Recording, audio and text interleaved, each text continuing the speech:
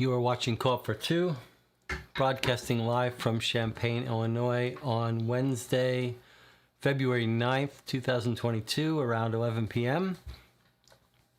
Let me know in the YouTube chat if you can hear okay, if the video is coming through okay. We are continuing our playthrough of Who Killed Robert Prentice, Dennis Wheatley and J.G. Link's second crime dossier book from 1937, reprinted in 1979. That's the copy we have here. We made it maybe 3/4 of the way through, maybe even a little more, last night, but we decided to stop after 7 hours because we didn't want to get to the end and be completely exhausted. So let's just catch up a little in the chat and talk before we get started here. I see the chat doesn't seem to be loading on screen. That's okay. I can see it fine. I've only had about 3 hours sleep since we played last night because I had a pre-planned double feature to see with some friends, Rebecca and Chad, and my wife, Naoki.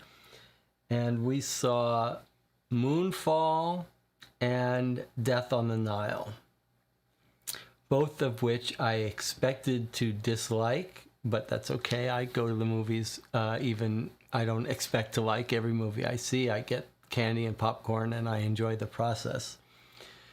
I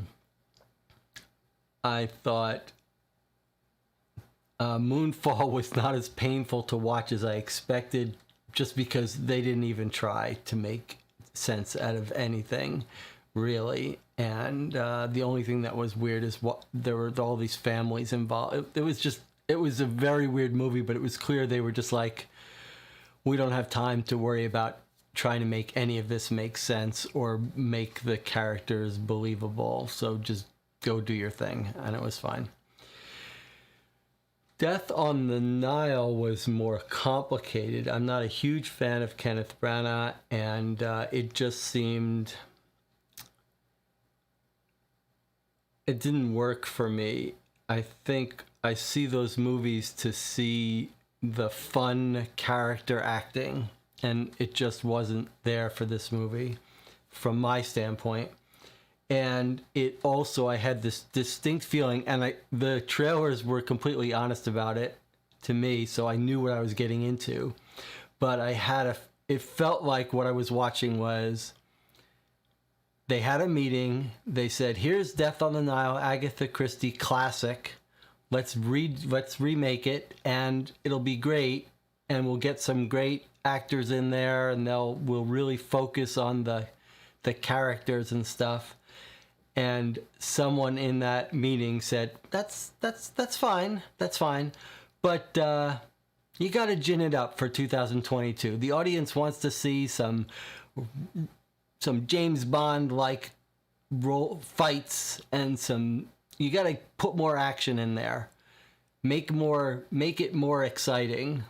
It can't just be people talking and getting killed. You have to have some grisly scenes, and you got to have some fight scenes and stuff. That's how it felt to me. It just felt like, give it a break. All right. I see Jonathan is with us in the chat. Jonathan actually sent me, he was very nice, to write up a little bit of a timeline.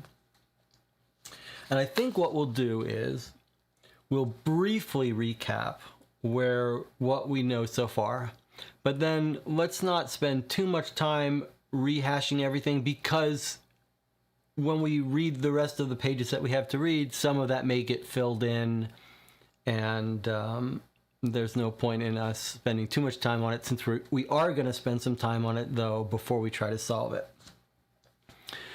And then after we're done playing and reading the solution, we will talk and review the game.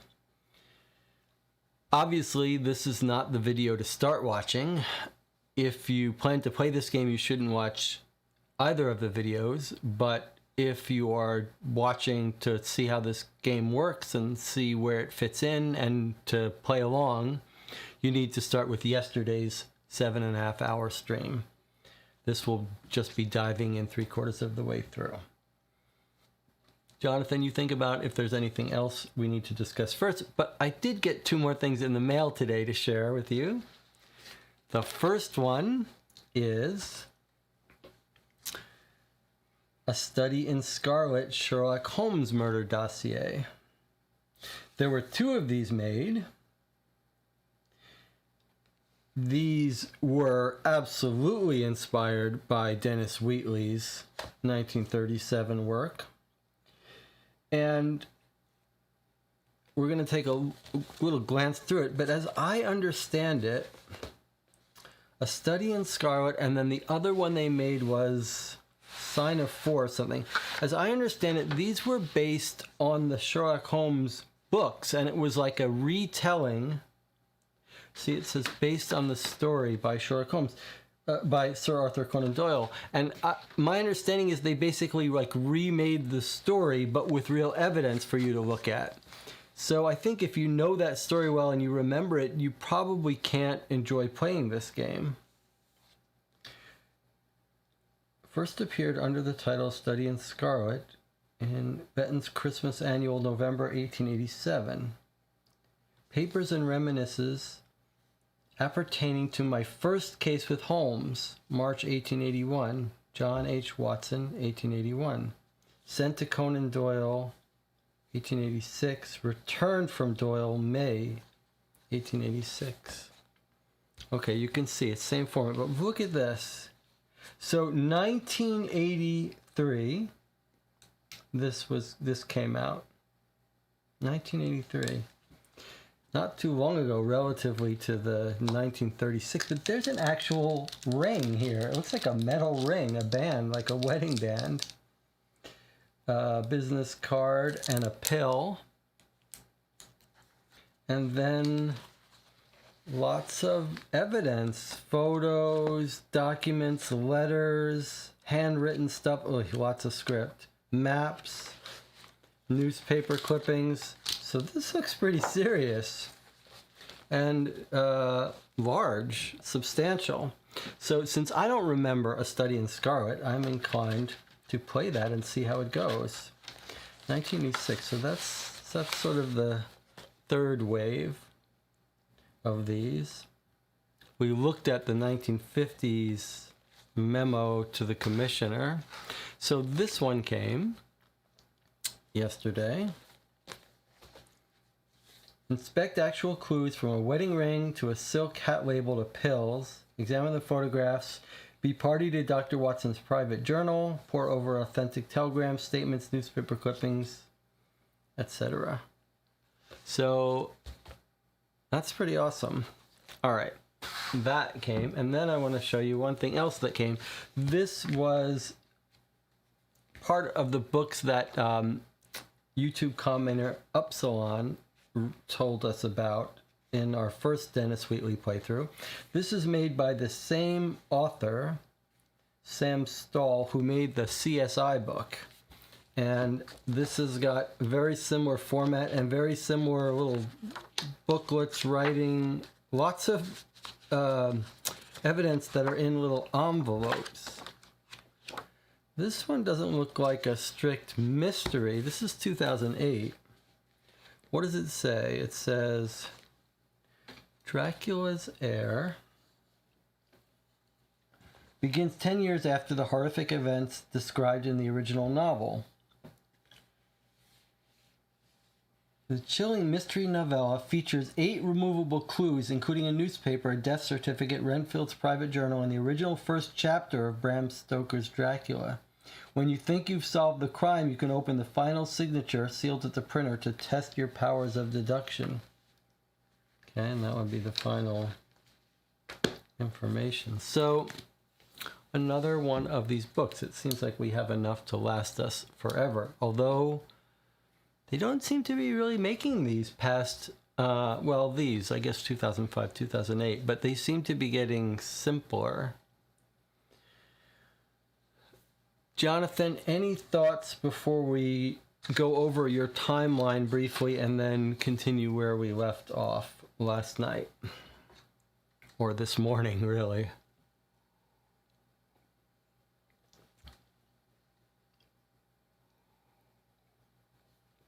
Anyone else in the chat want to reveal themselves, I guess is the right word. It's best to pretend. If you're writing a blog or you're making YouTube, it's best to just pretend there are people watching. Okay, let's go over a little reminder from Jonathan of our timeline here. For 20 years, Hogbin worked with Robert. That's his old secretary. Hogbin claims they were friends over 3 years. Robert starts his own business with a mysterious sugar magnate during this time. He takes Hogbin with him when he starts his new business, and she's his secretary for those 20 years. Hogbin introduces Smears to Robert during this time. Smears is the blackmailer who got arrested for falcation or defalcation, which we'll embezzlement.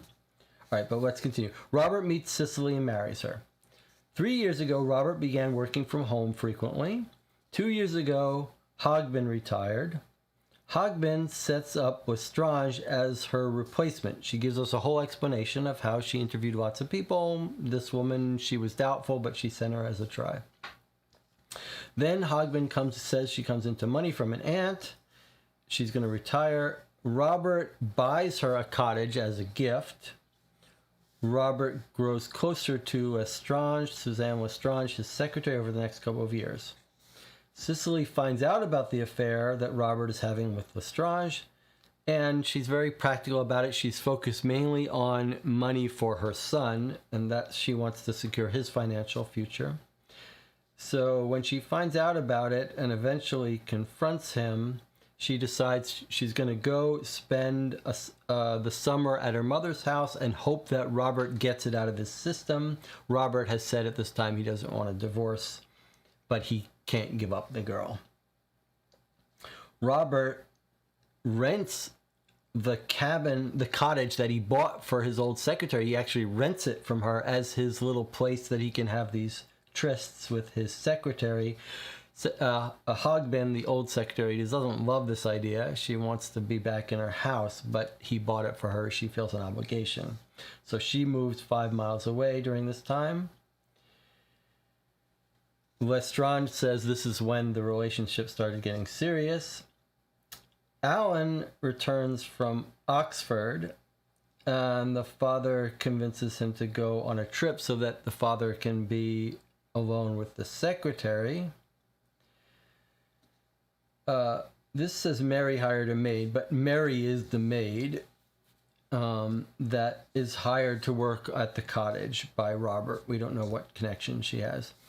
Jonathan Snow, Robert changes sometime during this period. He starts to get more confident or something as he's spending more time with Suzanne Lestrange. There was this one little fun detail where she lets him make love with the lights on, and the wife always made him turn the lights off.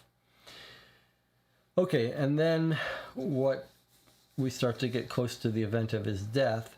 One thing that happens is a month ago, Smears, this person that was running one branch, was let go for defalcation, embezzlement of funds. He claims that he had been set up. There's proof, but we know he wasted all his money on some affair he was having with someone. But he claims that he came back, confronted Robert, tried to get him to put him back to work. The son has now started dating the secretary as well, the stepson, Alan. He started going to dances with her, but then eventually it started getting serious. And then we have the weekend of this murder leading up. So here are some facts close to that. On Tuesday, the 8th, the old secretary, Hogbin, is seen at the cottage, or admits she was at the cottage, but says she's only gardening because she does love gardening. the gardener wasn't there because he only works Tuesdays and Thursdays. On Friday morning, the son confesses to the stepfather that the son doesn't know, the son and the stepfather don't know that they're each having affairs with this new secretary, Suzanne, 22-year-old. But on Friday morning, the son tells the stepfather, hey, guess what? I've been having an affair with your secretary, and I love her, and we're going to get married. Robert, who has planned to spend that very weekend with the secretary, is upset by this, doesn't admit anything to the stepson, goes about his normal plans. He goes to the racetrack. He wins a lot of money, $1,000, and goes back to the cottage to await the secretary. Meanwhile, Alan has confronted the secretary, told her he loves her and he wants to marry her. She says, let me think about it. Back to the cottage, and Robert, he won $1,000, but it was a mistake on the bookie's part, and the bookie didn't have the money. So the bookie follows Robert home in a sort of a panic, knocks on the door. This is according to the bookie. Knocks on the door, says, look, I got to talk to you. I don't have your $1,000 to pay you. Here's what happened. Let's work something out. There's evidence that they have some whiskey together. It seems like once he explained it, and then Robert was suffering one of his normal, regular stomach pains. The bookie, Tooney, gives him some of his indigestion pills, which work wonders. And Robert is really grateful for that and says, don't worry about this. We're going to work it out. You pay me half the money in a month, pay me the other half another month. We're all good. So according to the bookie, everything got solved fine. We have no evidence that it didn't. This is all Friday. Meanwhile, Alan has convinced the secretary to break off the weekend plan with whoever she is going to see that weekend. Alan, the stepson, knows or suspects that she's seeing someone else, but he doesn't know who it is. He's trying to get her to marry him. He convinces her, look, I love you. I want to marry you. I know you want to think about it, but let's spend this weekend together. He eventually wears her down. She says, okay, I'm going to go call it off. So she called just the weekend. So she sends a wire, a telegram, to whoever she was planning on spending the weekend with. Now, back at the cottage where Robert Prentice is planning to hook up with his secretary for the weekend, he gets the telegram. And he puts two and two together. He knows that his stepson has just told him that he's seeing her and he wants to get married. And now she's calling off their weekend. So he writes her an angry letter, which we have the letter. And the letter says, here's the letter. The letter says, I guess she writes that on Friday. The letter says basically, I don't understand why you're seeing this kid. I understand why he's infatuated with you, but you have completely humiliated me. I'm totally shocked that you are now prefer him over me. She's canceling the weekend.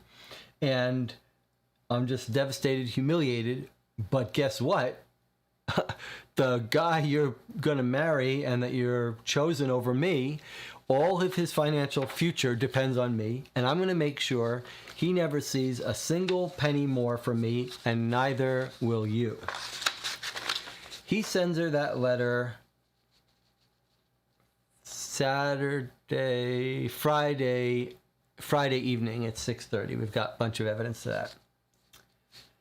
It arrives at her house at 9 a.m.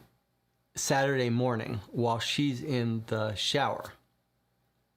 8 a.m., 9 a.m. Alan, the stepson, is there, sees the mail come in, sees this letter, recognizes his stepfather's handwriting, and is very confused why his stepfather is writing her a letter. Why couldn't it wait till Monday? He puts two and two together. He thinks, oh, I've told my stepfather I plan to marry the secretary, and I'll bet he's talked to my mother and they're trying to talk me out of it. So he's embarrassed to admit it, but he opens up the letter. And it's not what he expected. Instead, it's this letter telling the secretary that, you know, he thought she loved him, and now she's seeing the son. Like, this is the first time the stepson is realizing that the man that his girlfriend, the secretary, has been having an affair with is in fact his stepfather. He confronts her about it on Saturday morning. They get into a big fight about it. She's very upset about this letter, and she rips it out of his hand, and she tells the stepson, hey, I never was gonna marry you. I don't love you. I just felt bad for you.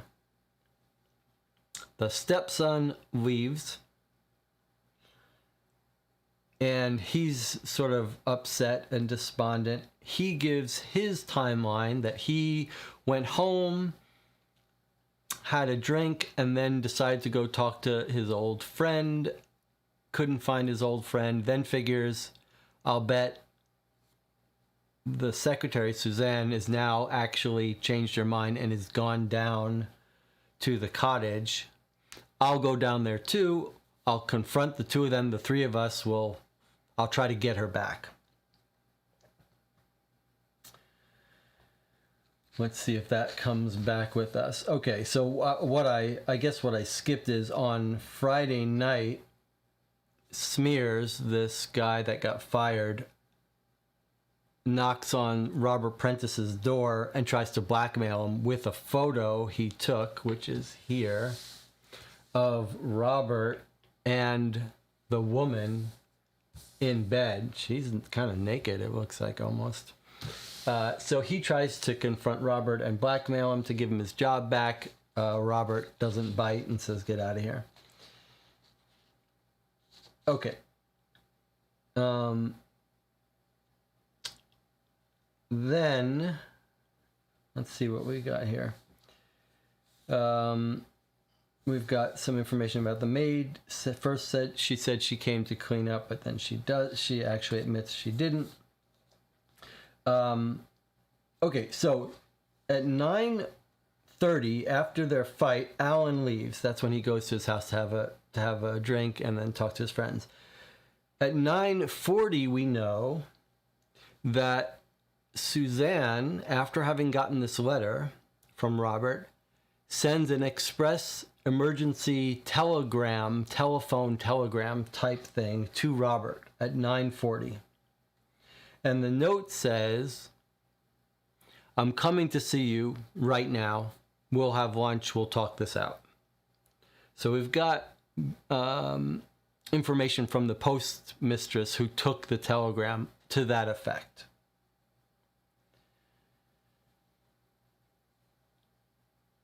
At 3:30 or so, or 2:30, Alan says he arrived finally after missing this train and getting the 12:56 train. He gets there. He sees that his stepfather, is dead on the kitchen floor. He calls the police. Before he calls the police, though, he tries to get Suzanne at her home and then tries a couple other places. Can't find her, according to him. Calls the police and calls his mother, not clear in what order. To his mother, he says, hey, Robert's had an accident. He's not feeling well. You have to come home. They explain that later by saying, my dear Alan, that's how he broke the news to me, rather than tell me that he was dead. I have some questions about that. So the police arrive at 3:30. They pinpoint the time of death between 10:30 and 12:30. They find the letter in the cottage, And Suzanne eventually admits, I drove down, I saw him there, I panicked, I left. But she claims, Jonathan doesn't have it here, but she's got her alibi and her timeline separately, which I do think we're going to need to take another look at. But basically, she claims that she came to the cottage, if I'm remembering correctly, saw the dead body and panicked and left. Though she left her letter in the house, Alan comes, sees the dead body, leaves. He was killed by strychnine poisoning in his coffee cup. Strychnine is used in tiny dosages in some tonics and stomach medicines, but it doesn't seem like there's any way you could accidentally kill yourself from it, take a fatal dose. And it seemed like from the table setting that he was having breakfast, although if he was killed between 10:30 and 12:30, I don't know what meal you want to make that.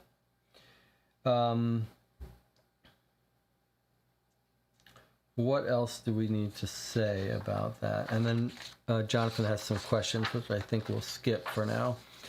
But I want to, at some point, review Suzanne's alibi, what she says, because she gives a weird alibi about how she was driving around for a while just to pass the time. And then we've got a bunch of mysteries that we haven't resolved yet, but we haven't gotten to the end. It looks like someone wiped down fingerprints in the house. We don't know who or why. We just got this weird information from Cecily, who's been updating us. So the last thing we read was Cecily wrote us a new letter, Mrs. Prentice. She wrote us a new letter with new statements that she got hold of on the 27th of December, several months after all this. And in it, the maid Mary confesses she never was there that morning to clean the house, and Jonathan figured out, oh, okay, that explains why in one of the photos what we noticed is something weird. There's this little note here. See if I can get very close up to it. There's this little note here that says Mary 13 or something, and Jonathan figured out, oh, that was her pay, that was her money, and she didn't pick it up, which further helps confirm that she wasn't there that morning, which gives her a pretty good alibi. And then Alan gives us a new statement that, yes, he admits he was having an affair with this woman, but now he realizes she's no good and all that. And Jonathan and I had a debate about if he's covering up for her, which was one idea, that maybe he came, discovered the dead body, thought Suzanne had done it, and that's why he called her, and maybe he wiped down the fingerprints. But I was saying, well, then why wouldn't he talk about it now that he's really trying to put the blame on her and isn't trying to protect her? Okay, and then the last thing we read was at the end of Cecily's letter. She says there's two further points that I think might be of interest to you, she says. Firstly, she says, I just found when I cleaned up my husband's belongings 3 letters written to him by Miss Lestrange. They're only notes, but the third is interesting because it shows she was aware that Robert had executed a new will in her favor, although she denied all knowledge of this in court. So this is news to us in both respects. We didn't know she was in the will, and we didn't know that she knew she was in the will. But it now gives Suzanne Lestrange huge motive to kill him, because he had just sent her a letter saying, you're not going to get a penny from me now that I found out what you're up to. So it makes sense that she would go plead with him to take her back and kill him if not. The second thing Cecily says in this letter is that 2 days ago, she had a nasty stomach pain. She took a couple of pills from a bottle which has been in our bathroom here for a number of months. So presumably when Robert was living there. Robert used to take them when he had his occasional bouts of gastric trouble. Shortly after I had taken it, I was seized with acute agony and had to send for the doctor. By the following day, I was quite all right again, but at the time of his visit, the doctor appeared considerably worried because although I was in no danger of losing my life, he was puzzled about my condition and said that I showed symptoms of strychnine poisoning. Can there be any connection, I wonder, between this attack of mine and the fact that poor Robert was poisoned by strychnine? In any case, I'm sending the bottle of tablets to you at once by registered post, and you can inform the police about them if you feel it is right to do so. So that's where we left out, and I guess we're going to, we don't see the bottle, but look, we've got a little label from the bottle. Gastric tablets from 3 to 5 tablets to be taken in the case of an attack, and the maximum dose not to be repeated under 2 hours. So it's quite strange, actually, that perhaps someone was trying to poison Robert even before this weekend, where he was poisoned by strychnine, if that is what's happened. So we're about to read the notes from Lestrange to Robert, where she reveals she knows about the will, and I don't know what else.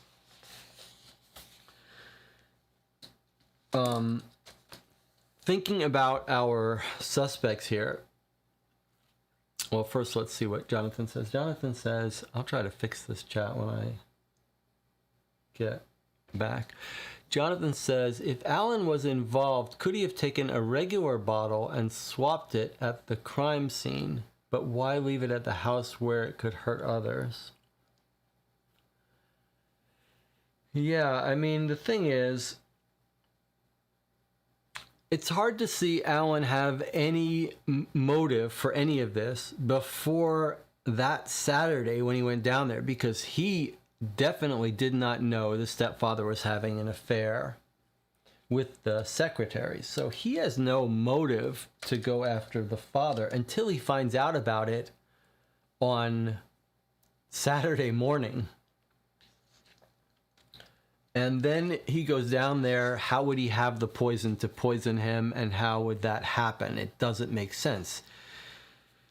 Now, Suzanne may be our best suspect in terms of motive, but she has motive to kill him on that Saturday. But again, before that Saturday, she's in his good steads.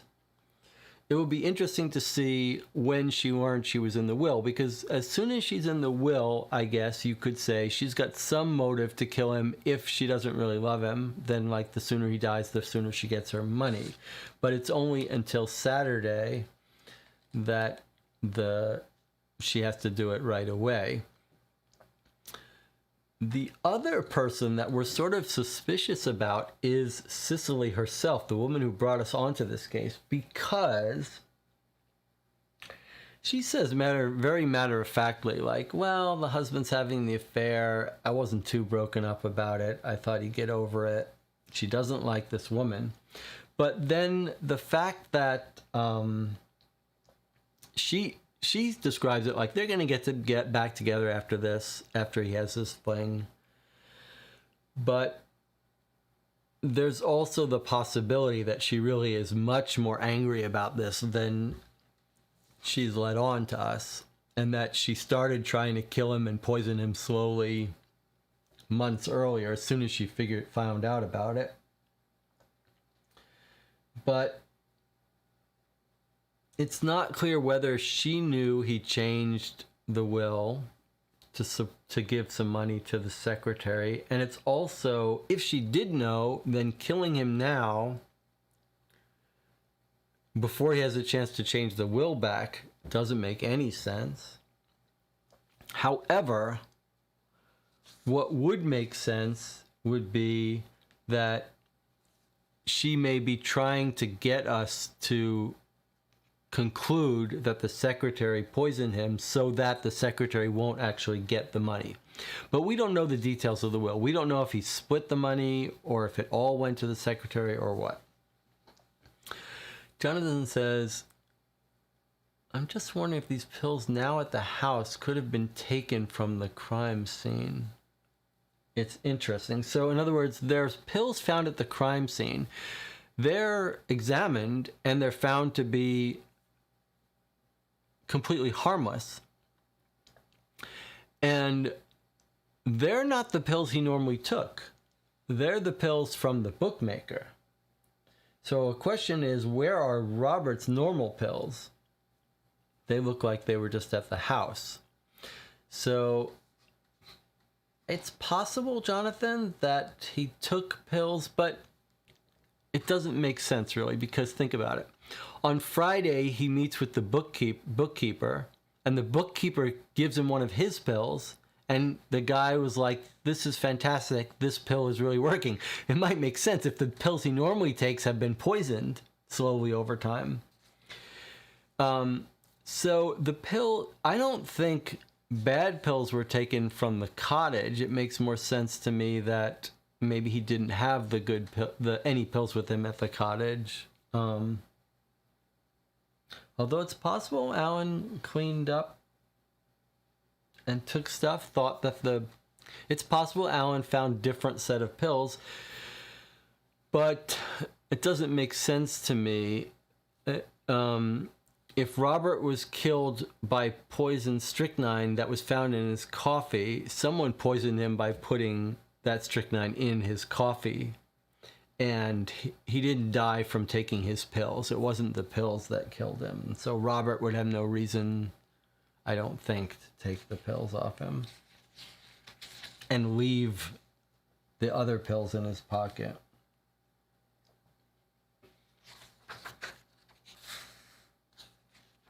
All right. Before we start reading the new letters from Suzanne Lestrange, we'll take a 5-minute break, only 5 minutes, and then we'll be back and we'll start actually playing. So I'll see you in 5 minutes.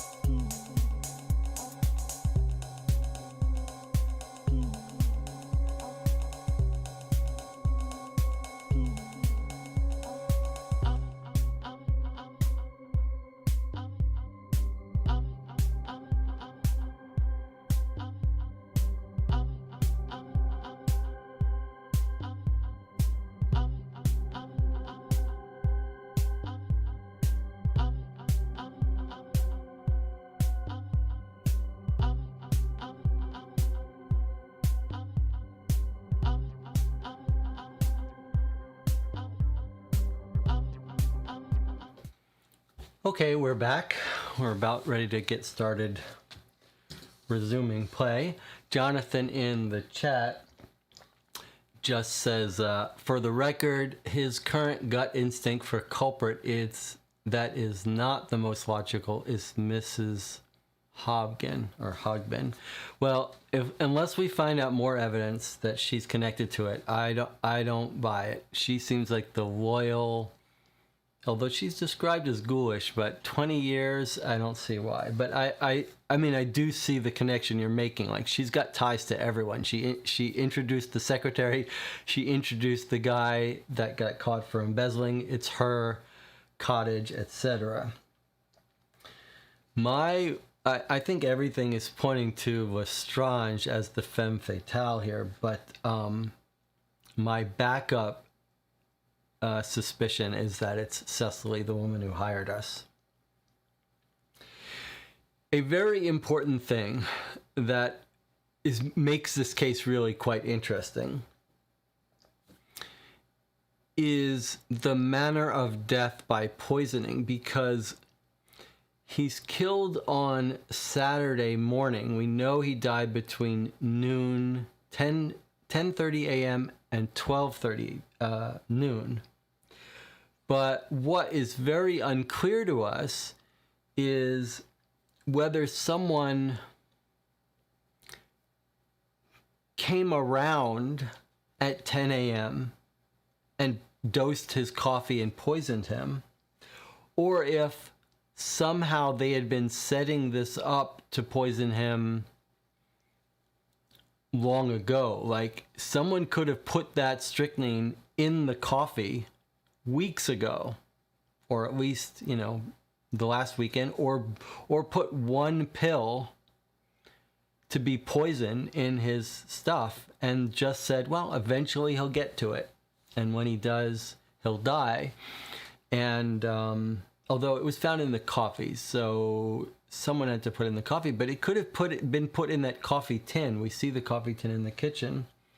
So we don't know if someone came on that day and poisoned him, and thus we should be looking for someone with no alibi for that morning, or whether someone set it up on a previous night, the Friday, or weeks ago, whatever. All right. So let's look at 3 letters written to him by Miss Lestrange. Unfortunately, they're in script. So it's Friday, December 27th, March 6th, and September 9th, the weekend before. So this must be December 27th. All right. So this is almost a year before his death. It doesn't have a year date on it, but if he died in September, right? I'm remembering that correctly, right? He died September 12th. So our latest letter is September 9th, I think. 36 and March 36. Okay. Darling, I can't sleep tonight without writing to you to thank you for everything. Oh, it is such a gray and lonely world.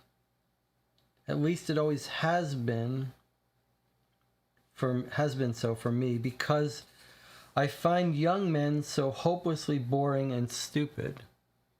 Now you have lit it up for me, and something that with 1,000 friends and lovers, friends and lovers who are all just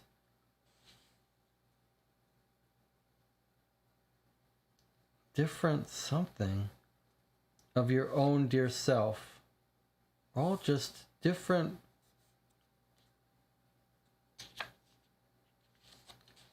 something of your own dear self. I shall never forget tonight.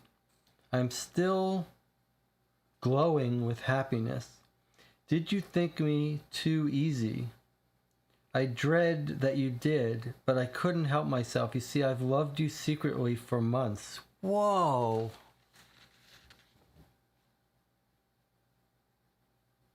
Let's not forget, this secretary, Suzanne,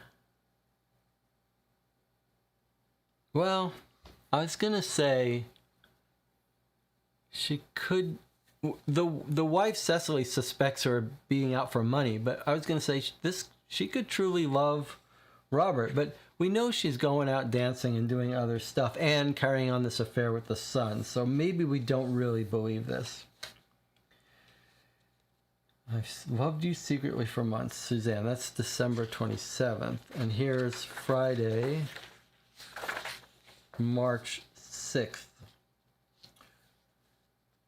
Robbie, my darling, I know I shouldn't write to you. There's always the damnable risk that she'll find you reading a letter from me. You told me that before, but I won't see you till Monday, and I simply must say thank you before then for my marvelous birthday present.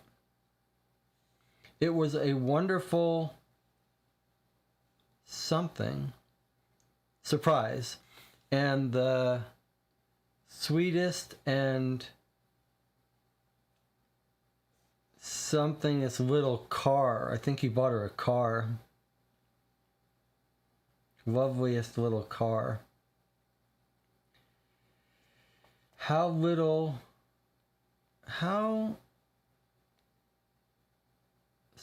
you in your generous thought of me. How something of you in your generous thought of me.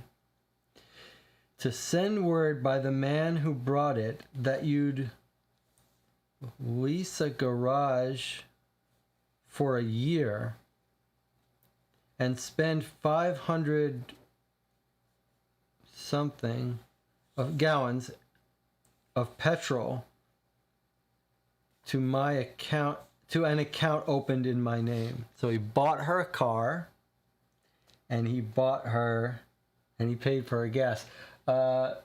Remember, we found one of the cars was a Woolsey. Okay, I am typing the envelope of this so that it will look like a business letter. Burn it, darling, as I would the hand that writes it, rather than it should bring you anything but joy. 1,000 kisses from your love or something. From your own Suzanne. Wow, she writes a good letter. That's some serious, I mean, she is a good secretary, but burn it, darling, as I would the hand that writes it, rather than it should bring you anything but joy. Okay, and then this one, September 9th, this seems like the weekend before, the weekend of this whole event. Robbie, my darling, only one time or I shall miss something. In the new will, you've been much, much too generous, but it's sweet of you to take such trouble for my future, and I adore you for it, your own Suzanne. Only one line, or I shall miss the post. In the new will, you've been much, much too generous. But it's sweet of you to take such trouble for my future, and I adore you for it, your own Suzanne. Well, she is his secretary, so it makes sense maybe that he was working with her, that he sat down and said, okay, here's the new will, submit it. I did think we should probably check handwriting to see if there's any suspicion that she didn't write one of these and that Cecily wrote one of these to frame her. So I'm looking at the Suzanne. She's got a quite elaborate Z here. What about here? Same Z. Still refer to me as Robbie. She's got pretty good handwriting.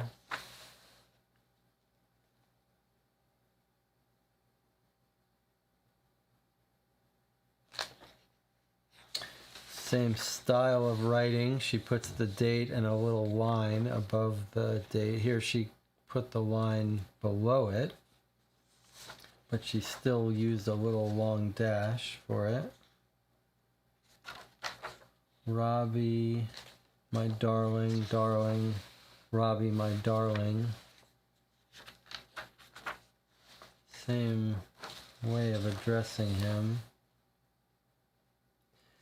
How about the eyes? The eyes look the same. Uppercase I with the two lines not always connecting.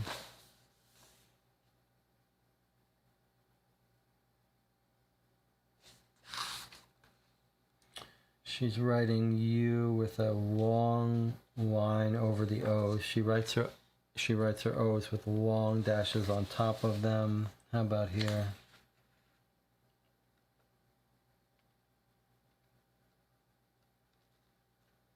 Yes, same thing. Okay, so it looks like she's written all three of these. Jonathan says, I will say this disproves her claim that things did not get really serious till the summer in the cottage. Yes, I don't really remember her saying that. We'll have to look at, I definitely want to reread her testimony. Jonathan is remembering her saying when things got serious with Robert, and she's saying not till the summer. All right, here is the letter that Cecily sent us about the gastric tablets. 3 to 5 tablets to be taken in the case of an attack, and the maximum dose not to be repeated under 2 hours. So if the tablets, one question we don't know the answer to is where the strychnine came from. How did the poisoner, if there is a poisoner, get it? And maybe they were in these pills and someone like dissolved a whole bottle full in his coffee. You'd think he'd taste it though. All right, look at what we've got here though. This is fascinating. It's a long letter from Suzanne. How cool is that? That we now have a long letter from Suzanne. In fact, it looks like it's a mirror of the letter from Cecily. It's like a 15-page... It's one of the few documents we have left. We now have a super long letter from Suzanne. This looks like it's going to change my mind about it being Suzanne. All right, let's see. Dear Lieutenant Schwab, that's us. 31st December 1936. So here she is writing to us now, recently, from Suzanne Lestrange, care of Messrs. Congrave, Sims, and Congrave. This is her lawyer. Here we go. In reply to your letter of December 28th, I can only assure you that I am more anxious than anybody to have the terrible mystery of the late Mr. Prentice's death cleared up. This is kind of exciting that we're getting a long letter from her. We're finally going to hear from this woman who seems to be the femme fatale and right at the center of all this. My relationship with him and with Alan Seagrave, together with the fact that Mr. Prentice left me the considerable sum of £20,000 under his will, having been made public, my situation since his death has been absolutely intolerable. All right, £20,000, that's not his full estate. It's just a generous amount. On coming into such a sum of money, I should, in any case, have given up my little flat at Richmond to move into more comfortable quarters, but I was compelled to leave there much earlier than was convenient through the hostility displayed toward me after the inquest by my neighbors and the local tradespeople. I have even had to assume another name and have my own removed from the telephone directory so that no letters can reach me now except, like your own, through my lawyers. I was positively inundated with anonymous letters couched in the most scurrilous and abominable language. Everybody I know, with the exception of my lawyers and a few loyal personal friends, seems to believe that I murdered poor Robbie, and my life has been made an absolute misery since his death.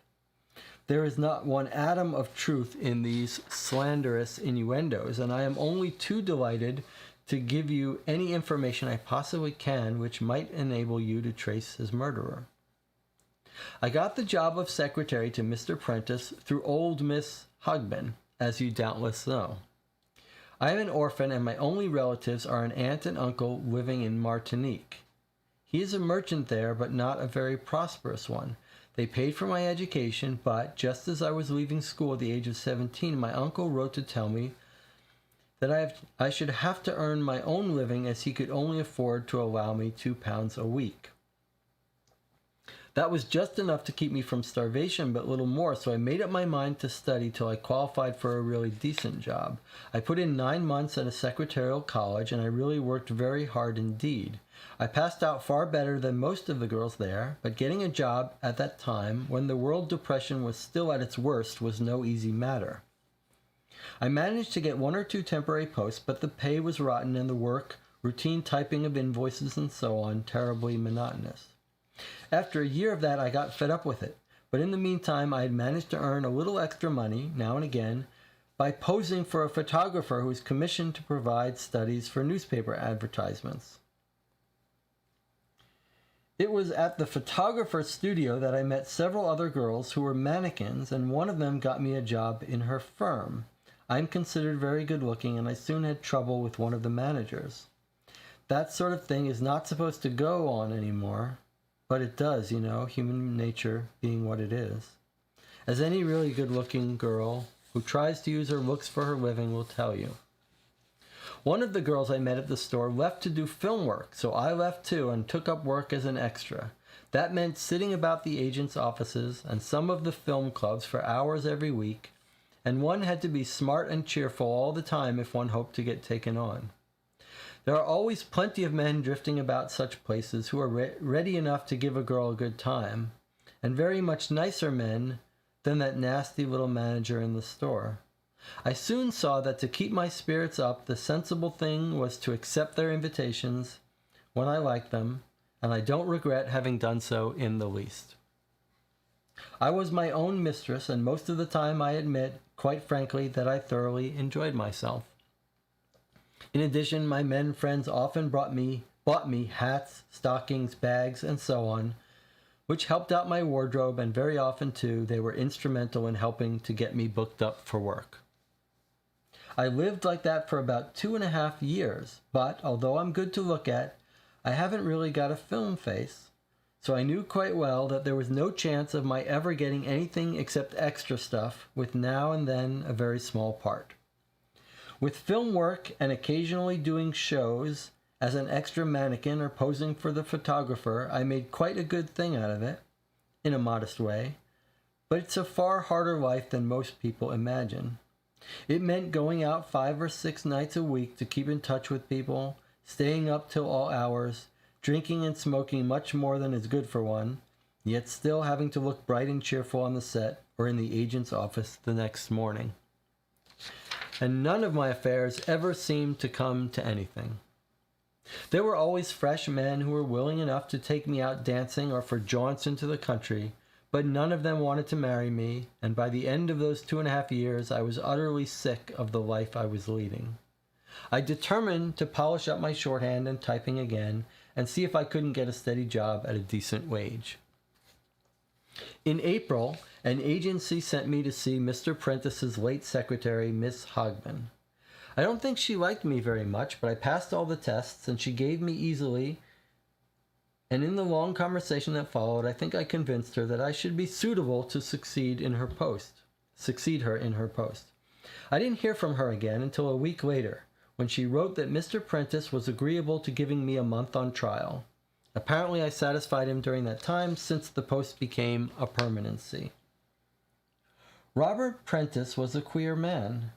During his youth and right up to early middle age, he must have suffered from an appalling inferiority complex, and signs of that still showed in his relations to strangers. With me, for the first month or so, he showed an almost fussy nervousness. He never looked at me if he could avoid it, and never spoke, except with a brusque abruptness which was almost rude, but, I am quite certain, came only from his shyness. As I got to know the details of his affairs and business better, he thawed out occasionally, but not in a normal friendly manner. His thawing consisted of occasional bursts of boastful confidence, how in the past he had got the better of this man or that in some deal or another, and he often tried to impress me with his social success during the past 10 years, though it was quite obvious that these were due entirely to Mrs. Prentice's skillful handling of the situation after she took him in hand and married him.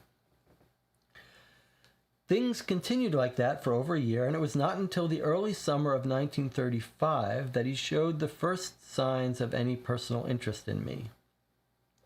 He began then, very cautiously at first, but later with more insistence, to inquire about my private life. He wanted to know if I found the money which he paid me sufficient to live on comfortably, how I meant to spend my holiday that year, about my only relatives who lived in Martinique, and if I had many friends in England. Just before I went for my holiday, he told me that he was very pleased with the work I had done for him, and gave me an extra 2 weeks' wages so I might be able to enjoy my holiday more. In the autumn, these private chats about myself after my work for the day had been done became more frequent, and he began to press me to tell him more about my previous life. Bit by bit, it came out that I had been a mannequin, done film work for a couple of years, and the sort of life which it had entailed in my case. At first, I didn't admit to the gayer side of those 2 years, but he seemed so sympathetic that gradually I told him the truth about myself, and he seemed to have an insatiable curiosity about the more murky side of my existence. I mean, about the various men I had known and for a time lived with. I suppose it was my admission that I had already lived with other men which first put the idea into his head that I might possibly be willing to live with him if he played his cards properly. In October, his wife went away for the weekend to see her son Alan, who was up at Oxford. It was an understood thing that, as I sometimes worked for Mr. Prentice in the evening, I should always have my Saturday mornings off. But on the Friday night he asked me if I could manage to put in an hour between 12 and 1 the following day to do some special work. I agreed and came up to the flat. The work was only an excuse, of course, as it was neither special nor urgent, and could quite well have waited till the Monday. After I had done a few letters for him, he asked me what I was doing that afternoon. I told him that, as it was a nice day, I meant to have a walk in Richmond Park. He said how nice it would be to see the autumn tints of the trees again before winter set in, and suggested that if I cared to do so, we could collect a picnic lunch, and he would motor me down there. I had no other engagements, so I saw no reason at all why I should refuse. He had obviously planned out an excursion in the hope that I would agree beforehand. He did not use his own car, but he telephoned the Daimler Hire Company for a car to meet us at Scott's, and we went down there in a taxi. He was only in the restaurant for 2 minutes, and a big picnic basket, already packed, was brought out, which of course gave it away that the lunch had been ordered in advance to be eaten somewhere in the country. Robbie was a very interesting man and could talk extremely well once he knew a person, so we spent a very pleasant afternoon. He told me a lot about himself and rather skillfully led me to believe that his wife had only married him for his money and on account of what he could do for Alan, who was her sole real interest. He made it clear that he had no desire whatsoever to leave her, but that he did crave for some more stimulating companionship. Well, that's not too far off from what he's told his wife, that he had no desire to leave her, but he craved more stimulating companionship. It was clear then which way the wind was blowing. Of course, you and everybody else who has heard about this wretched business must naturally believe me to be the very worst type of gold digger. And I'm not going to pretend to you for one moment that if Robert Prentice had been a poor man, he would have had the least chance of starting an affair with me. But I did like him. I liked him a lot because, although he wasn't much to look at and old enough to be my father, he had got a really first-class brain, and he was one of the gentlest and kindest people I've ever met. A girl like myself appreciates that, you know, when she's had to put up with some pretty rotten cads in order to earn a living, which necessitates always having decent clothes on her back. I saw quite well that Robert would be only too happy to give me all those extra things which meant so much to a good-looking woman. And I will be frank again. If I played my cards properly, it was clear that he was quite likely to see my future provided for. He had such a lot of money that, although I did not expect anything like a legacy of £20,000, I knew he could well afford to leave me a nice little sum without in any way injuring his wife and family. Well, this is important and seems very honest. That counts with a girl who's alone in the world and has no family to fall back on. There was always a chance I would meet some decent man and marry, of course, because I was still quite young, but I had chucked all but a few of the raffish crowd with whom I used to go about, so in the last year or so I had met very few new people. The idea of going on year after year indefinitely, as old Miss Hogbin had done, did not appeal to me. After the Richmond episode, nothing happened for a while, until one day Robert expressed a desire to see my flat. I asked him down to tea there on an afternoon when he was supposed to be in the city. I've always been a tidy person, and I think I'm gifted with good taste, so although the flat was by no means a luxury one, I was not at all ashamed of letting him see it. Robert was charming about it, and complimented me very sweetly upon the few really nice bits of furniture I had managed to pick up second-hand. But he insisted that I needed new curtains and covers, and as it had not been done up for some time, begged me to have the whole place redecorated at his expense. He hinged it on the plea that the more comfortable I was at home, the fitter and more contented I should be when I had to make my daily journeys up to Regent's Park to work for him. Well, I saw no reason why I should not accept his offer. From that time onwards, he sent me flowers twice a week, regularly. The most lovely things from a West End forest, and after the redecoration, my little flat became quite transformed. In November, an invitation came along for him to attend a city dinner. He told me to refuse it, but, he said, "We'll put the card on the mantelpiece just the same, because I think I've earned an evening off, and if you will, I'd like you to join me." Having made up my mind to take the good things the gods had to offer through the hands of Robert Prentice, I agreed, but, poor dear, he was sadly embarrassed when I asked him where he would like to take me. He said that if only he were free, he could imagine nothing more wonderful than to take me to the Savoy or Claridge's. He would have been proud as a peacock, that's how he put it, for everyone to see him dining with the loveliest woman in London. But he simply didn't dare to take me anywhere like that, as there were so many chances we might run into some of his wife's friends. On the other hand, he hated the idea of taking me to some little poky place in Soho, and that in a way was almost as dangerous, because we might quite well meet one of the clerks from the office. Robbie had never had an affair with a woman like myself in his life before, and so it fell to me to help him out. I told him I didn't want to run him into a lot of expense, but that if one had enough money, there was no difficulty at all about two people dining privately alone in comfort. I could take a suite for the night in any big hotel under another name, and we could have dinner sent up to the private sitting room. I said I should have to take some luggage and stay there the night, of course, and that he must not be too late in leaving, but most of the big hotels never consider it their business to inquire into the private affairs of their guests, providing they appear respectable, cause no disturbance, and pay their bill. He was overjoyed at the idea and begged me to make the necessary arrangements.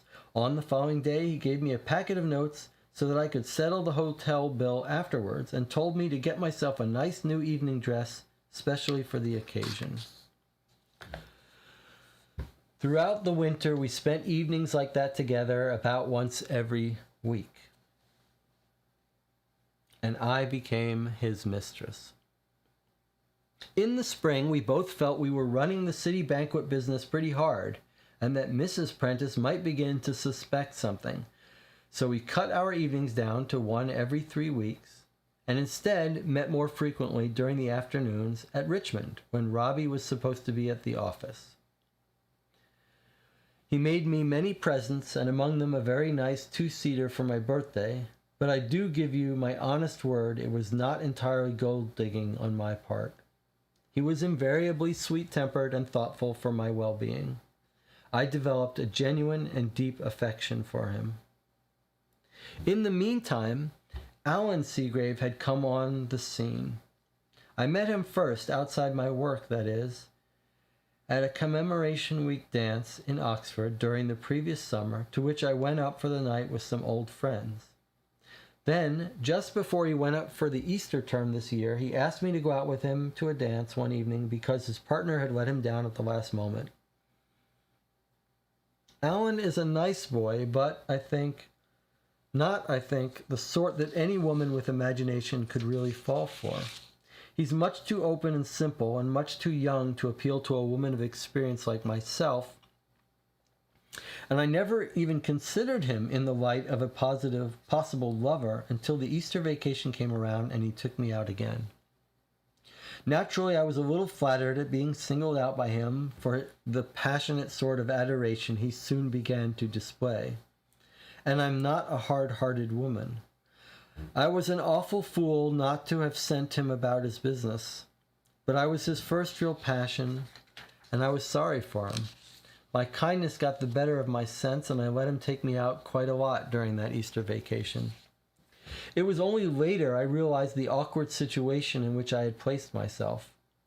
Alan's letters from Oxford during the next term showed quite clearly that he meant to take every possible opportunity of seeing me when he came home again for the summer. It was going to be difficult to refuse to go about with him without some really adequate excuse. Yet, if I did let him continue taking me out, sooner or later Robbie would be bound to hear of it, and then the fat would be in the fire, or, if his mother found out that he was in love with me, it was quite possible that she would insist on Robbie giving me the sack. That would not necessarily have ended our affair, of course, but it would have made things very awkward, and it might have been difficult to persuade Robbie that I didn't really care two hoots about the boy.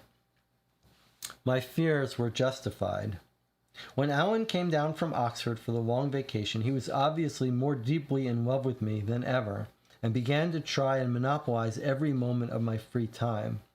Robbie had noticed nothing, but I knew that if I didn't do something about Alan, there was a big risk that he would learn what was going on. In consequence, it was I who put the idea of sending Alan abroad with young Broughton and his friends into Robbie's head. He talked everything over with me, so it was quite simple for me to say what a pity it was that the boy should be kicking his heels about in London all through the summer, when he might be gaining valuable experience by traveling on the continent. Mrs. Prentice had already left the flat before Alan came down, so Robert was able to see much more of me himself, and this made it more difficult than ever to cope with Alan's insistent invitations. During the 10 days Alan was in London, I hardly had a free moment between the two of them, and Alan obviously suspected that I was having an affair with some other man, although he had no idea that it was his stepfather. I was heartily glad when he went abroad, as I hoped that, with time and new surroundings, he might meet some other girl and forget about me. In the meantime, immediately Mrs. Prentice had gone away. Robbie had rented White Down Cottage from Miss Hogben, so during those 3 summer months we spent nearly every weekend there together. Alan returned to London on the 2nd of September, and far from having the effect for which I had hoped, his absence seemed to have made him keener on me than ever. I had half a mind to tell Robbie about it, but he was apt to be jealous if he saw a young man even look at me, and he was terribly sensitive about the difference in our ages. I was frightened that he wouldn't believe me when I told him that there was nothing between Alan and myself. I had to go out with Alan a lot during the early part of September just to keep him quiet. I hated to hurt him too because he was so desperately in love with me, and when he pressed me, I simply had to say that I was terribly fond of him because I couldn't bear to see him look so miserable. On the Thursday night, we dined together, and he began to make plans as to how we should spend the weekend. I had to tell him then that I couldn't see him on the Friday night or the Saturday or Sunday because, although I couldn't say so, I was going down to the cottage with Robbie. Alan kicked up an awful fuss and swore that I was having an affair with someone else. Naturally, I denied it.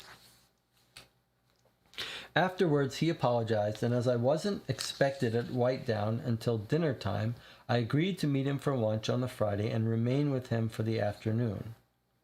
After lunch, he gave me the most appalling shock by saying he had spoken to his stepfather that morning about his love for me, and then proceeded to propose. I was terribly upset, wondering, of course, what Robbie had thought of having this bombshell exploded underneath his feet, and I asked Alan for time to think things over. In the flat at Richmond, Alan gave way to another frantic fit of jealousy, which made me begin, mentally, to curse the day I'd ever started to be kind to him. He got so wrought up at the thought of my going away to people whom he did not know that I got nervous. I couldn't tell him where I was going and didn't dare to give him a false address in case he telephoned during the weekend and found I wasn't there. It suddenly occurred to me that in his state at that time he was quite capable of following me to find out where I did go. If he'd done that and traced me to Whitedown, he would have found out about his stepfather and myself, then probably in a fit of rage gone down to Bath and told his mother everything. I had to think of Robbie first, and I placed his interests in front of my own. No matter what happened, I had to protect him from any risk of his wife finding out about our affair. Of course, the wife already knew by this point, but she doesn't know, which is a little odd. Late in the afternoon, I decided the best thing to do was to cancel my weekend at Whitedown and spend it keeping Alan quiet instead. If I could only hold the fort for another few weeks, he would be back at Oxford, and then, during the next 3 months, I'd have a chance to break it to him gently that I had quite decided not to marry him and did not intend to go out with him when he was in London anymore. Consequently, I gave in to his pleading, promised to wire my friends in Sussex that I wasn't coming after all, and dine with him that evening. Directly he'd gone, I'd sent a telegram over the telephone to Robbie, just saying that unfortunately I couldn't come down as arranged.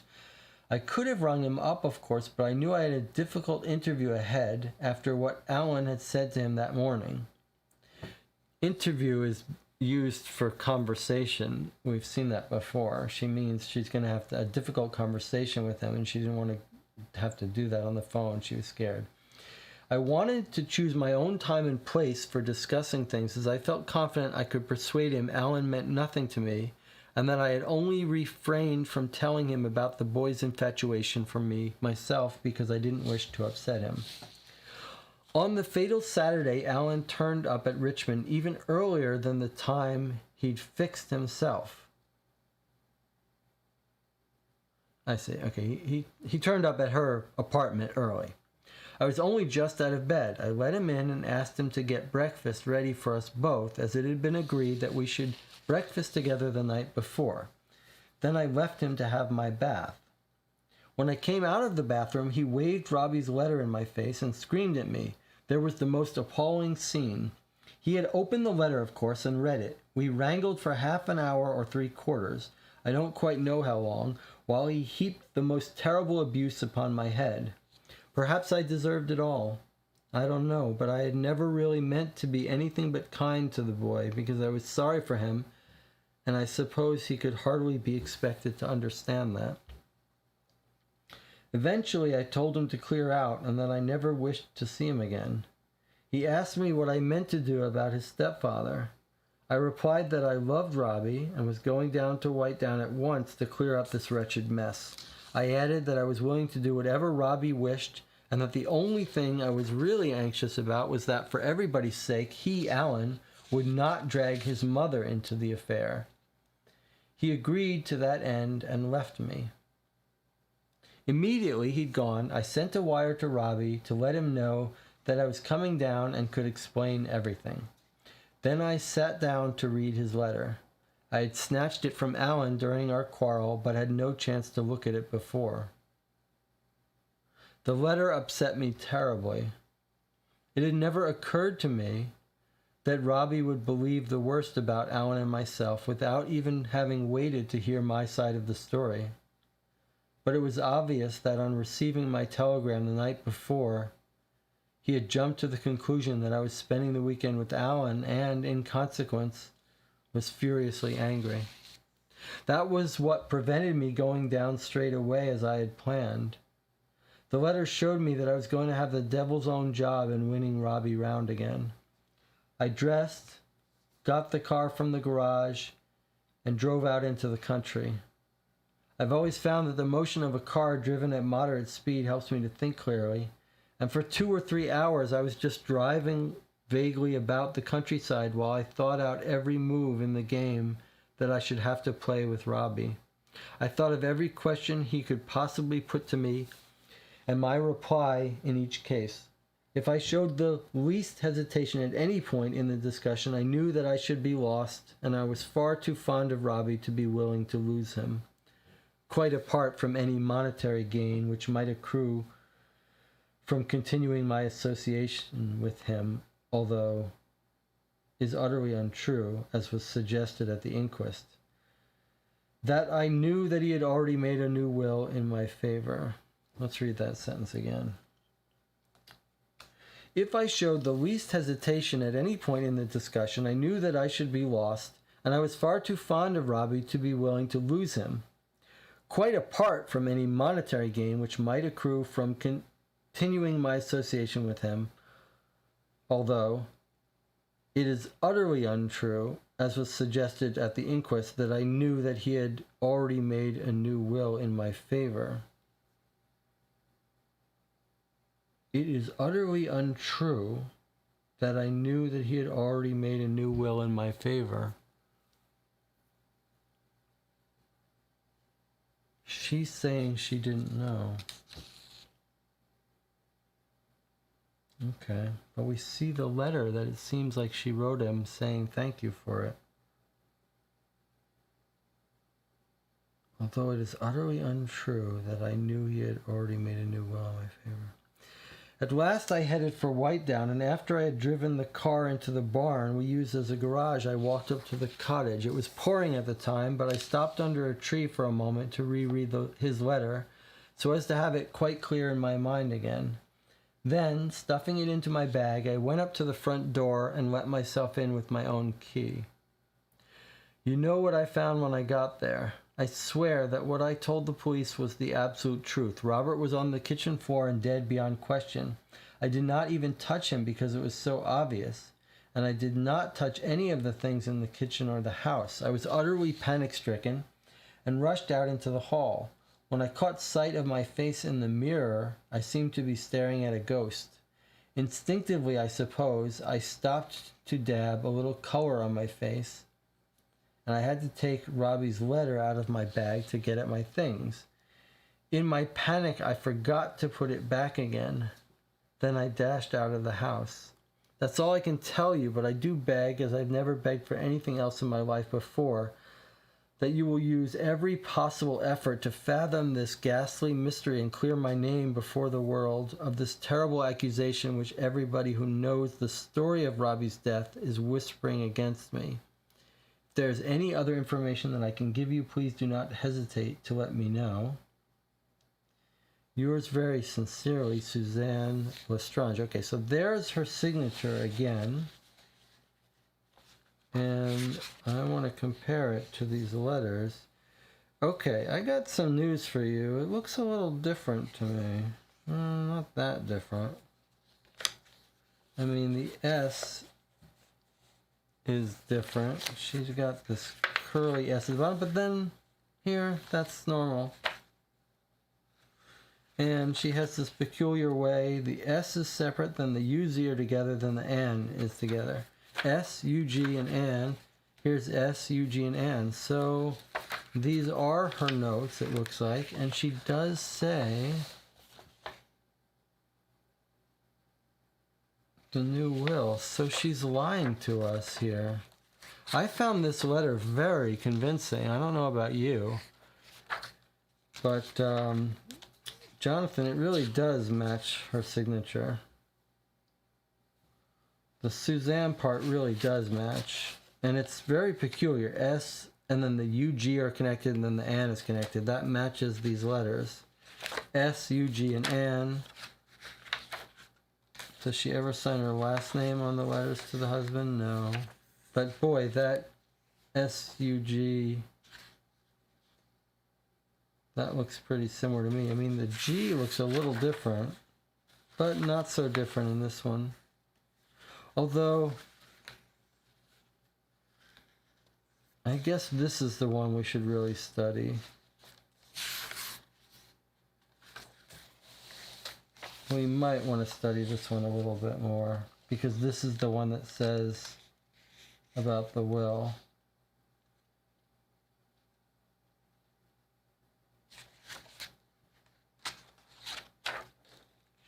Sure looks pretty similar to me. E with a long dash, E with a long dash. I mean, that signature, that looks the same to me.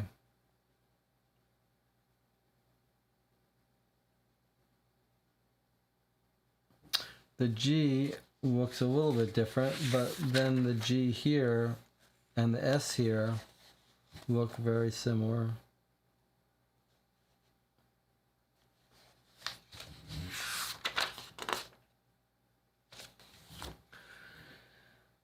So I believe that's as well. I mean, that letter was very compelling, and it felt honest to me, like Cecily's did, but she's lying about this. Why is she doing that?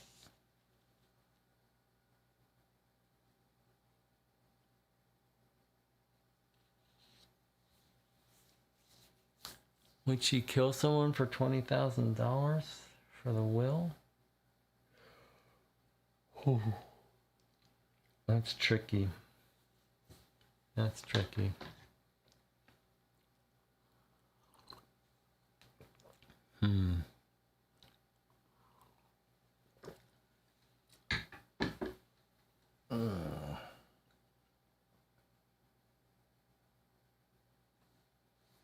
I mean, to me, that feels like a match. Let's see if we can see anything else. Your own, she spells own really, oh, but she's only signed her signature here. So we don't have any handwriting except for the signature. She's got a very particular way she did the T's, but maybe that's just, yeah, look at her T's are that way too. They've got this big, long, the T has a big, long top line. And here's a T with a big, long top line. A long E, long E.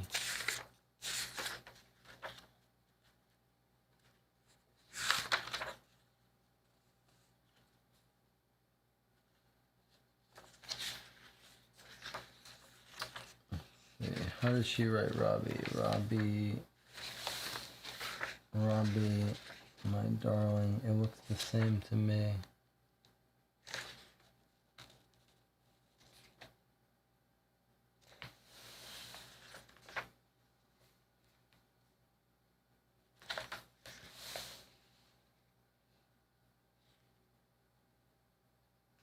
She is described as being an exceptionally clever girl, this Suzanne.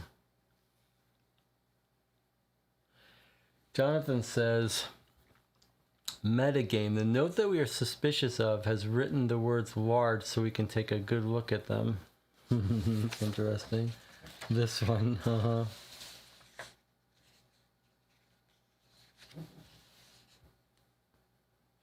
All her uppercase I's are not connected.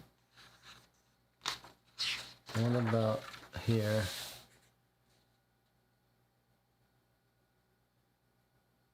These I's are sometimes disconnected at the top. Most of them are connected at the bottom.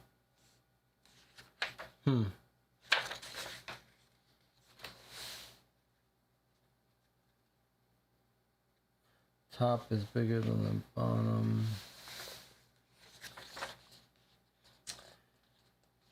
I mean, the I looks a little different in the third note.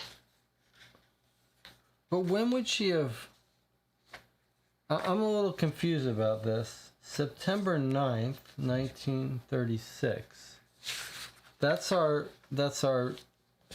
all this is starting, right? So the 9th is what? Saturday is the 12th. 11th is Friday. 10th is Thursday.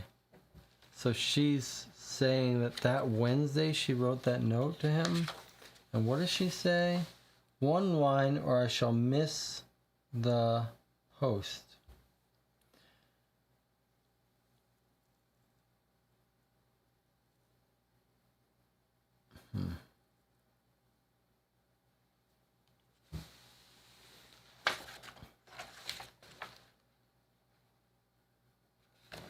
That's weird. So this new will she's writing about him, writing to him on like Wednesday. I really believed her statement, but the reason we're so focused on that letter is because Cecily is our second suspect. Jonathan says the word to in the second and third letter looks a little different. All right, let's see if we can see that.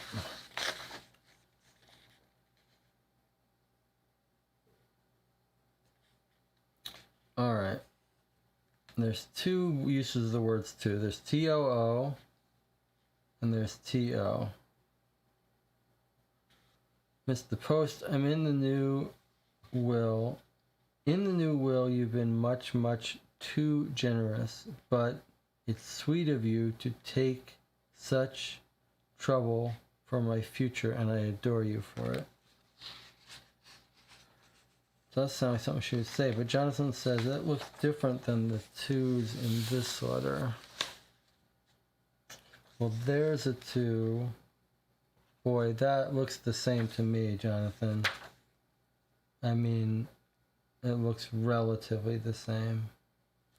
Here's another two, a long T, and the O is sort of touching it. There's the long, sorry. Here's the T in the third letter, a long top line at an angle up and to the right, and the O is sort of touching it with the connection. And then here, where did I see some twos?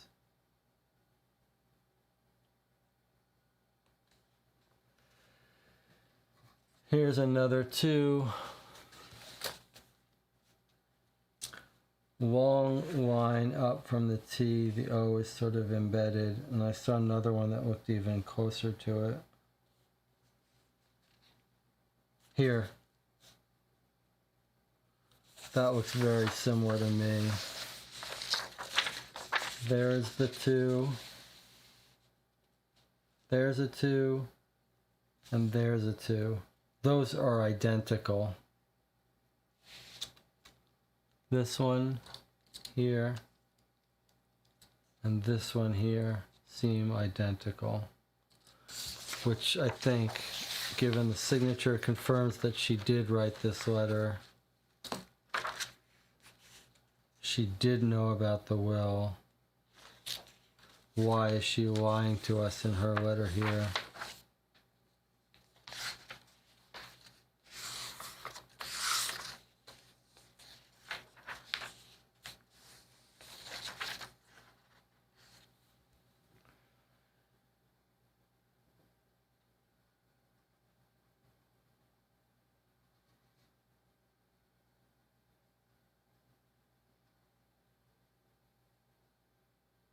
I mean, that puts her in trouble. That makes her a clever girl who's lying.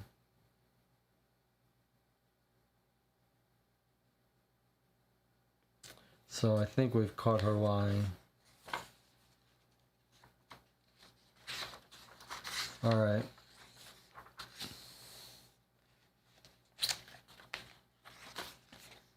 We've only got one more piece of evidence. It's this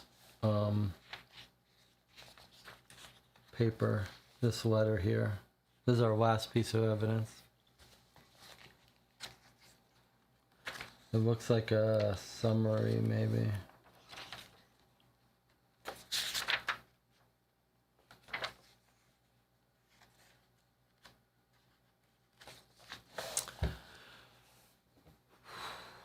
I don't know what to say about that long, what felt like a very heartfelt, honest, believable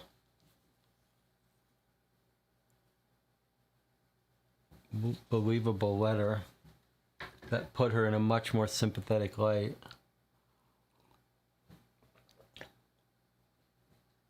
But if she's lying, she's lying.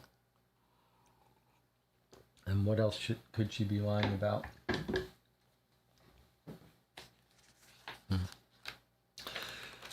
Let's take a 10-minute break and we'll come back and read this last piece of evidence. So I'll see you in 10 minutes.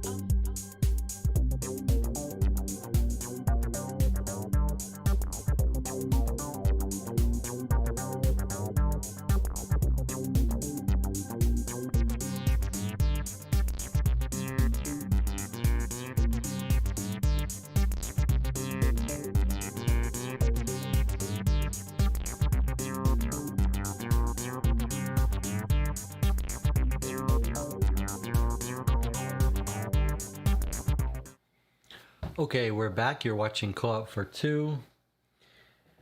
We're down to the last piece of evidence in our case of who killed Robert Prentice. We've just been through a bit of a roller coaster of emotion, reading the letter from Suzanne Lestrange, a full, long letter. I wonder if I haven't been suckered into this femme fatale's letter. Like, I was reading this and I was convinced. Like, she convinced me. But perhaps that's being too generous. We caught her, it really seems like, lying about knowing about the will. But perhaps we should not be so not be so soft reading her thing. She's talking about how fond she is of him, but was she really just playing him? She's carrying on an affair with the son. She's trying to tell us that she just felt bad for him. That's why she was doing it.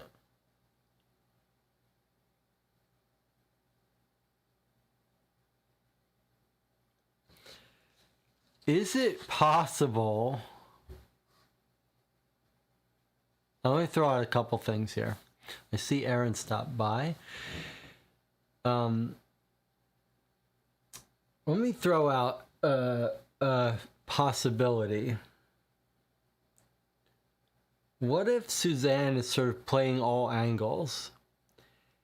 She's in with the stepfather. She's got a relationship with the stepson. What if she's trying to kill the father slowly by poisoning him? And she figures if the father dies, the stepfather doesn't really want to marry her. So she's secured her $20,000 in her will, in his will. But if she kills the stepfather, I'm talking about before this weekend, so I'm giving you a case for why she was poisoning him over time with his stomach pills. Maybe she figures then she marries the son, Alan, and she inherits all the money. That's even better. So it would give her a bit of a motive to be trying to kill the stepfather off slowly ahead of time. It's only when they both found out about each other that she now has to go kill the stepfather. So I'm giving you an explanation for why she might have poisoned the father months earlier. Remember, we got that information from the mother. There are other things about her story that seem a little fishy. Think about it. She gets the letter saying, I know you're having an affair with the son, and so you're not getting anything. And she says, she telegraphs him saying she's going to be back, she's going to come over for lunch. And she reads the note, and she knows she's going to have a talk with him, and she tries to frame it like, well, I didn't drive straight down.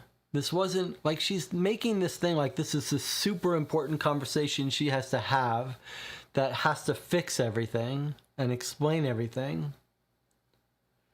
But she takes like 4 hours to do it because she's driving around to clear her thoughts.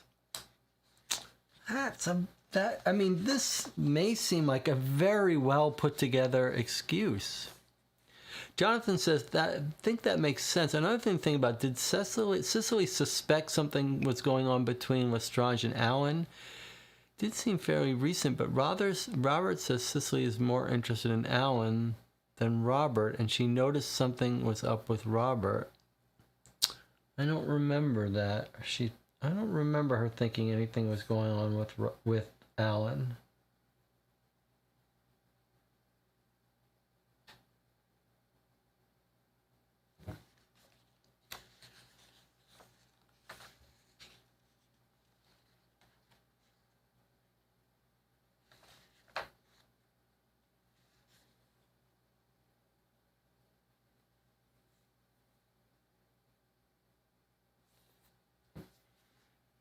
We may have to go look for that. I also, I got a little suspicious of the mother. You could imagine that Alan would call his mother or something. Could his mother, there's this weird thing about how the mother missed the train and only came down at 5 p.m. So the mother could have had time to go and meet with Robert.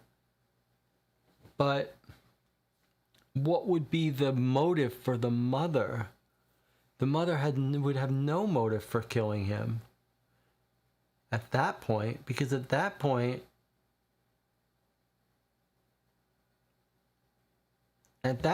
by the time Saturday comes around, whoever visits him on Saturday morning to kill him, if someone's killing him on Saturday morning, at that point, he's already decided that he doesn't want anything to do with this woman anymore, and he's not going to leave her a penny. Although, let's pause for a second. Jonathan, this is kind of important.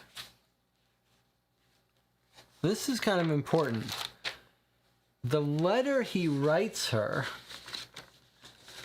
doesn't just tell her she's not going to get any money from him, right? What does it say?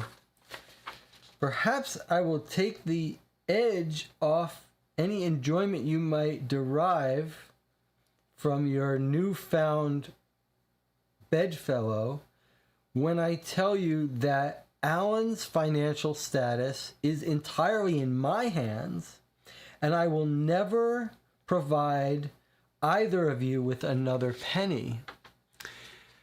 So now he's saying Alan is not getting another penny. Now you have a motive for the wife to want Alan dead so that he doesn't effect a change to his will. All of a sudden, I was thinking Cicely has no motive, but that's her number one concern, is that her son be financially cared for.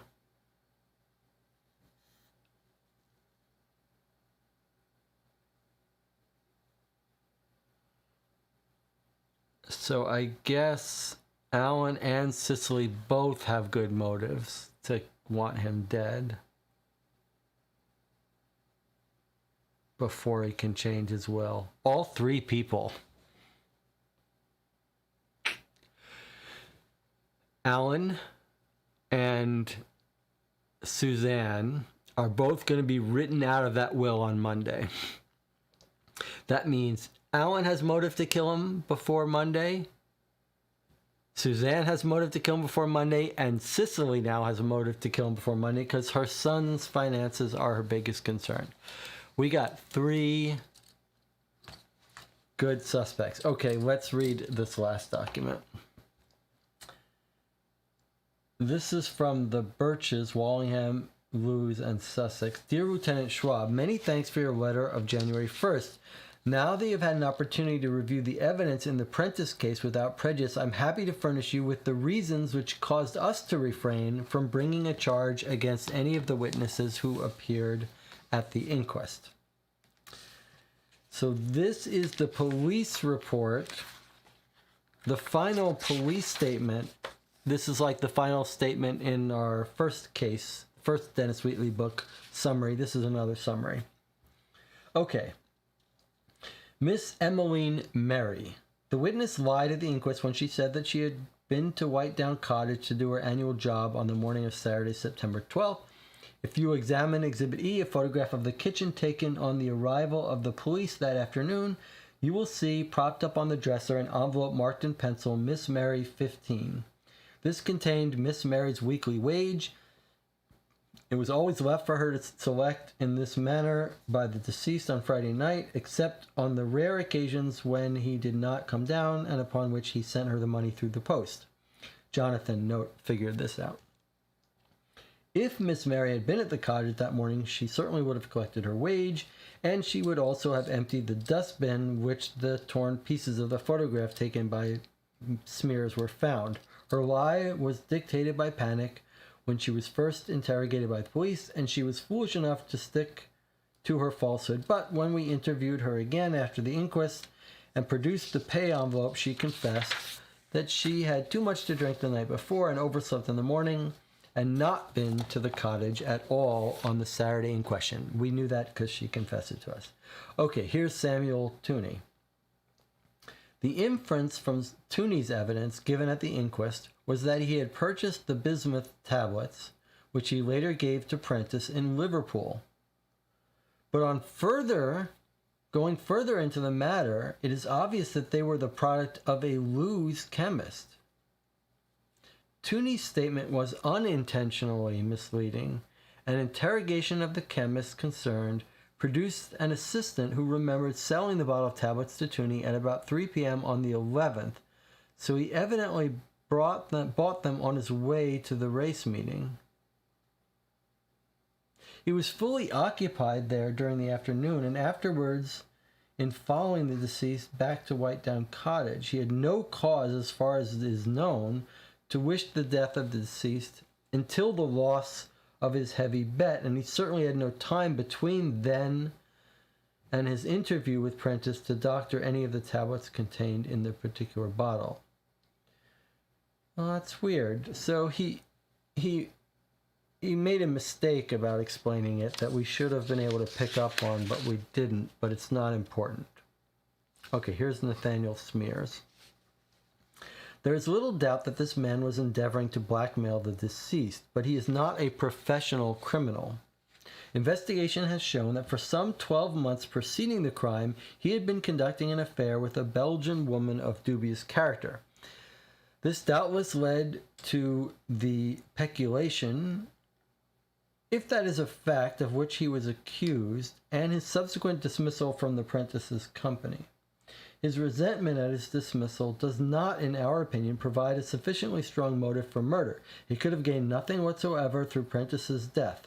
On the contrary, as long as Prentice remained alive, there was the possibility that he might relent and provide Smears with a small pension, since all those who knew Prentice well agree as to his kindly and generous nature.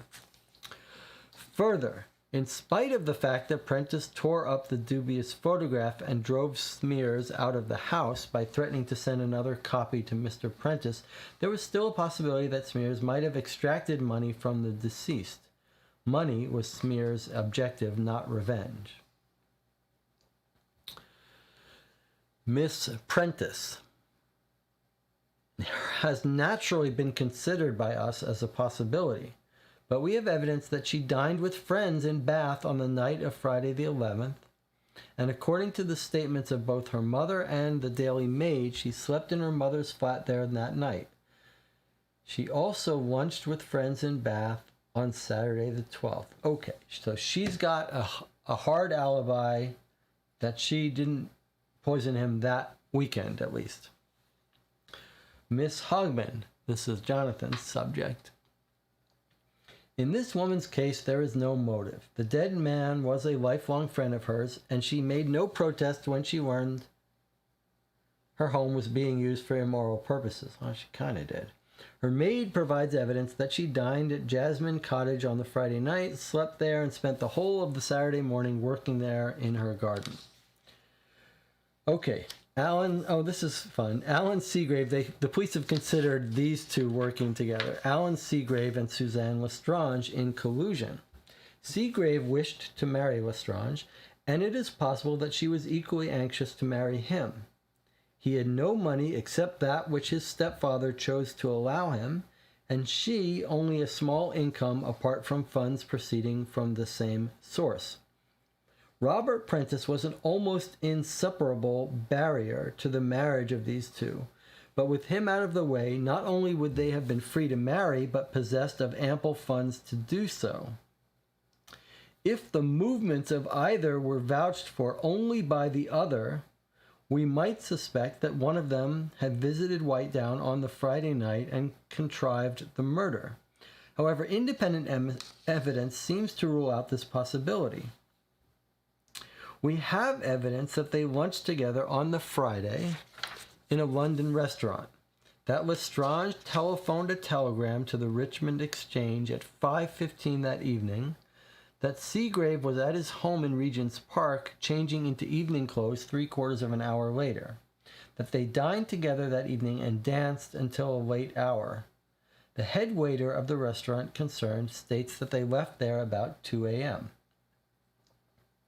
No trains would have been available for the woman Lestrange to get down to Whitetown, and her own car was in the garage all night. If she had hired some conveyance at so unusual an hour, it is virtually certain that somebody would have come forward to report this to the police after seeing the account of the inquest in the paper. Alan Seagrave slept at his home that night. Lestrange received a letter from the deceased at her flat in Richmond by the first post on Saturday morning. She, or a woman whose voice resembled hers, sent a priority telegram over the telephone to the Richmond Exchange at 9:35. She collected her own car from her garage in Richmond a few minutes after 10 o'clock. Seagrave, having gone out early, is known to have returned to his home in Regent's Park at about 10:30 and left there about 10:40. We must therefore accept their account of their movements as substantially true. In Seagrave's case, up to 10:40 on Saturday, the 12th, and in Lestrange's case, up to approximately 10 o'clock.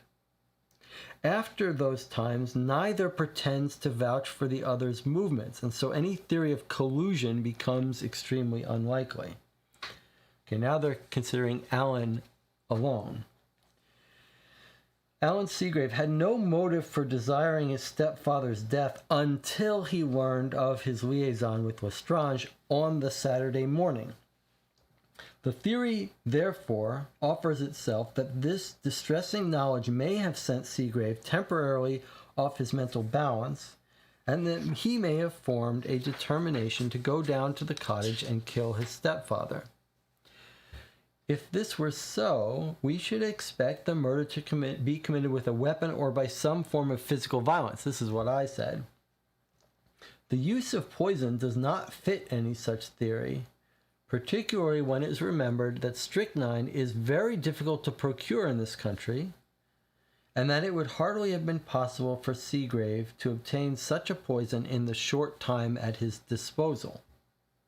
Further, there's one piece of evidence which was overlooked at the inquest. If you will examine Exhibit G, the police photograph of the bedroom at Whitetown Cottage, you will see that on the pile of bedclothes at the bottom of the bed there lies a special edition of the Evening Standard.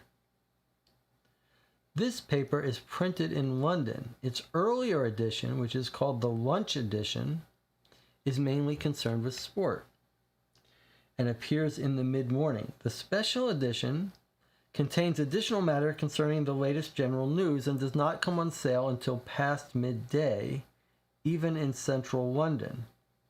On enquiry, we found that the consignments for the bookstalls on Waterloo Station arrive at about 12:30 p.m., but not earlier, and copies of this same edition, consigned to Hazeldene via Waterloo, could not have reached Hazeldene until delivery by the 12:56 train out, by which Seagrave states he traveled. Upon re-examination as to how he spent the interval of waiting at Waterloo, Seagrave mentioned without prompting that he spent some time looking at the books on the bookstall, and that he bought a paper a few minutes before catching the train. The special edition of this paper in the photograph cannot have belonged to anyone except Seagrave, as no one who was there before him could have procured this edition, and no other person entered the cottage after him until he called the police. It is, therefore, conclusive evidence that Seagrave did, in fact, travel by the train he states. The medical evidence shows that Prentice was dead by 12:30, and as Seagrave did not leave London until the 12:56 train, it is clear that he could have had no hand in the murder. Okay. Suzanne Lestrange had ample motive for desiring Prentice's death. It may well be that when the younger man, Seagrave, took a serious interest in her, she wished to break free of her old entanglement, particularly after Seagrave proposed marriage to her. Moreover, in view of the fresh evidence you have forwarded to us, it appears clear that she was aware that a new will had been executed in her favor, although she denied this at the inquest.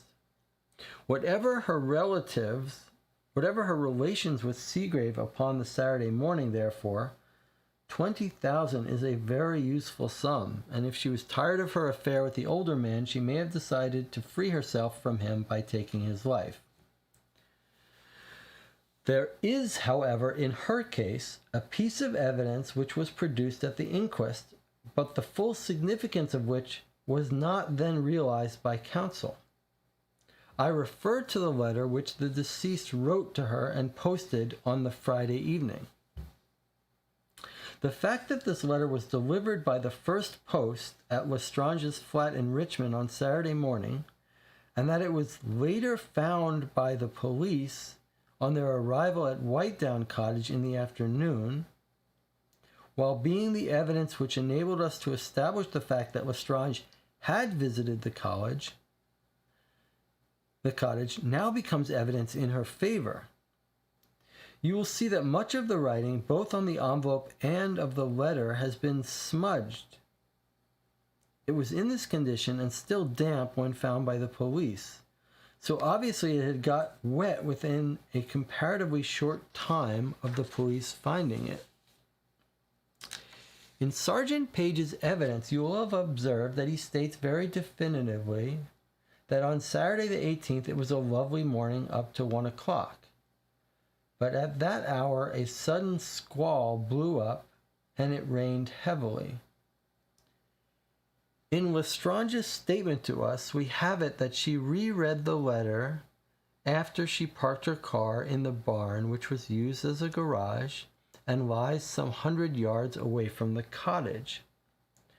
Under further examination, she states that she paused beneath a tree halfway between the barn and the cottage to do so.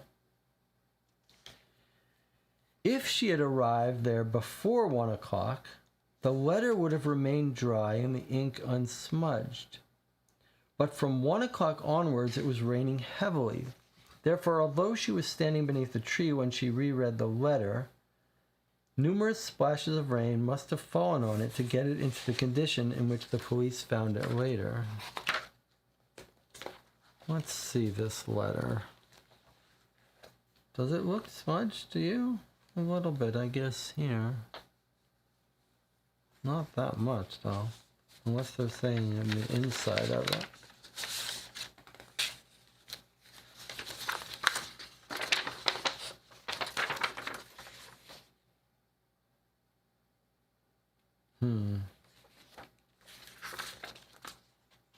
Maybe that was something that in the 1936 version that they forgot to do.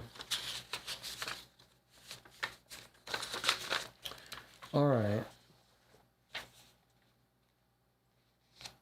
Lovely morning up to 1. She states that she paused beneath a tree about halfway. If she had arrived there before 1, it would have remained dry. From 1 o'clock onwards, it was raining heavily. Therefore, although she was standing beneath a tree when she reread the letter, numerous splashes of rain must have fallen on it to get it into the condition in which the police found it later. Again, medical evidence states beyond question that Robert Prentice was already dead by 12:30. Since Lestrange had reread her letter when it was already raining, she could not have arrived at the cottage before 1 o'clock. That's okay. The above digest gives you the principal points of interest resulting from many statements we have taken and will inform you why we have not yet been able to see our way to prefer a charge against any of the persons concerned. We are, however, extremely interested to hear of the new evidence which has been furnished to you by the widow. The bottle of tablets discovered by Mrs. Prentice in the bathroom of the flat at Regent's Park have now been analyzed, and we find that each contains 1/8 of a grain of strychnine, double the therapeutic dose in any British preparation of a similar nature. If the deceased had taken 8 of these tablets, as he might conceivably have done in view of the instructions on the bottle, stating that the normal dose is 3 to 5, he would have consumed 1 grain of strychnine, which is precisely the quantity that Sir Martin Fraser states in his evidence one could expect when 3/4 of a grain were found in the deceased's body. Lestrange is in a very different situation from Seagrave. He had no motive to wish the deceased out of the way until the Saturday morning, but Lestrange may have been tired of her relationship with the dead man for some considerable time, and influenced by Seagrave's growing affection for her, she may have gradually formed the resolution of doing away with Prentice. If it could be proved that she had access to these tablets, it is a possibility that she placed them in the way of the deceased. The Chief Constable desires me to thank you most warmly for the work which you have put in on this case during your holiday in England, and we would very much like to arrange a conference at your earliest convenience in order that we may have the benefit of your conclusions. And then it says, do not break this strip until you've decided who you would arrest for the murder of Robert Prentice. And that's it.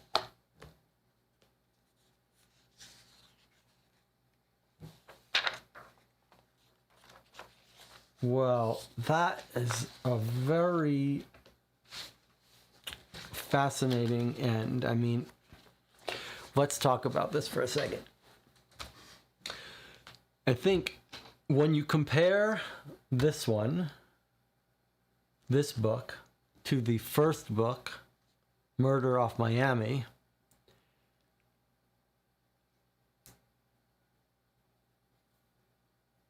it's the nature of the mystery and how much is explained to us is completely different. Jonathan says, I thought somewhere it said we were supposed to have 3 questions. Yes, you are absolutely right, Jonathan. It's in here somewhere. It says, when they're talking about it, he says, we've given them a different problem. In fact, 3 problems this time instead of 1.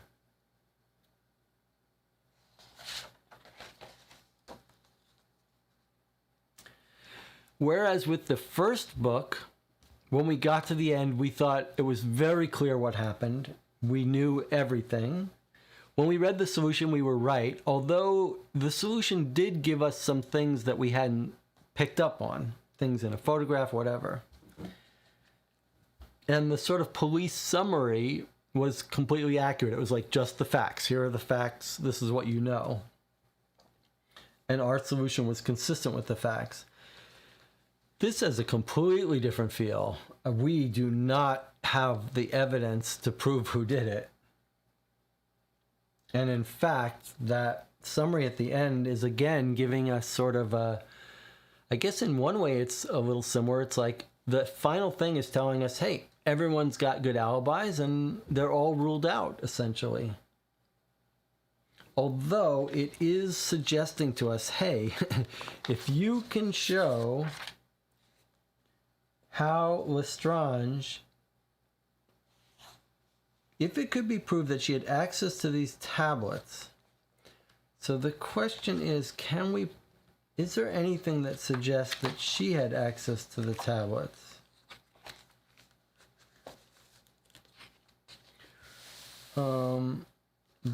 These tablets in this photo are the tablets he got given, right? The wife sends us the tablets that she found when she went through her husband's stuff. Gastric tablets, 3 to 5 tablets to be taken in the case of an attack, and the maximum dose not to be repeated.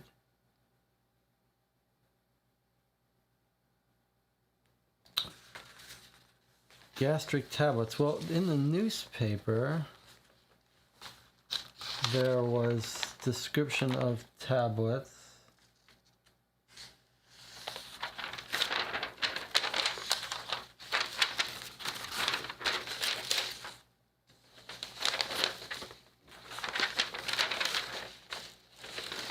I mean here, but no mention of her having contact with the tablets. What would she, where would she get, I mean, she's working in the house, presumably she would have access to his tablets.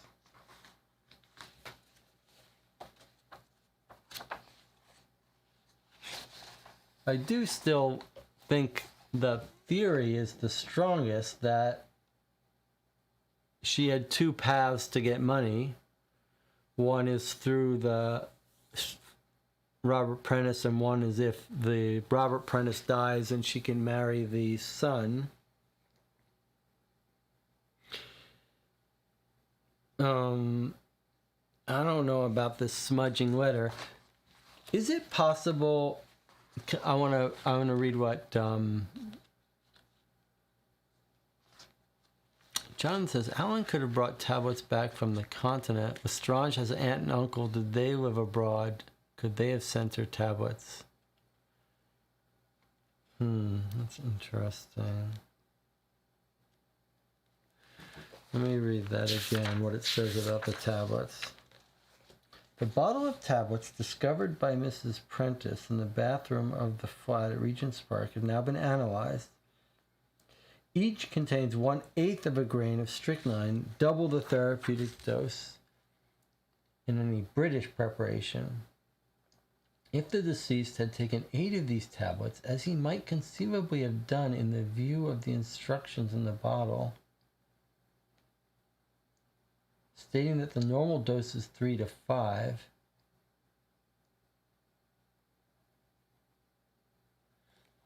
but how does that make sense? He tells us that on Friday night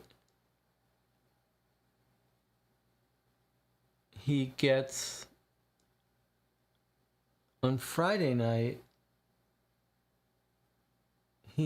given these tablets by the racer, by the bookie, and they really help him.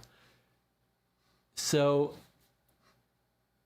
the only way he could think about it for a second. Just think about this for a second. Why this doesn't make sense. In his pocket, he's got the tablets from the bookie that have no strychnine.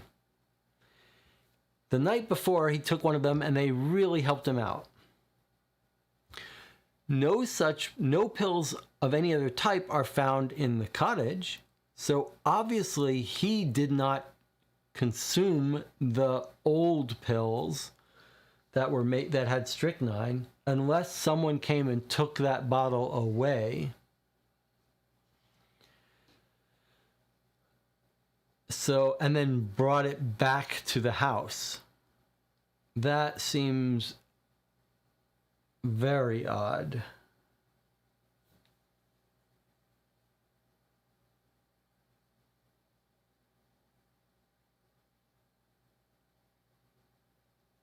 Although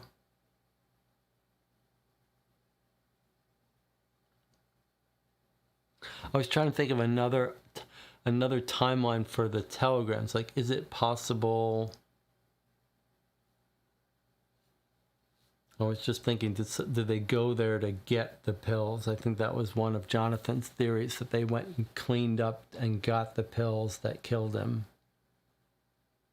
I just don't see him taking the old pills when he just got this new bottle of pills that's in his pocket. And why does he have this safe combination? Isn't that weird? He's got that very obvious weird safe combination. Does that mean something to us? It said probably a safe combination, but I didn't really read it. I wonder if that doesn't mean something else. FGS 3U9.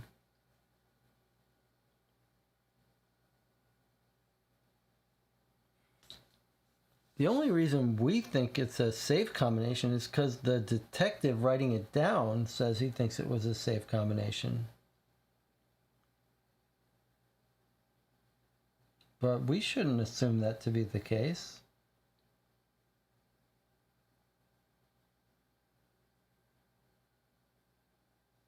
What might it be instead?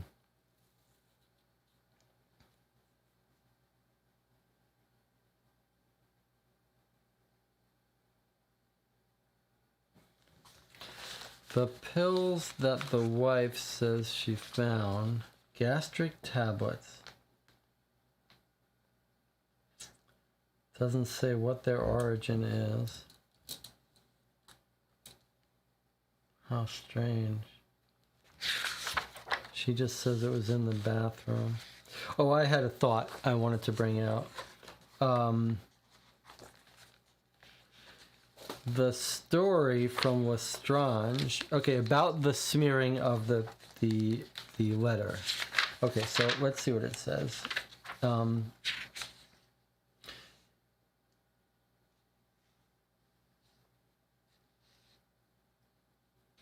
Okay.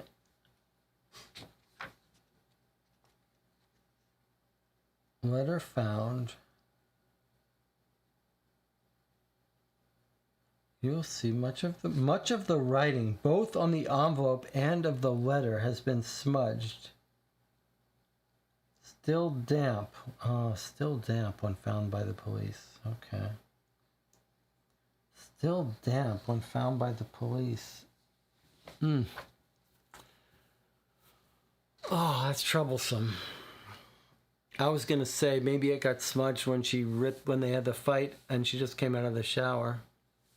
Jonathan says, should we look at my old questions? Maybe they'll help. Yeah, let's look at your questions and look at my questions. Jonathan says, the timeline event seems very tight on Friday night when it comes to Robert. Police said he caught the 5:20, should arrive at 5:45, so he had to arrive. Tooney arrived, talked, they had a drink, write a reply, go to town and send a letter. Yeah, I don't know. I mean, I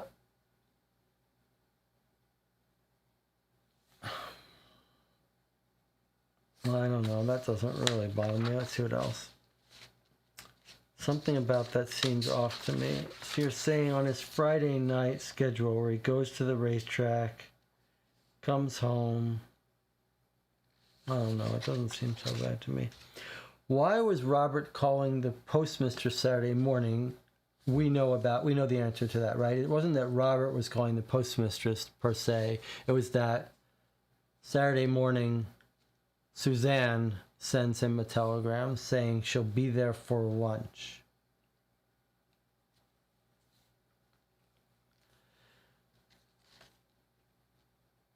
Strong is said to have give off the impression of an airhead, but is really very clever. Why would she give herself such a weak alibi about driving around for hours? It's a good question. Could Cicely have made a copy of the cottage key? She did manage to make a copy of the desk key. Absolutely. Cicely could, but her alibi for that day is sound, and it's too big a coincidence that he died that day.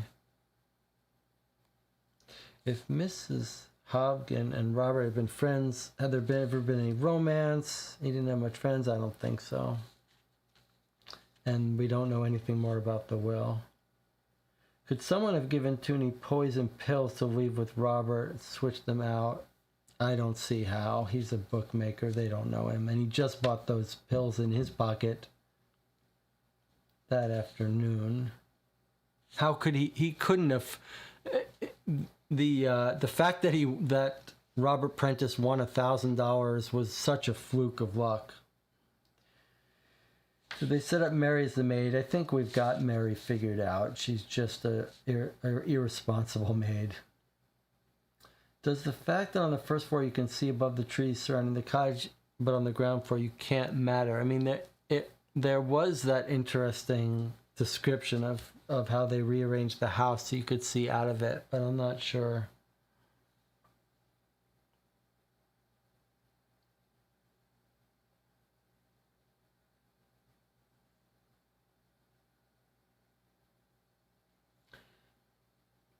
How could someone get hold of strychnine? Judge seemed to say it was not impossible, but not necessarily trivial. That's a great question. I agree.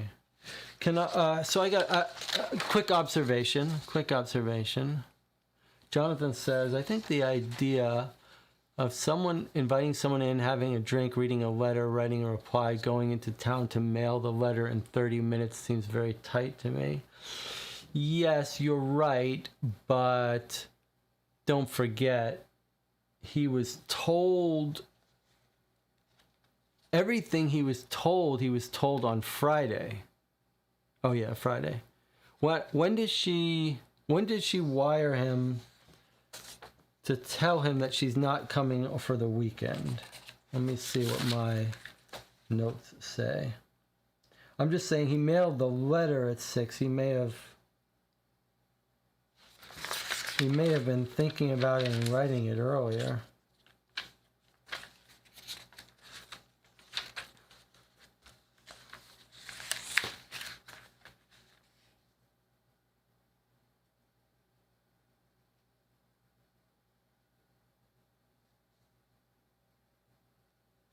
I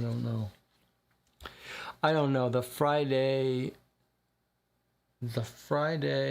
writing of the letter just doesn't seem out of it's too, everything's on paper. Like, they know that he got the letter, that he mailed the letter on Friday. They know it arrived Saturday morning. They know he bet and went to the horse race on Friday, so somehow it worked out within time. It is tight, but can I make an observation here? So the police come to this conclusion. They say, yeah, listen to this.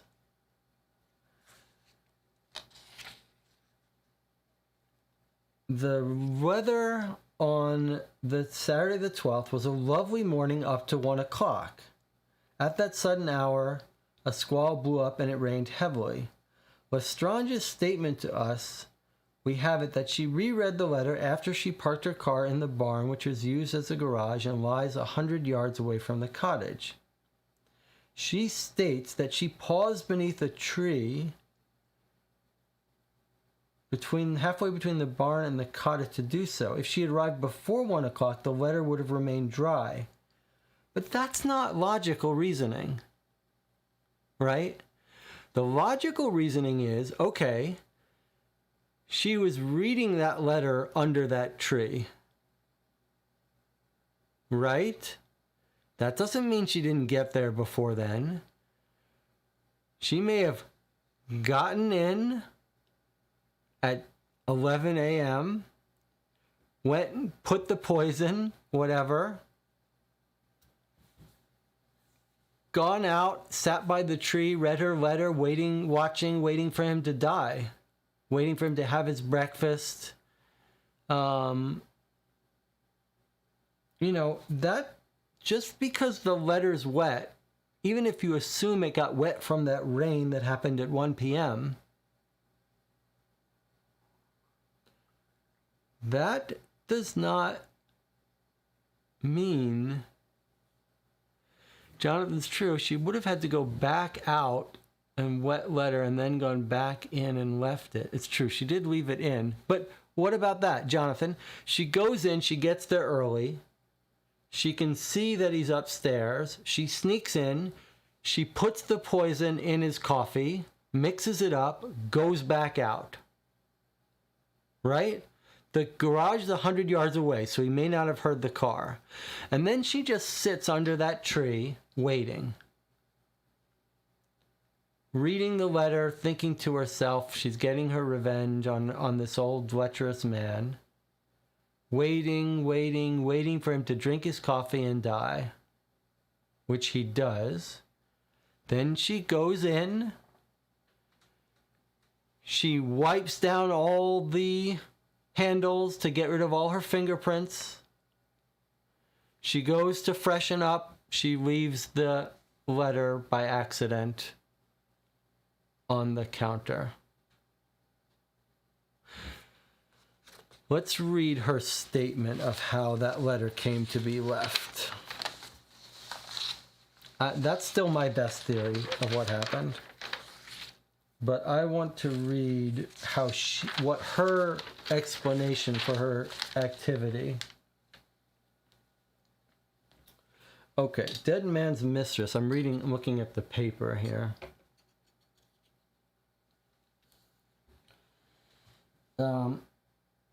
Okay, she says, I let myself in. Let's see.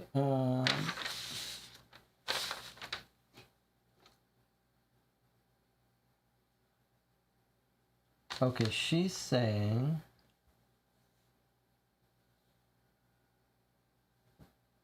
the letter Mr. Prentice wrote to me, he dropped it later on when I was at Whitetown Cottage, and the police have it now.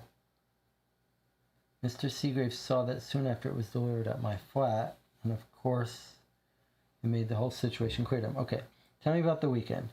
He went down to Lou's, and so I'm reading from the newspaper. The arrangement was that I would join him at Whitetown Cottage for dinner that evening. But I had been seeing a great deal of Mr. Seagrave. He had proved very difficult about my going away for the weekend. He didn't know where I was going. I wired Mr. Prentice to that effect. So look, on Friday afternoon, I wired to Mr. Prentice. So he knows about it. Friday afternoon, he writes her the letter, which he puts in the post at 5 o'clock. It gets picked up. Okay. On Saturday morning, he gets there early.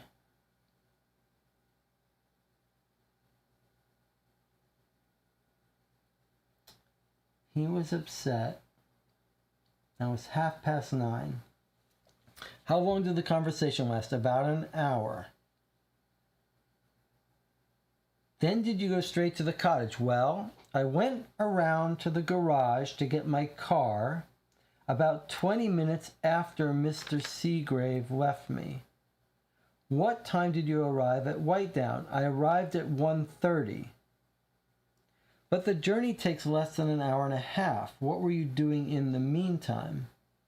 I'm sorry, I really don't know. I had so much to think about. I must have been driving around for 2 or 3 hours.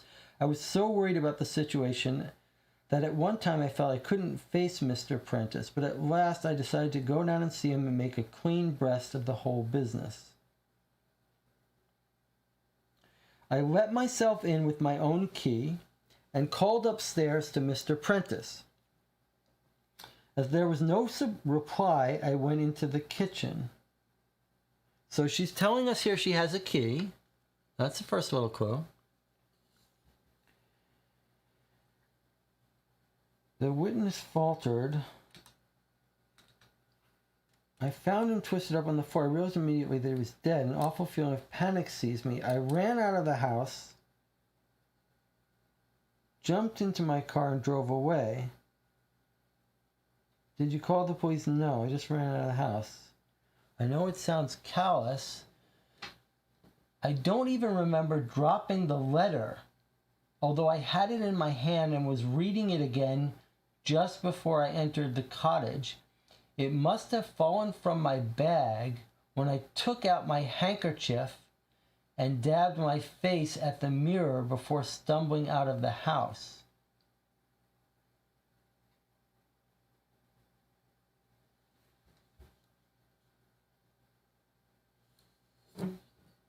That sounds suspicious right from that whole thing about her looking in the mirror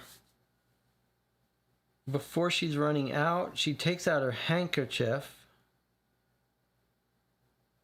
I think she was taking out her handkerchief to clean the doorknobs.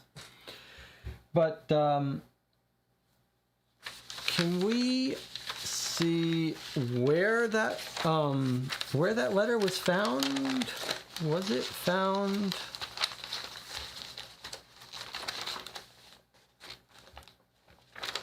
In the hall of the cottage. Let's see.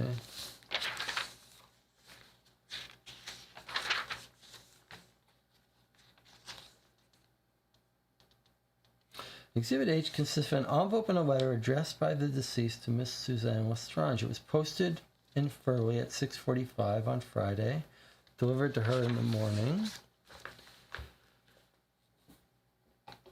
is found on a small hall table of White Down Cottage.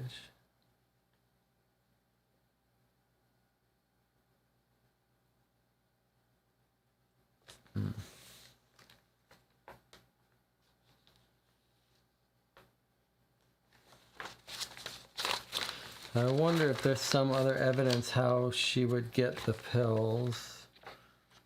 Something she did for work. Her dancing.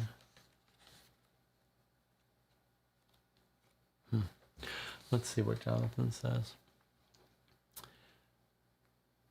Well, she would have to go back out and wet the letter and then gone back and left it. I think it's the strongest, especially since she has relatives to get her the pills abroad.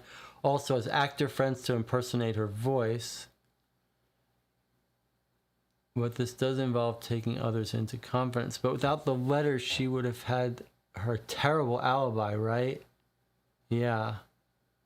I don't think she's so clever to have wet the letter purposely.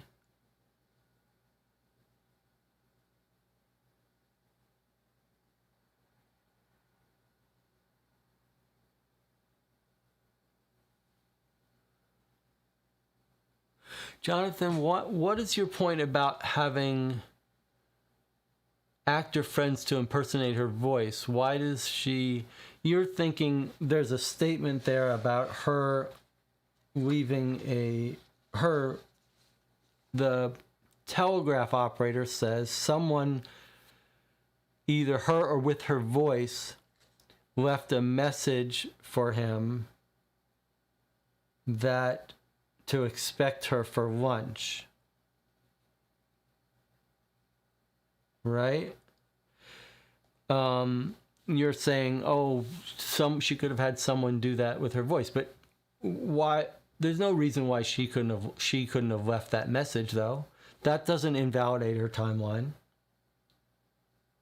She's leaving the message at 9:40 or 9:30, and then it takes an hour and a half to get there.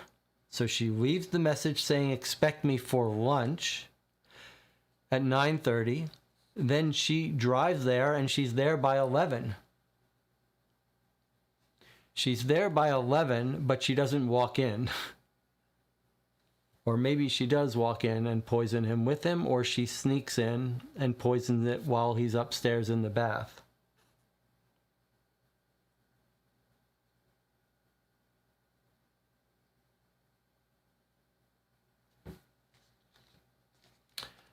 One thing that's a little odd, I'll say, is this.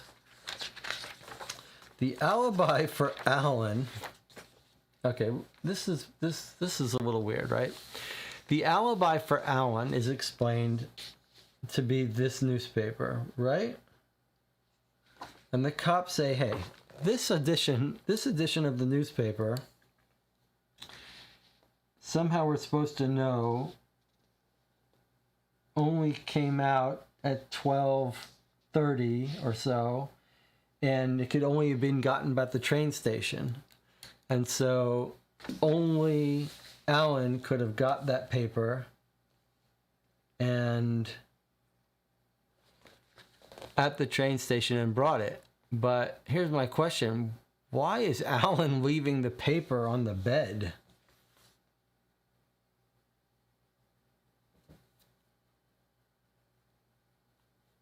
Isn't that odd?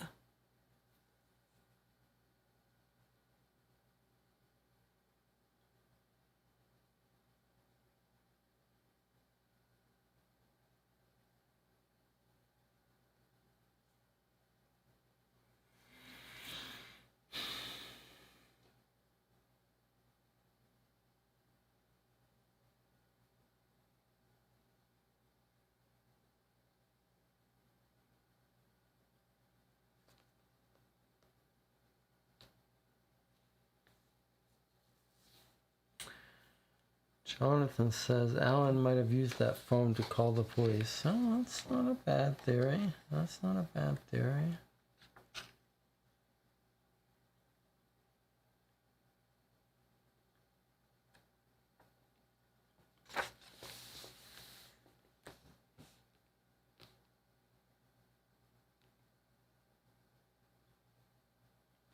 3 use matches. Do we think that's just a red herring? Has nothing to do with this? FGS3U9.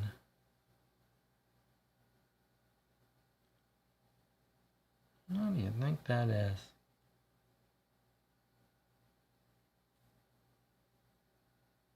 Well, I mean, that's a glaring thing jumping out at us, but we have no information about it. FGS3U9.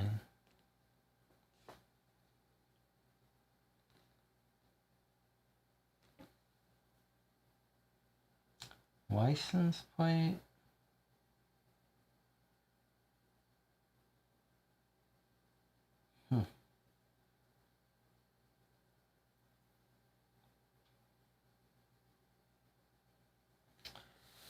Strange.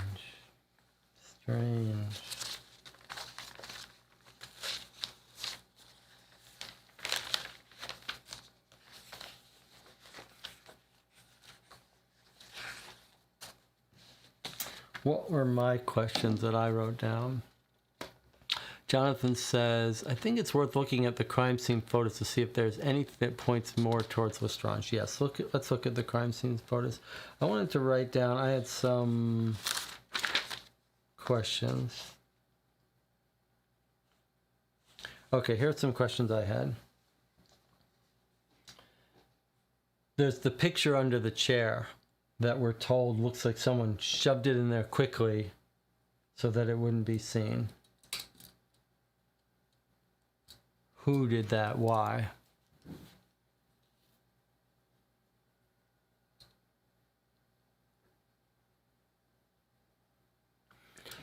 There's the wiping down of fingerprints.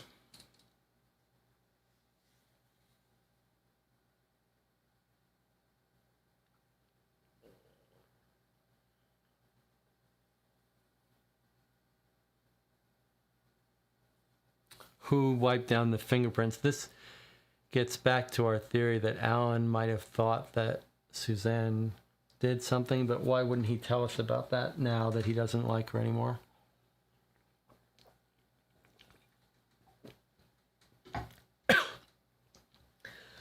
The other thing I was thinking about more when I was considering Cecily as a suspect is Cecily says that her son called her maybe before he called the police, and he said, Robert's had an accident.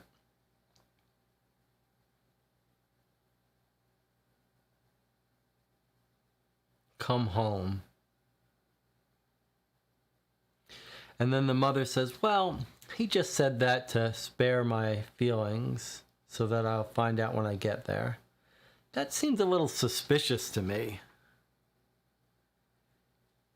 It seems more likely, what if that's what he actually encountered? Is it possible that Robert was just sick? No, because the doctor said he had died.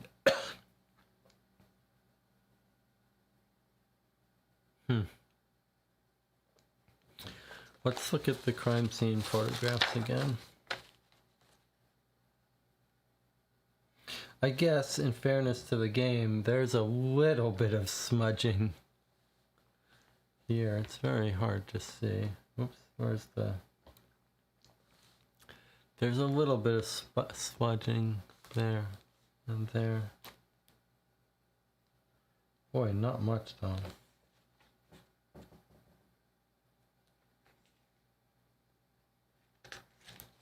All right, more crime scene photographs.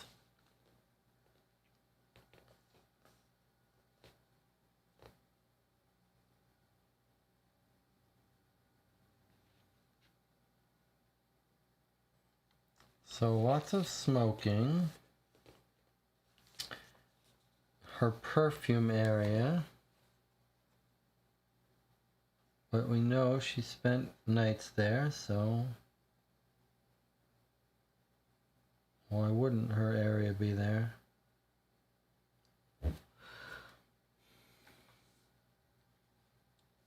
Jonathan, in reference to the why someone hid the her picture. John says maybe the picture's already at the cottage, and then when Robert showed Tunney in, he shoved it down a chair so Tunney would not ask about it. Maybe. It sounds a stretch. I do think it makes more sense that, yes, the photo of her was there, like on her dresser.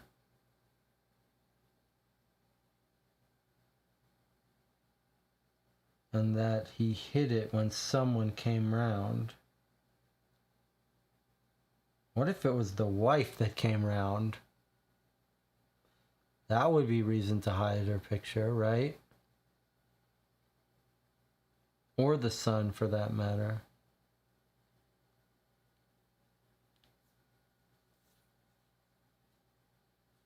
What if the wife came around for breakfast? But the police report says the wife has a completely solid alibi.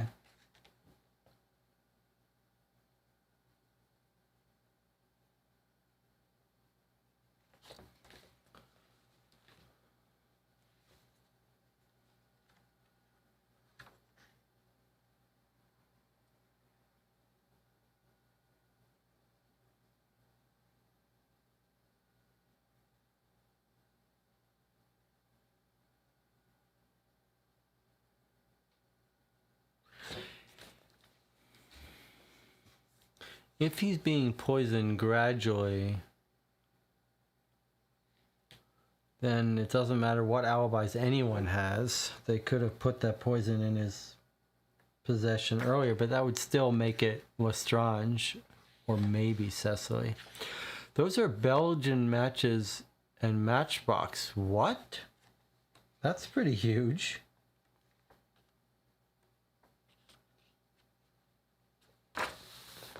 They're Belgian matches? How do you know? It's a pretty huge observation, if you're right. Made in Belgium. Wow. Good catch.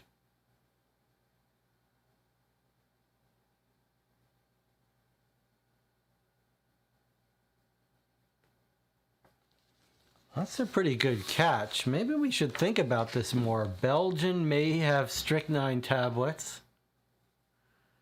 There's Belgian matches. Oh, now you're making me think.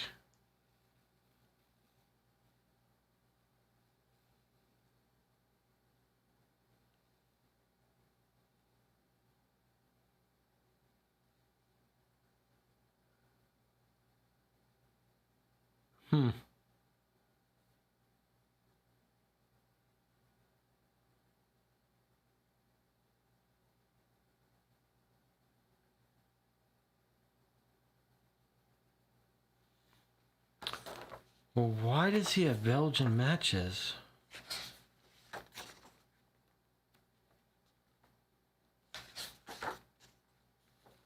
And the Belgian cigarettes.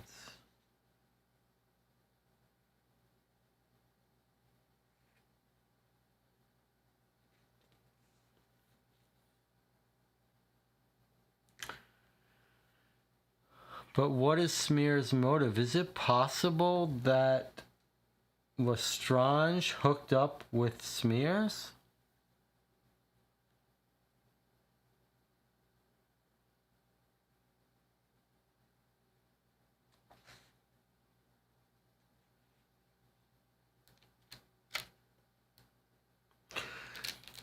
Suzanne Lestrange does not know that the wife doesn't know that the wife knows about her.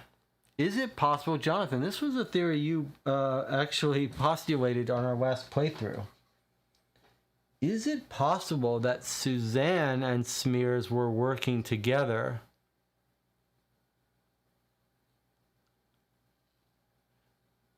That she set him up to be photographed and blackmailed.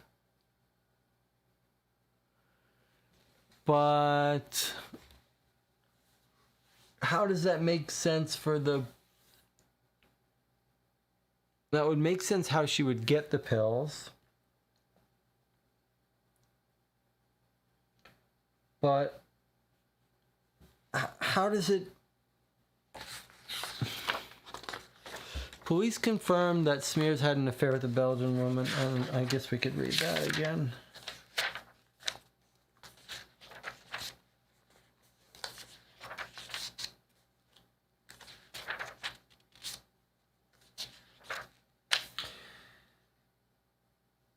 Some 12 months preceding the crime, he had been conducting an affair with a Belgian woman of dubious character. 12 months conducting an affair with a Belgian woman.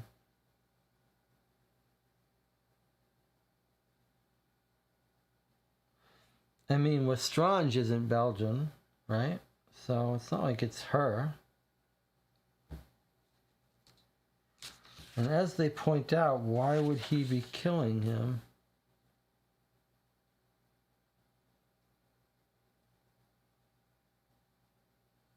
Because he wants the blackmail money.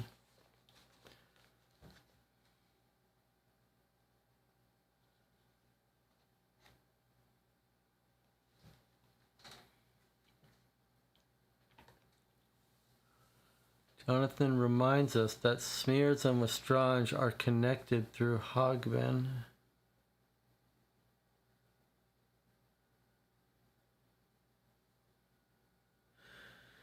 We know she's from Martinique, right? Let's find the statement about the sugar magnate and see if that is Martinique or something. Where is Martinique?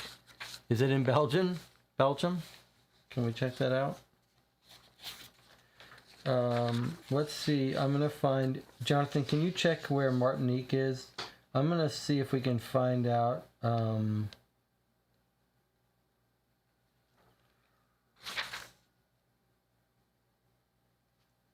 what was I going to try to find out? Something about... the sugar magnate I wanted to find out. Soon I found out he had a powerful backer behind him, a retired sugar magnate named Mr. Broadbridge. I never actually saw him, but heard of him from time to time until his death 3 years later in 1917. Then they bought out the heirs. We know that Lestrange is an orphan, but Lestrange is not the same name as Broadbridge, so why would we think they're related? She doesn't say where this sugar magnate was from.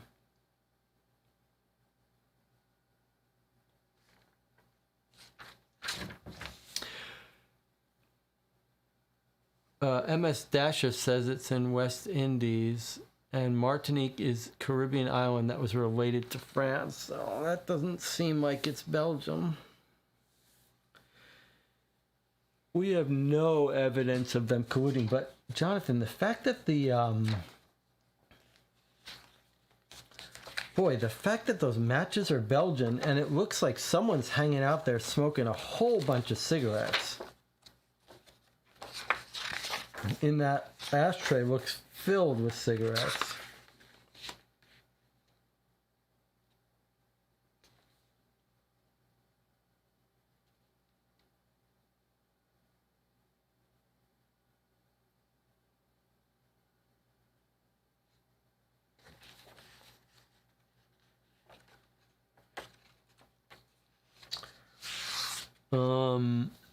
What about... where is Smear's statement about how he knocked the coins out of his hand and he picked them up? That's a little odd because the coins seem to be there still. And how does his matchbooks and stuff get there?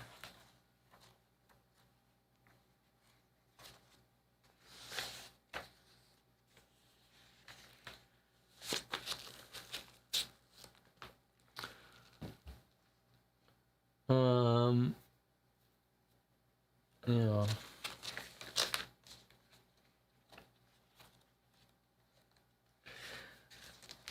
I'm just a little nonplussed, a little stunned by how this book has really just presented us with a puzzle that the first one didn't.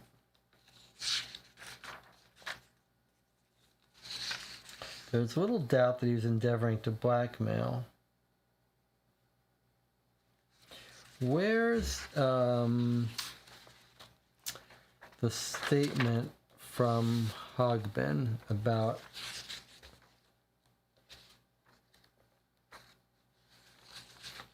Hogbin? I want to look at Hogbin's statement again.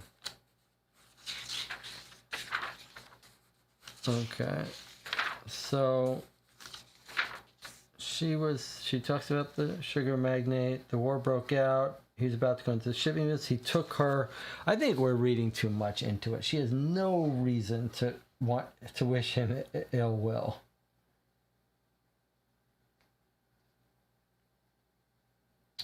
She gave her notice. He didn't want to leave. She didn't want to leave. I mean, he didn't want her to leave. He tells her to find someone. He buys her the cottage. She interviews a bunch of people. A young lady comes in. I don't think Hogman's involved, but let's see what she says about smears. Boy, the fact that you caught that they're Belgian matches, though.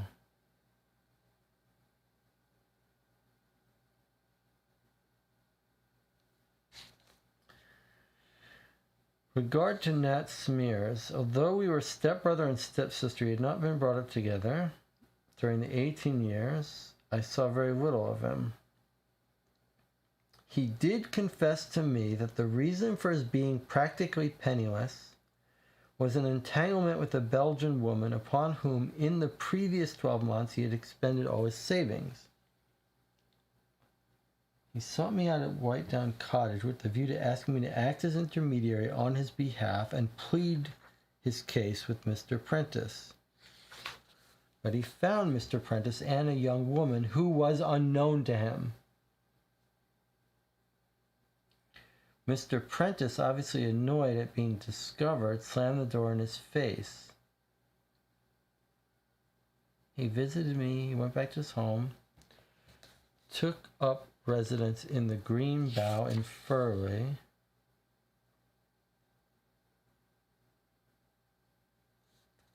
And kept White Down Cottage under observation during the weekend of September 4th through the 6th, previous weekend.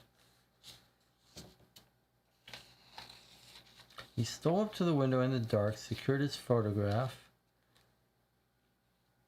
waited for an opportunity when she wasn't there, which didn't occur until the following Friday. He saw him post a letter 6:30, followed him back,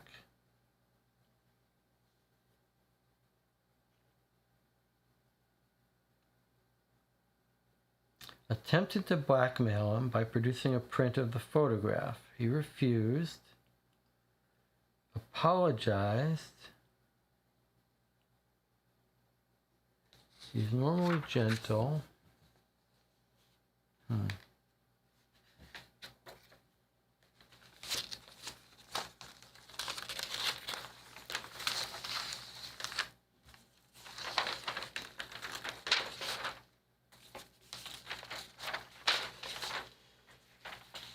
All right, Jonathan's got something to say. Jonathan says, hear me out. This is a stretch. Hogbin set up the secretary to set up a blackmail plot. Lestrange gets in Will, so she breaks away. Hogbin and Smear continue the plot. Still not sure why murder, though. Hogbin had designed the cottage so it would be easy to take blackmail photo on ground floor. Need to step away. I don't buy it. As you say, the big thing is there is no motive to kill him. None. It's all motive to blackmail.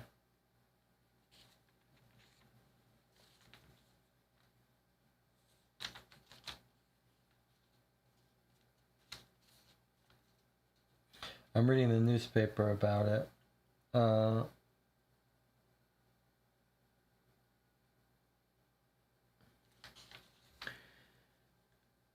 There's this all laughing thing about he's pretending he's going to give him a photo that he might like.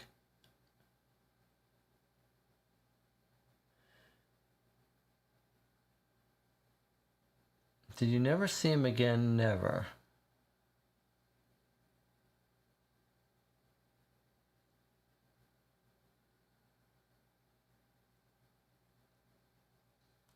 Where's the part where he says he knocked it out of his hand?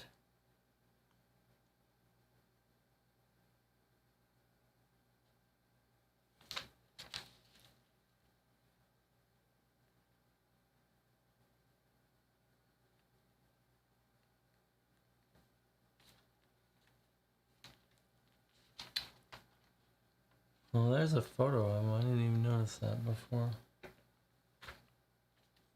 Of smears.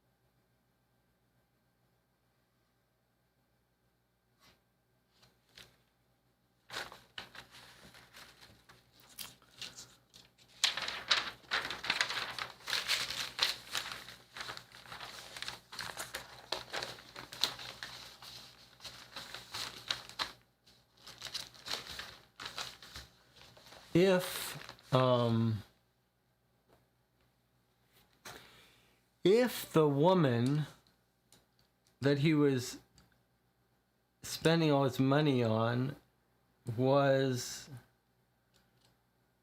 Strange, then you could imagine a case where he sees them, he takes a photograph, and he confronts him and says, "You're having an affair with the woman I love."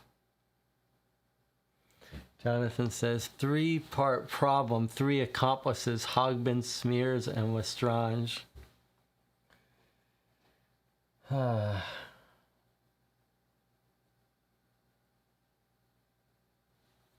what end? To what end?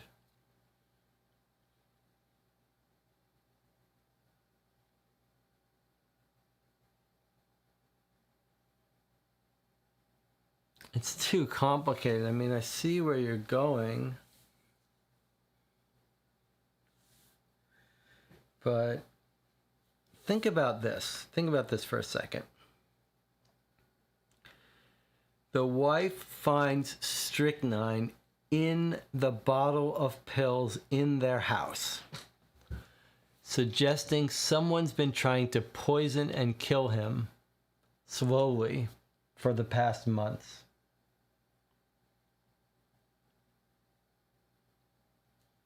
Who would do that, and for what reason? That's not a money thing.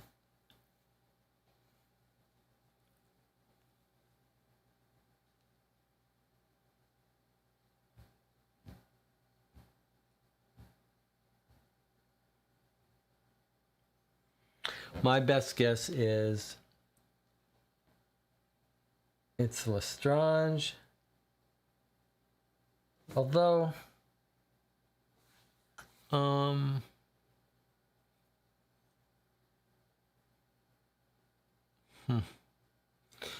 if she only finds out, she can't want to kill him until she finds out she's in the will.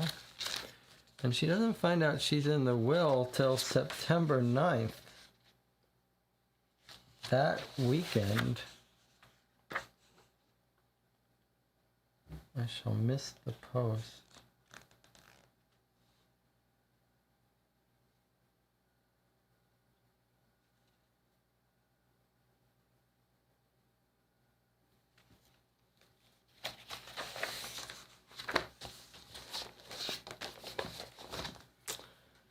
It's a completely different ball game, this book.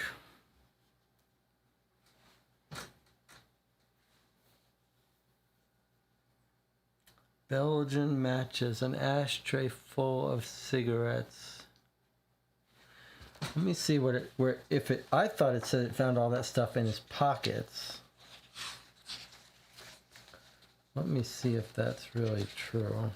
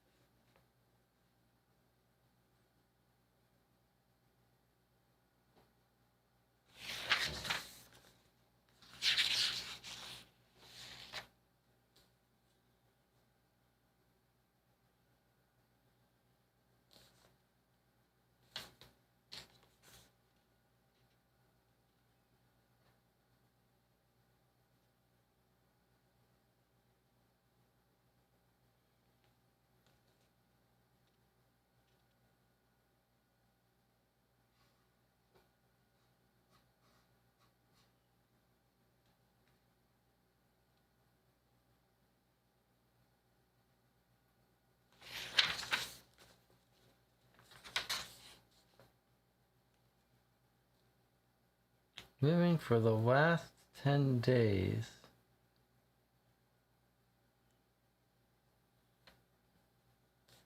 Recently arrived from Belgium.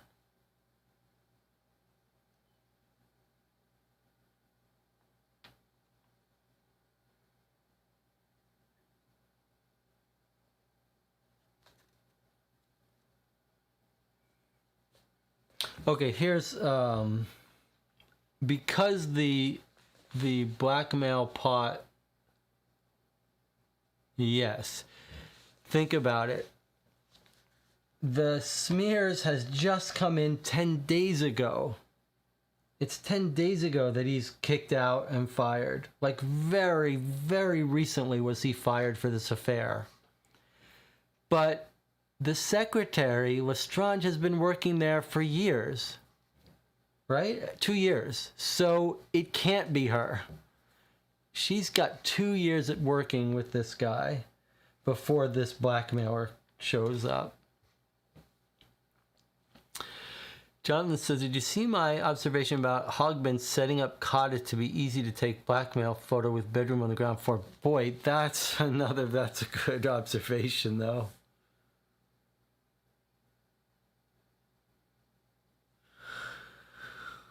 That's an interesting observation. That the house is set up in this peculiar way to make it easy to take good photos.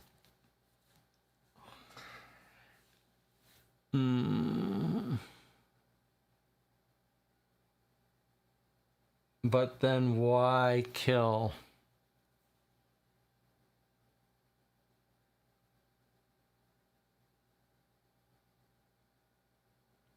Also, Jonathan, I think it's a red herring, because then how do you figure it that like a year ago she starts leasing him this cottage with plans to blackmail him, and then a year later her stepbrother gets into trouble and he's like, all right, now it's time to blackmail? Like, you would blackmail, I mean, you wouldn't wait a year to start blackmailing, right? And why on earth would you blackmail? You've got money, you've retired, you're not in need of money. Doesn't make sense. What a clever observation.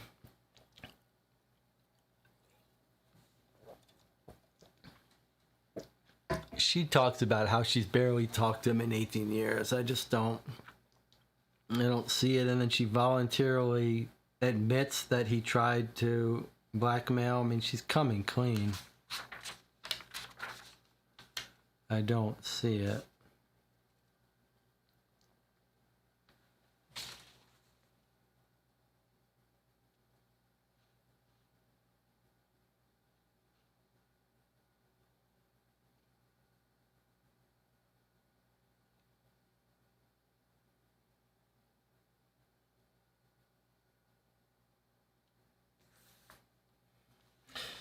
It's interesting that they find 3 footprints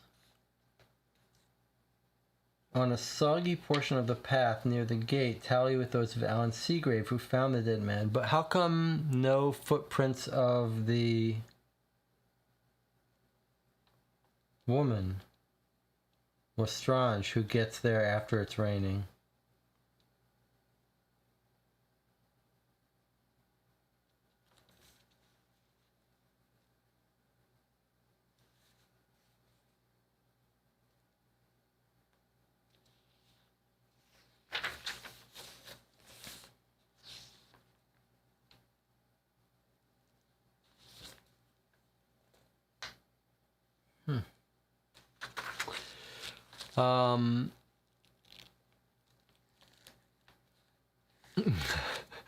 Jonathan says, I don't pretend it holds up, but I'd be playing bad cop and taking her in for questioning.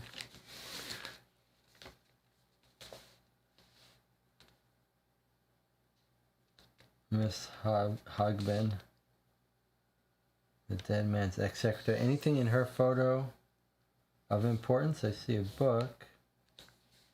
It would be cool if in one of the newspaper photos there was stuff. I would like to have an explanation for the Belgian matches. That is very fishy to me. And all those cigarettes. And did you notice that there's a box of those matches or similar matches in his bedroom? Did you notice that too? I'd like to...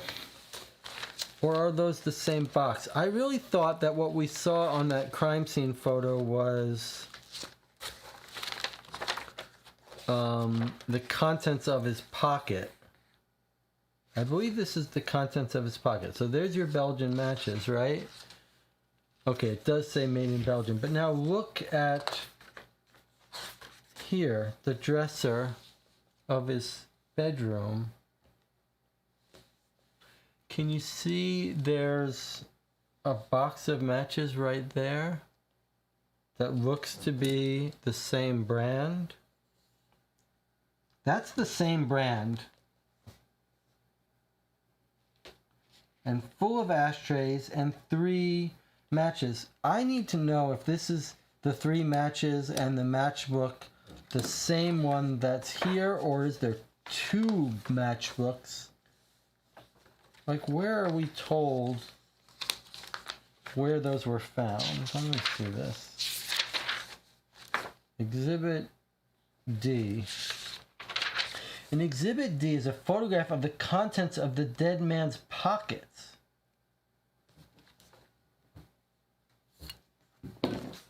So, in his pocket, he's got the Belgian matches, and here he's got the Belgian matches? Is that a mistake in the game?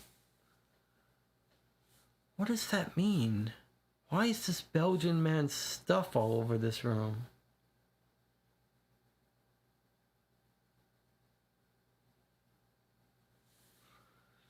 And this part where he puts out his hand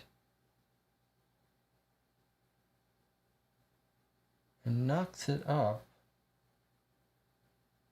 That's how he explains the stamp. Right?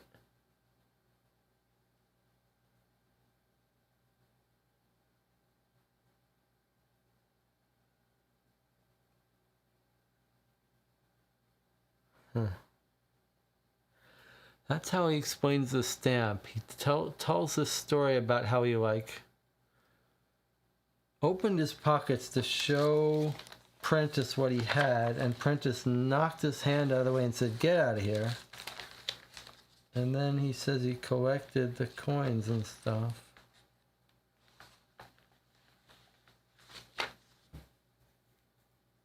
That's just weird.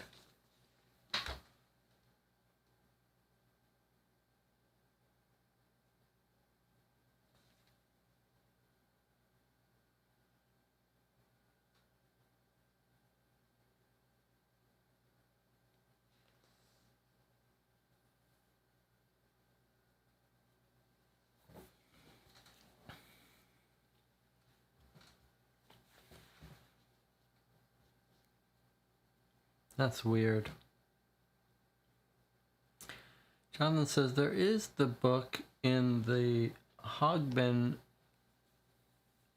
photo. Could it be placed at crime scene? But it was her house, and where is this photo of her even taken? She does say she came in to the apartment to get a book from the sitting room at some point.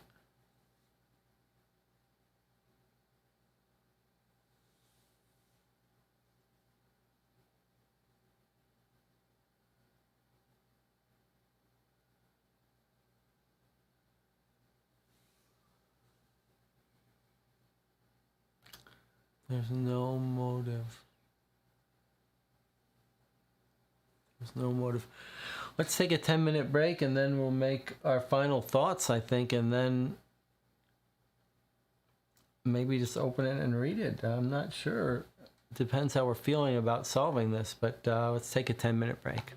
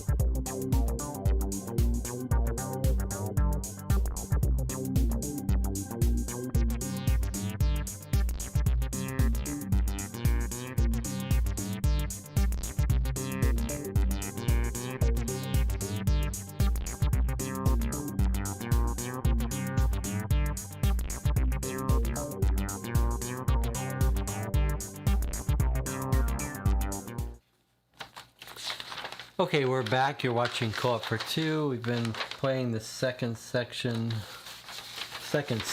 of this game for 3 hours 40 minutes. And unlike the first Dennis Wheatley book, this one has left us quite stumped. Let's look in the chat here.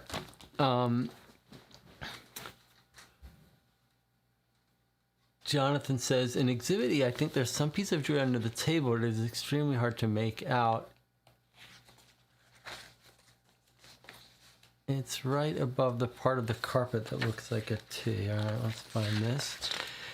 MS Dasher says, you said it was odd that Alan had told his mother that was an accident. Did he confirm that was actually what he said and why? I'm pretty sure I can confirm it. I do remember the nature of it. The mother is reporting that I think they both agreed that he basically called and said something's upsetting his stomach. He's had an accident. Come home. Let's see if we can't find that. First, let's look at Jonathan's thing, and then we'll see if we can't maybe find that. And then the mother says, well, it was his sweet way of not making me freak out too much. It was he knew he was dead, but my son was telling me this way so she wouldn't be too traumatized before she came home. Okay. It's right above the part of the carpet that looks like a T. If you look at the other T in the carpet, it looks like the area directly above them is different. Okay, I think Jonathan's saying here and here. He thinks he sees something here.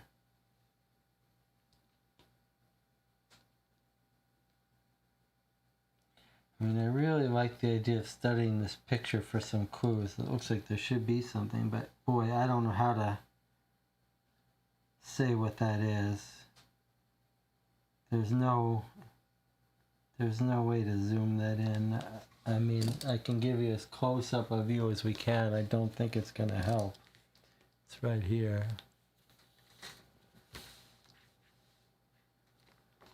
Yeah, you can't see it. Oh, that light is really whitening it out. That's not even... It's the camera doing some brightness adjustment right there. Yeah, you really can't see, but let me posit this to you. No matter what it is, whether it's a piece of jewelry, a bracelet, it doesn't really help us. It looks like it could be a saucer.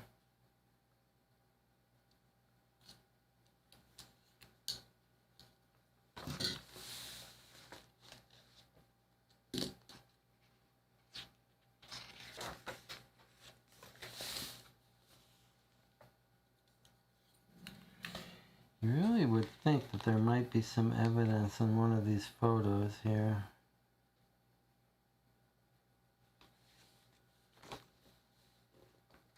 You know?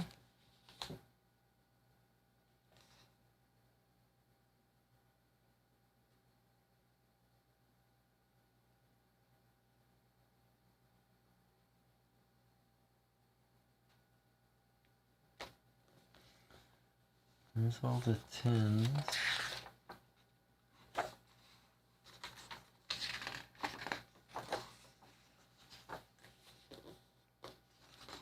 It's in his coffee.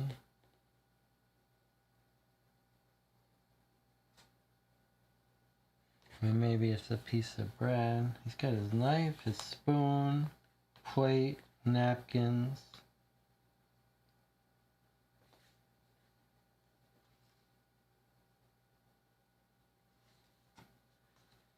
I really think in the previous game there were some clues in some photos.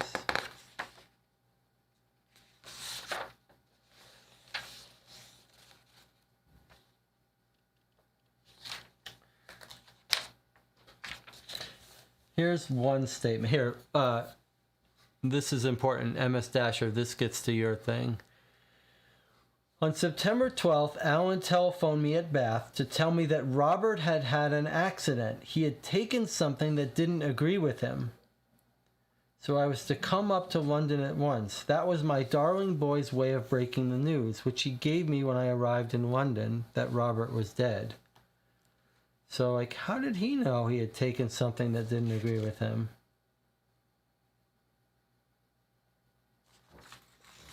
Maybe that's just a conclusion you draw when you find someone dead while they're eating something.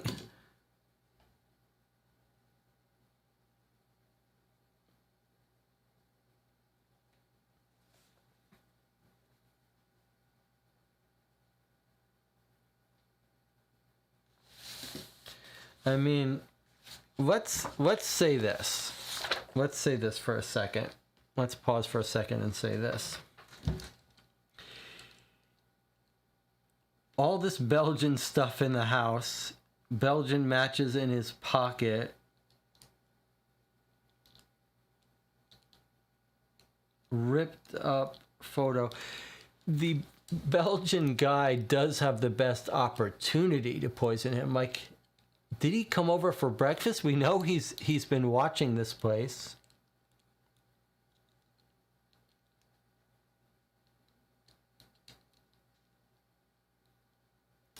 And Mustachio says, yes, but does Alan confirm the conversation? I think Alan did confirm the conversation.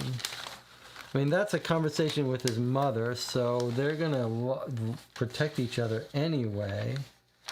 But let's look.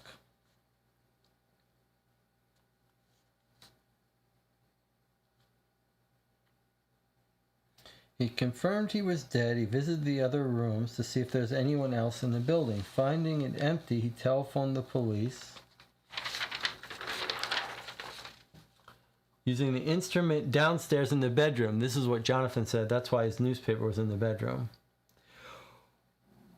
Here we go. While awaiting their arrival, he telephoned his mother in Bath to ask her to return to London immediately because his stepfather had met with an accident, feeling that was the best way of breaking the terrible news to her.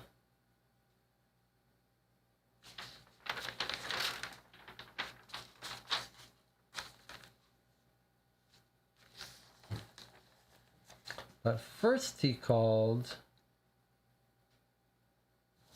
Suzanne, or tried to reach her.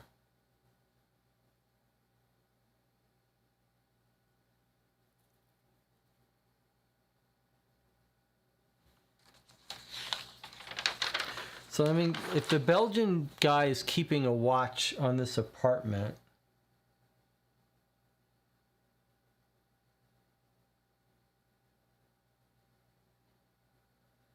and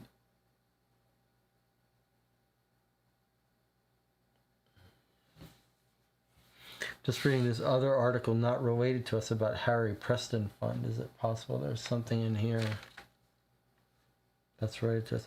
I mean, the Belgian guy, was the Belgian guy hanging out in that cottage? Did he come over and, like, hang out with him? And it's just a story about him knocking the coins out of his hand and all that.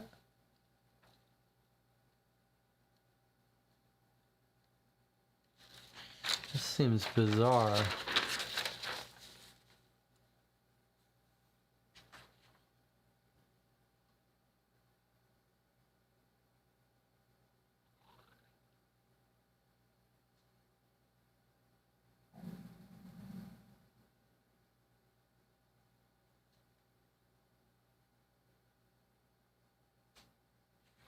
Can we also say, being a little more realistic, that the Suzanne's story does not make sense? Can we at least say that?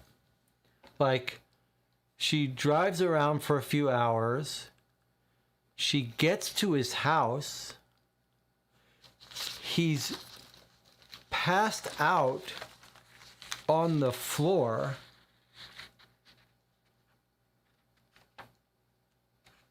And she just runs away and doesn't tell anyone. And don't forget, she lied about it until they caught her with her letter there.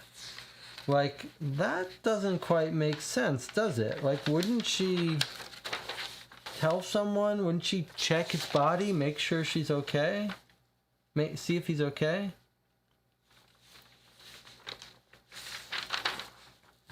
You were there on that Saturday. You've told us so.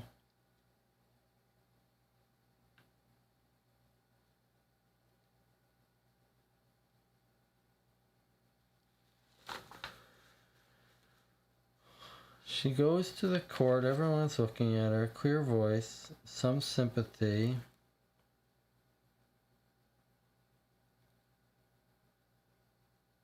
"3 months ago, he invited me to go." I wanted to read this again too. So good. Let me see this. I'm gonna get to Jonathan's question in a second. I do want to read her alibi. What her statement to the court is, though.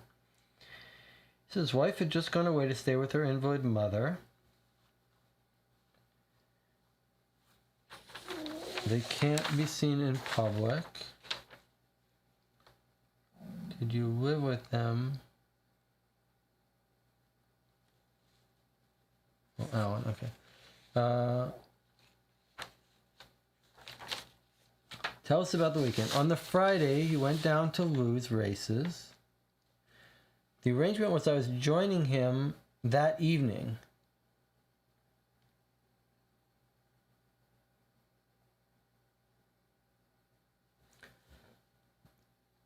He made a fuss. She sent him a wire. Saturday morning, Alan comes. 9:30. Did you go straight to the cottage? I went. Okay, he arrived before I was up abruptly, shortly before past 8. Anyway, did you then go straight to the cottage? Well, I went around to the garage to get my car about 20 minutes after Mr. Seagrave left me. What time did you arrive at Whitedown? I arrived at 1:30, but the journey takes less than an hour. I really don't know. I have much to think about. She felt she couldn't face him. I let myself in with my own key. I found him twisted up on the floor. I realized immediately he was dead. An awful feeling of panic seized me. I ran out of the house, jumped into my car, and drove away.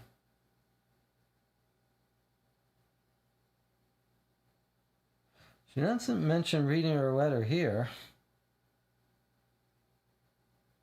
Did you take any steps to call a doctor, the police, or your friends? No, I just ran out of the house and drove away. I know it sounds callous, but I didn't know what I was doing. I don't even remember dropping the letter the police found, although I had it in my hand and was reading it again just before I entered the cottage. Must have fallen from my bag when I dabbed my face at the mirror.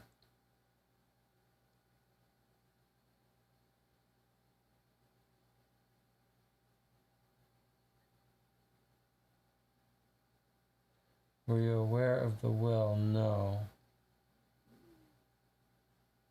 You swear you didn't know about the new will, I swear.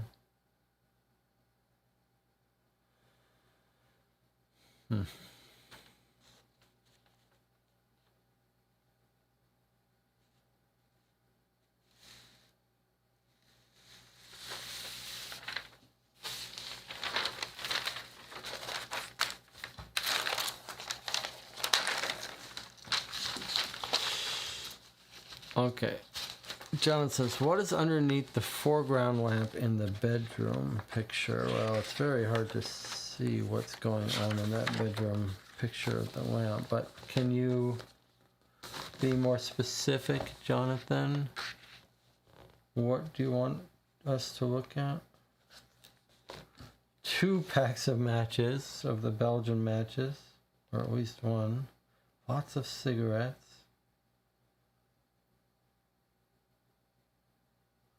I'm trying to remember, was someone described to us as smoking all kinds of foreign cigarettes? I have some faint memory of that.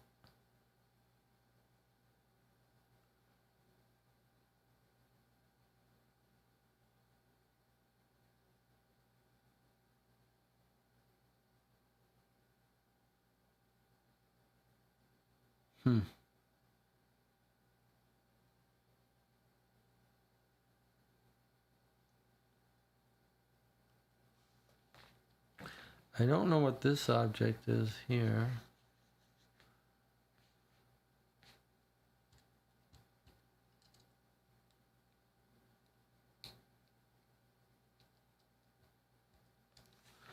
If we look at the statement that Alan makes after he comes clean to his mother. He falls for her.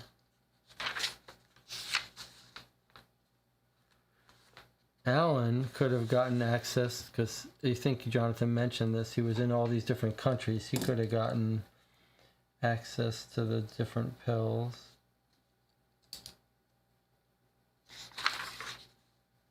Am I imagining the thing about someone smoking different kinds of foreign cigarettes?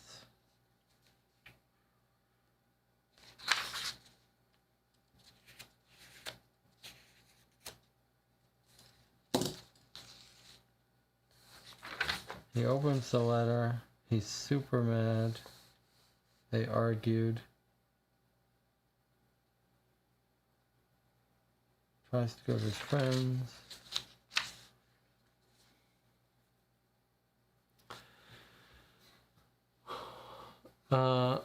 What's that thing that looks like an envelope next to it and phone? Does it look like a playing card?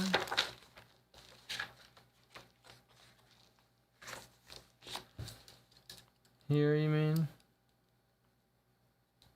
I can't make out what that is. I don't think it's possible to know. Could be a photograph of someone. It's not a playing card, but I can't tell what it is.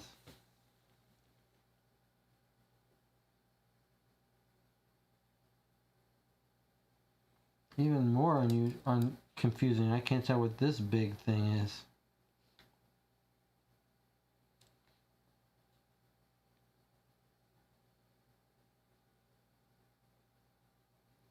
It's all whited out, like from glare. There's lots of stuff that's confusing in this photograph.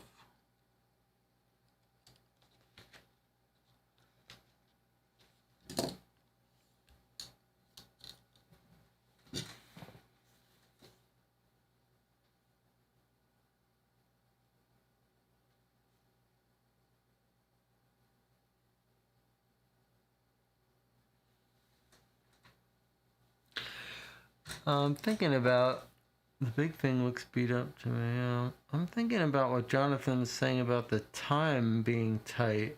Now I'm thinking, what if our blackmailer,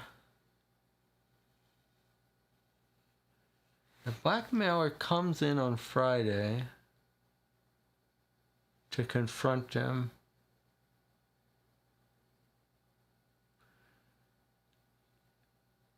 And by Friday, he already knows about the affair. He already knows his stepson is seeing the woman. And he already knows, he's already made up his mind that she chose the son over him.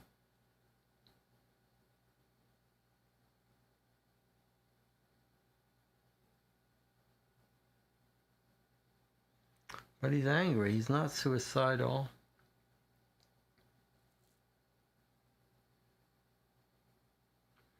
I keep coming back to the idea that the poison was in his pills months ago. And if the poison when it was in his pills months ago, then it could really only be Suzanne Lestrange trying to kill him. Although she would be trying to kill him before she was in the will. Or it could be Cecily trying to kill him. But okay, so this is worth saying. Cecily had a motive to kill him that started on Saturday. But her alibi for that weekend is very solid. And so she would have no time to kill him that Saturday. She could have motive to kill him for just out of anger that he's carrying on this affair. So she could have motive to kill months ago, but now that we see that the husband didn't leave everything to the secretary, he didn't write the wife out of the will, so that would be the only reason why the wife would want to orchestrate this reinvestigation if she really did kill him. This idea that she would want to reinvestigate it so that she would get back in the will. But since she's not out of the will, I don't think it's Cecily. That means it has to be Suzanne. Jonathan says, when did Smears first learn about all this again? He had to get all the camera equipment set up for a blackmail photo.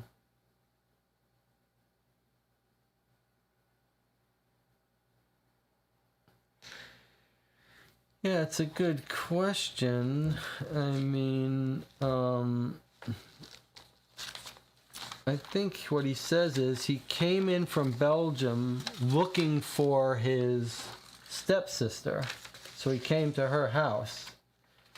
And he was surprised when he saw our guy there, Robert Prentice.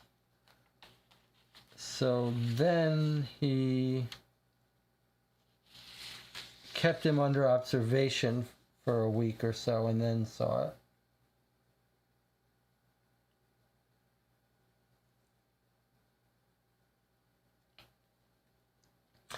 He was fond of amateur. He could not say why he had taken this particular. He was fond of amateur photography. He had taken it to Mr. Prentice. I mean, you might just assume that he's an amateur photography guy.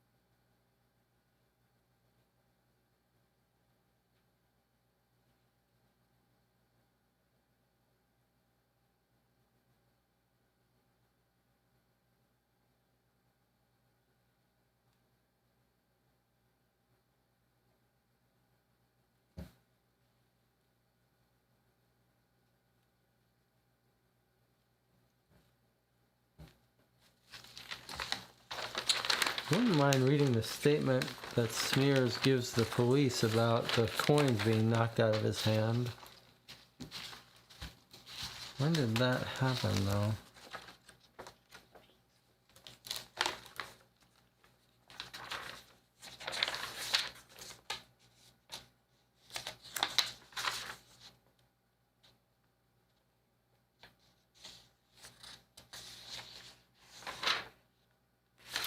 A man named Nathaniel Smears had been living for 10 days. Recent dismissal. Search warrant. Photographic apparatus, including a Leica camera with the quick exposure lens.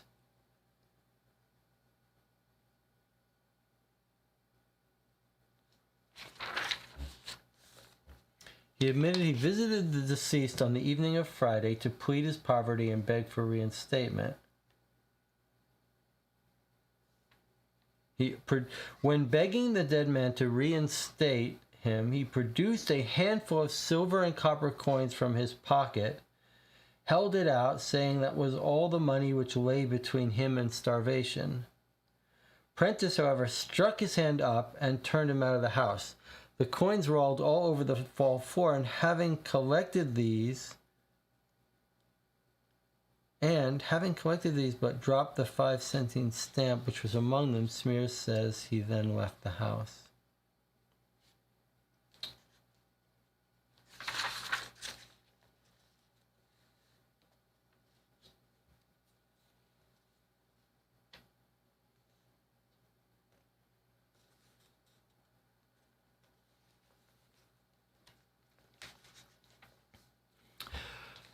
MS Sesher says, have you checked you can answer all the questions on the front cover, just in case there's a bit of hint there? That's a great idea.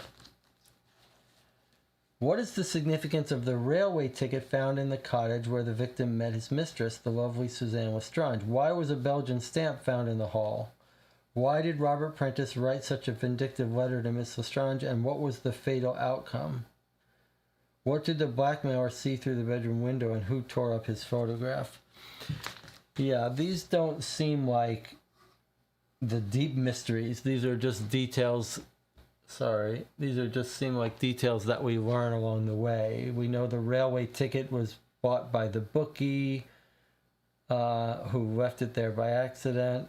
We know the Belgian stamp was held in the pocket of the blackmailer guy when Robert Prentice knocked it out of his hand in anger. Why did he write such a vindictive letter? Because he caught her having an affair with the son. What did the blackmailer see through the bedroom window? That's the photograph we have. And who tore up the photograph? Robert Prentice himself in anger. So that was a good idea, though.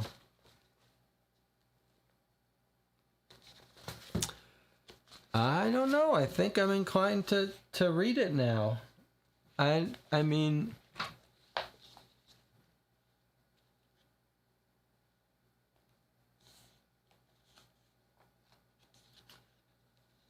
Do we know the medicine, Jonathan says, do we know the medicine had been there for months? Could Lestrange have added poison medicine more recently? Well, you're right. We don't know it's not been there for months. What the wife says is, I had a nasty stomach pain, so I took a couple of the pills from a bottle which has been in our bathroom here for a number of months.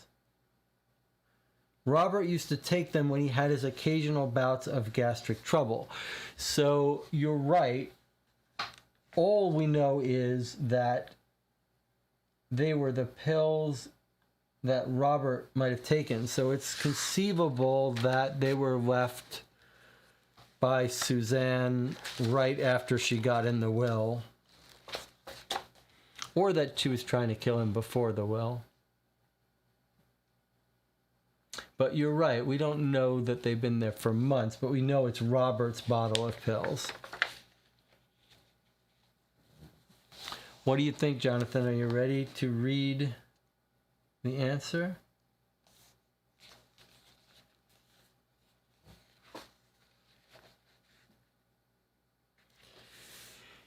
I feel like, let me give my rationale for why I'm not too bothered by reading the answer. I mean, like, when we were playing Adventures by Gaslight, it felt to me like the whole point of playing that was to solve it and understand it. This one, at least when we started, I went into it not expecting to really focus on solving it. But this seems much more about narrative. I'm not so terribly upset by the idea of us figuring it out versus being told more about it. Okay, Jonathan says, if you're ready to break the seal, I'm locking in Hogbin, Sneers, and Lestrange as a 3-part problem with 3 accomplices. That's a very interesting, I like your theory. All right, I'm going to lock in Lestrange as my guess. MS Dasher, do you want to lock in your guess?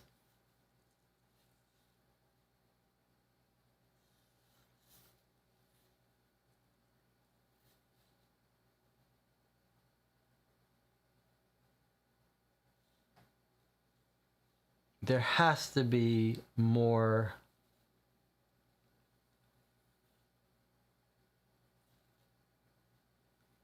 It would only make sense if they are somehow got wronged by him, but I don't see it. All right, MS Dasher, lock in your guess as to who you think did it.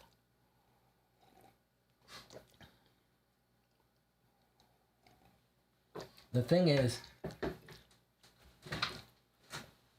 the idea of a blackmail plot is pretty cool, but it seems like it failed miserably. The wife already knew about it, etc.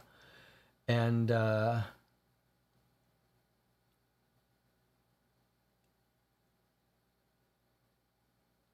You could imagine, you could imagine that he caught the blackmailer and he's like, I'm going to turn you all into the cop. MS Dasher is voting for Alan and his mom. I love it. So he got 3 different theories. Jonathan says, I do suspect we are going to be told to see things in photos we could not reasonably see. Yeah, you might be right. The reason I'm locking in my Suzanne Lestrange is that, one, she seems to be caught in an absolute lie about being in the will, which makes me think she's very manipulative, femme fatale, clever, knows how to lie her way out of an explanation, which further leads me to believe that she was playing all these men off each other, and she had 2 ways to get rich off them. One was with the father, one was with the son. It gives her a motive to kill off the father, and then so she can marry the son. In fact, I was saying, this is worth refining. I was thinking, well, if she's been poisoning the husband for a while, but she only found out about the will on Friday, then that doesn't make sense. Why would she be poisoning him before she found out she was in the will? But that's not necessarily important. Once she got her hooks into Alan and could see Alan was head over heels for her, now she can kill off the father, marry Alan, she'll get the money. So she's got the strong motivations, and the only thing that has to push her into action is when it looks like the father is going to disinherit the son and her. Then she has to kick into gear, tell the son she doesn't care about him to get rid of him, and then off she goes to either fix it with Robert or poison him. And yeah, I don't know how she got the pills though, but it seems to me she's got the motive, she's got the lying, and she's the femme fatale. All right, we're going to open this up. Everyone has made their case of why they think. MS Dasher hasn't really said why he thinks it's Alan and the mom. John says, I'm not sure the idea was to poison over time. I'm not sure either, but it is weird that those pills have so much strychnine. All right, here we go. This seal is unbroken in this copy. Let's see, how are you supposed to open it? This way?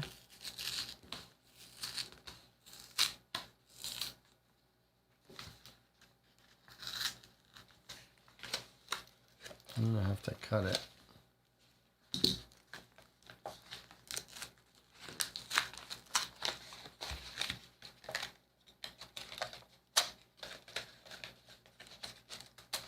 I am curious. So when we played the other one, when we played the first Dennis Wheatley book, we knew exactly what would happen, but the explanation, which was thorough, did find us stuff that we had missed, right? Like we had missed things in photos, we had missed connections that could have nailed things down more. All right, last chance. M Dasher says, formulaic. Last time it was the guy with the rock solid alibi. All right, here we go. Dear Miss Prentice. Oh my God. It is Cecily Prentice. Oh my God. It's the mother. Whoa. All right, here we go. And is it going to say she forged that letter about the will? We really looked hard at that signature. All right, this is kind of exciting. Let's read. Dear Miss Prentice, when you receive this, you will be in gaol facing the charge of murder. The vanity and egoism of criminals has always interested me, yet I still find it almost past belief. You would certainly have gotten away with the murder of your husband if you had allowed things to rest. But you were so sure of yourself that you just had to call me in on the chance I'd swallow your innuendos about Suzanne Lestrange and formulate a case for the police to bring against her. Under British law, no person convicted of murder may benefit as a result of their crime. The case against Miss Lestrange was admittedly a strong one on the circumstantial evidence, and you were hoping that you would go to the rope on account of your husband's death. The £20,000 which she received would have then reverted to you, and you would have settled your account with her for stealing your late husband's affections at the same time. However, it's a poor detective who doesn't use all his senses, and your liking for scented note paper has given you away. The perfume of your first handwritten letter to me, and that of the third letter, purporting to have been written by Miss Lestrange to your late husband, are identical.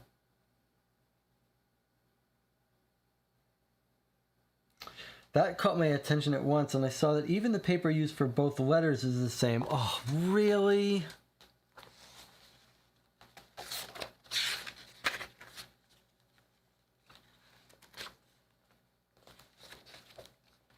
Really?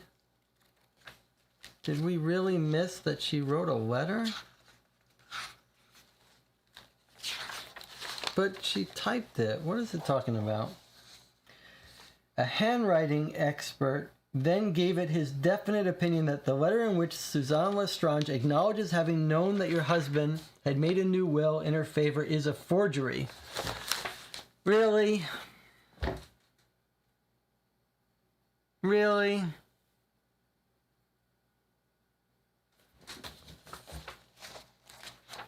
Oh my God, you're saying this paper was scented? Just smells like mold in my copy. All right, you're saying this paper, and oh, please don't tell me that we could have seen it from the paper if we had just gone back to this first page. That is shame on us.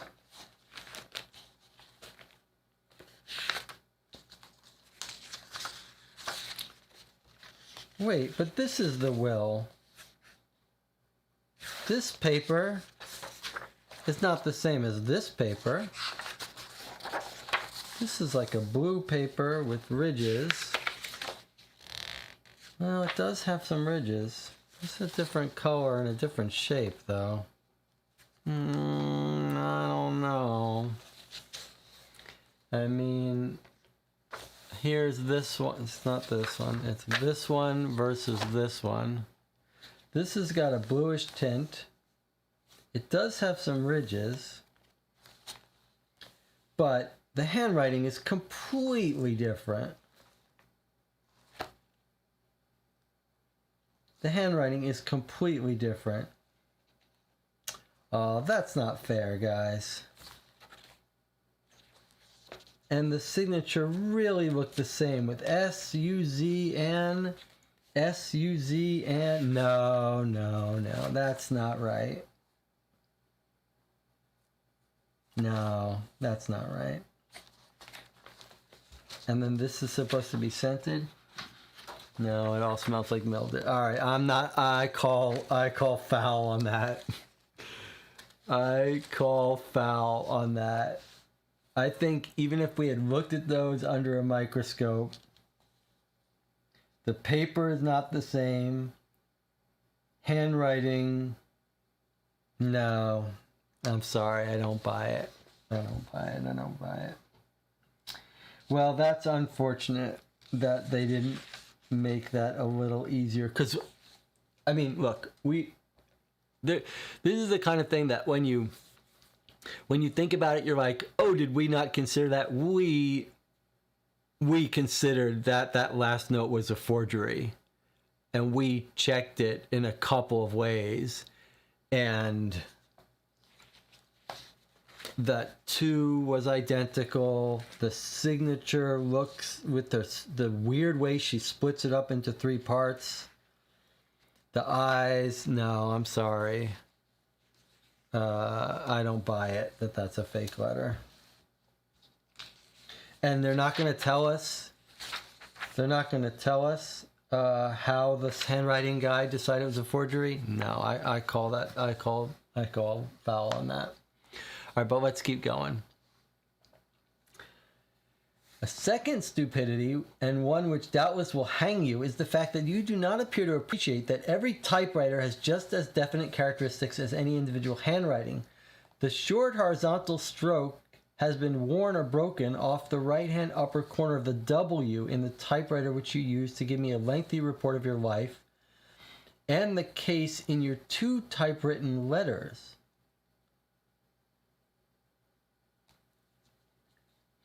The same fault appears in the W of the word to and on the typed instructions which appear on the label of the bottle of digestive tablets that you sent me.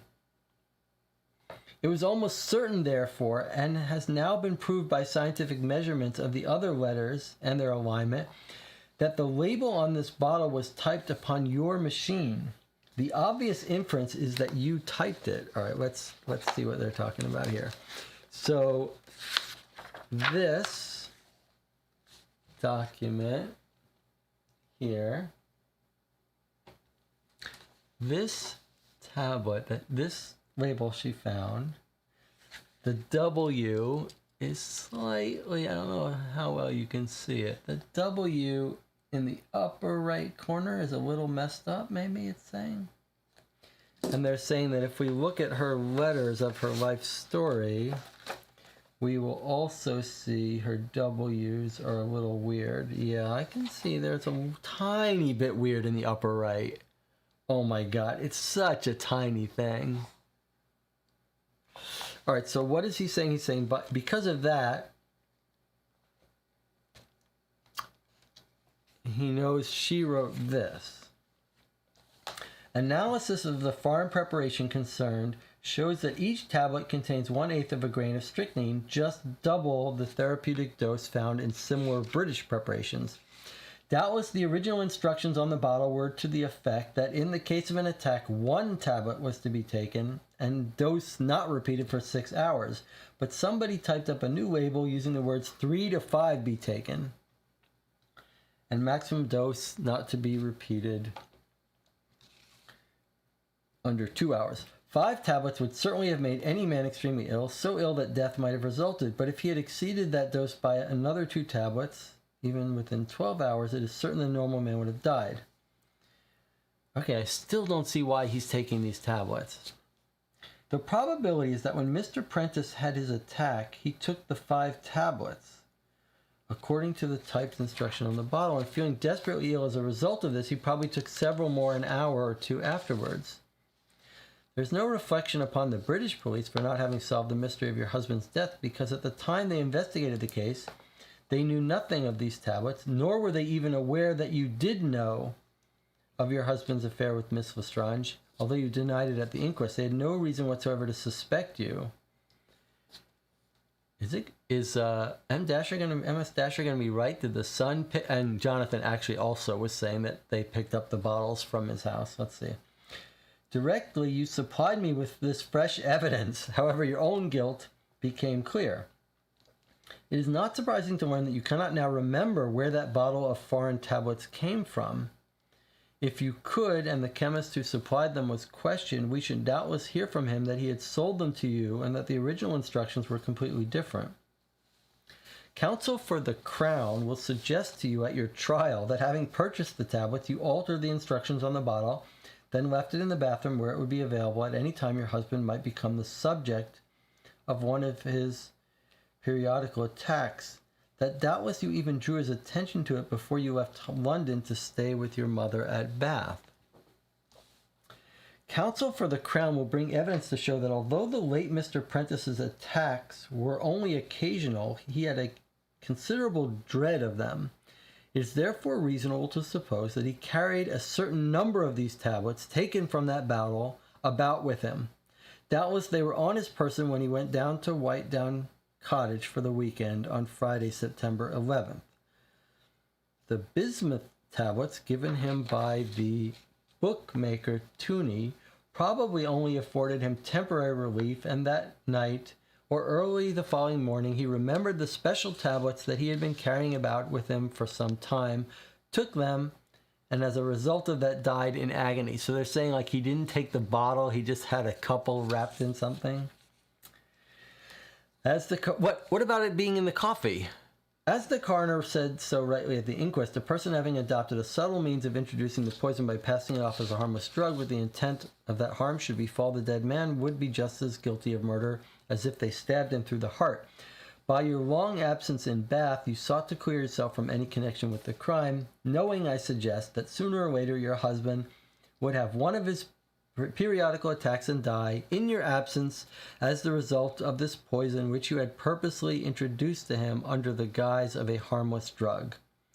In the interest of justice, I am very happy to think that you should have caused me to undertake the investigation of the late Mr. Prentice's murder. Yours faithfully, John Milton Schwab. Okay, and now what we've got is... Wait, what?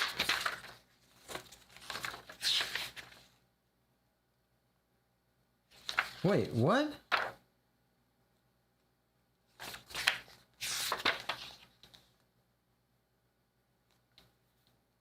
I'm a little confused now. This is sealed.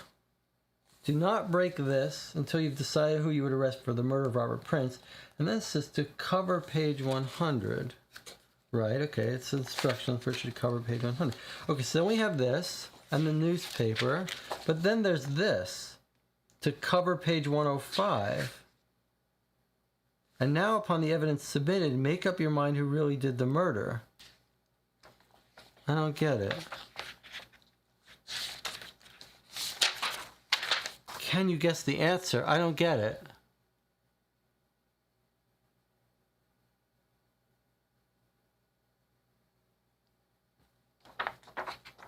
Cover page 116. There's 3 sections here. All right, we're just going to read these in order, I guess.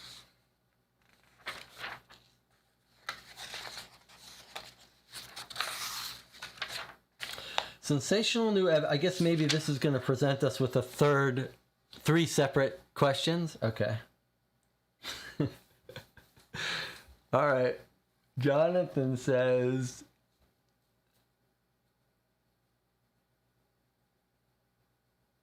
I think the fact that one page of handwriting followed by 30 pages of type causes the sended bit is a step too far. I'm curious about her alibi. Let's see what it says, although the pills themselves were strange. I think the way the game explained how the pills were strange is misleading. I thought they were saying these pills would not be produced in the UK. Yes, I agree with you. Then Jonathan says, Schwab is a fool as well. Are the papers in the wrong order?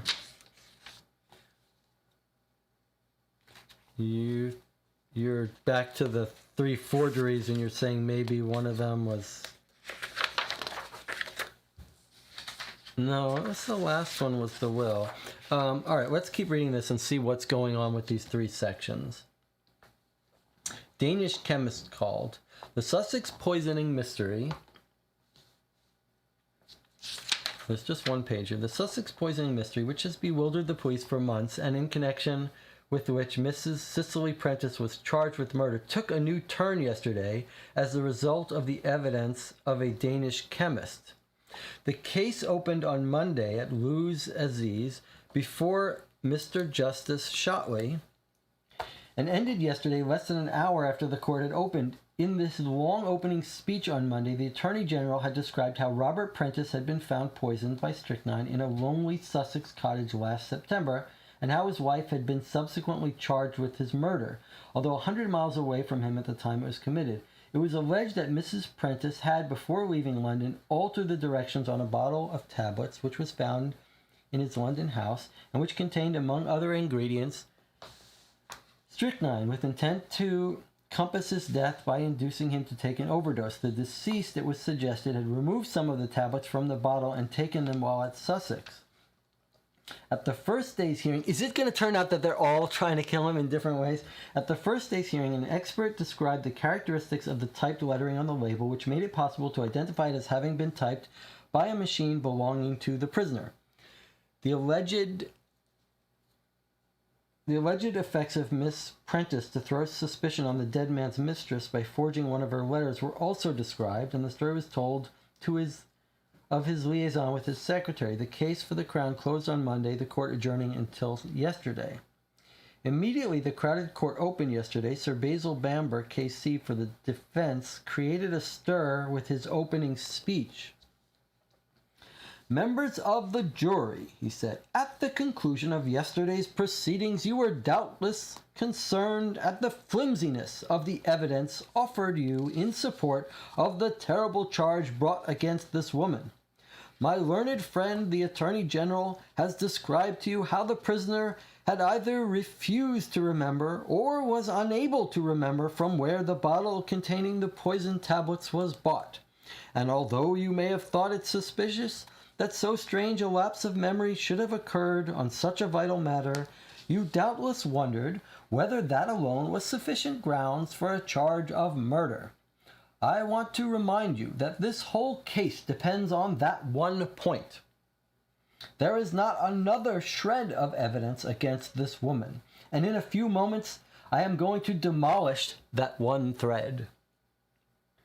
The allegation you heard that she had attempted to throw suspicion on another person is no evidence whatever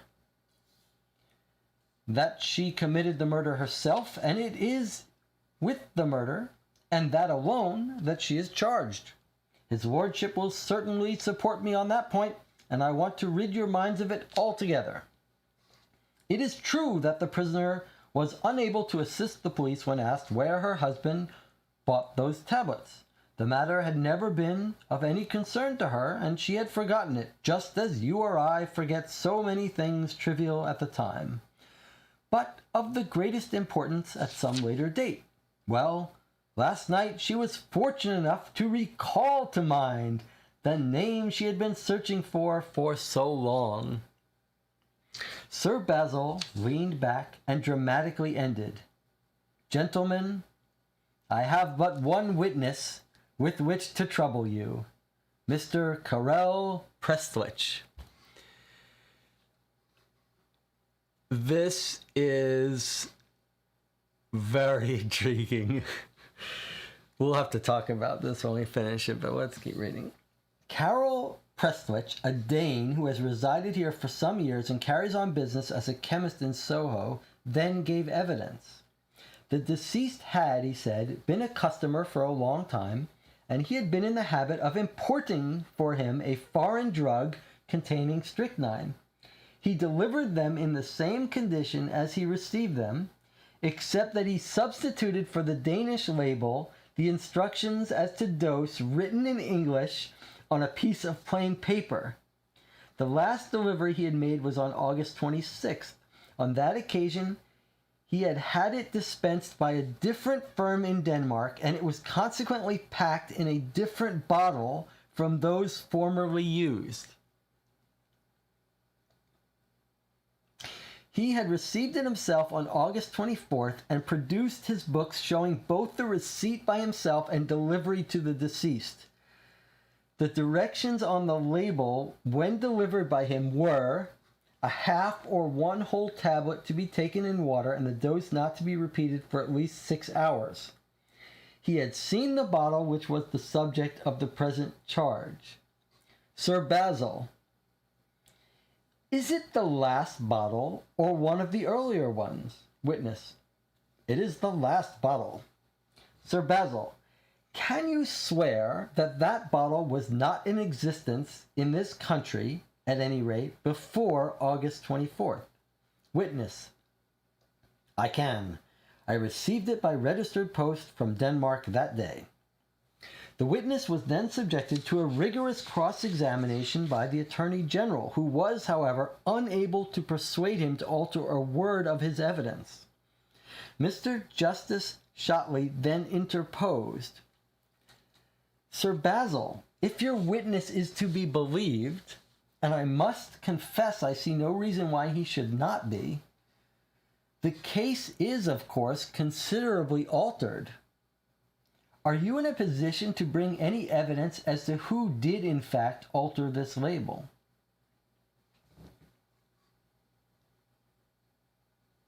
Sir Basil, my lord, I have not given the matter the slightest concern. With respect, it is not the business of this court to decide who did this act. I have proved conclusively that it could not possibly have been the prisoner, and there the matter ends. The judge says, I am bound to agree with you. I only wondered whether you had any more exciting revelations for us. Then the judge speaks to the Attorney General. Well, Sir William, have you any observations to make, or shall we continue? The Attorney General says, My lord, the evidence we have just heard would certainly have influenced the Crown's decision to prosecute had it been available earlier. It is 1,000 pities the prisoner's memory failed her for so long, but I suppose we must be thankful for its miraculous restoration. In the circumstances, I hardly see how I can press the charge. The judge says, I think you are acting wisely. And he turns to the jury. This case has taken a very unexpected turn. And you have heard that the Crown are no longer pressing the charge. You are doubtless still bewildered on several points, notably who did alter this label, and why the prisoner acted so strangely if she did, in fact, attempt to throw suspicion for this murder on another person. It is perfectly true, however, that those points do not concern us here. She may in good faith have suspected some person and wickedly tried to manufacture evidence against her. Several people, of whom we do not know, may have had access to the bottle, and all that seems clear is that the prisoner was not one of them. For we have heard that she was in Bath from the time they were delivered until after the murder. Even had this case not taken the turn it has, it would have been my duty to warn you that it had several not altogether satisfactory features. The police have a difficult task in reviewing evidence in such a case and deciding whether or not to prosecute. They must not be blamed, however, for deciding that the present case should be investigated in court, particularly being as they were without the vital piece of evidence in the prisoner's favor. You will probably come to the conclusion that this investigation has removed the grave suspicion which existed against her and will now consider your verdict. The jury then returned a verdict of not guilty without leaving the box, and the prisoner was discharged. Thus, the Whitedown Cottage mystery has become more baffling than ever, and the public will demand that no effort shall be spared by the police to bring the guilty person to justice. Okay. That was amazing.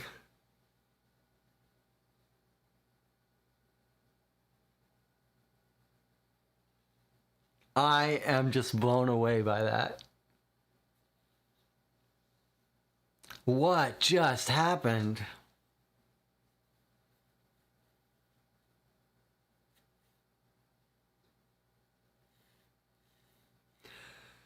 That's just amazing.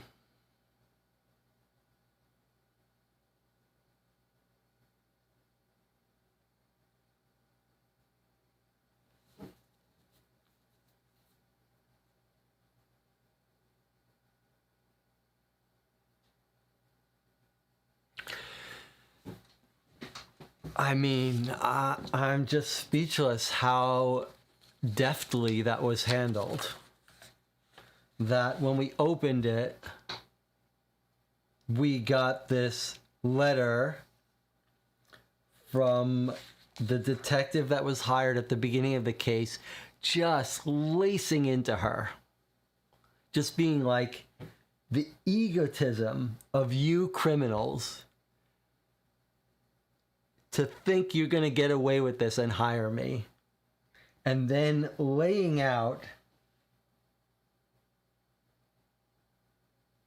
that the stationery had the same smell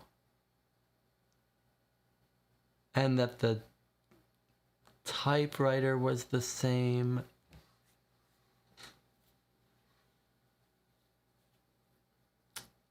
But it's still gonna be her, right? Because It's going to be the son. It's going to be with M. Dasher. MS Dasher said, all right, so let's go over this. So he accuses her.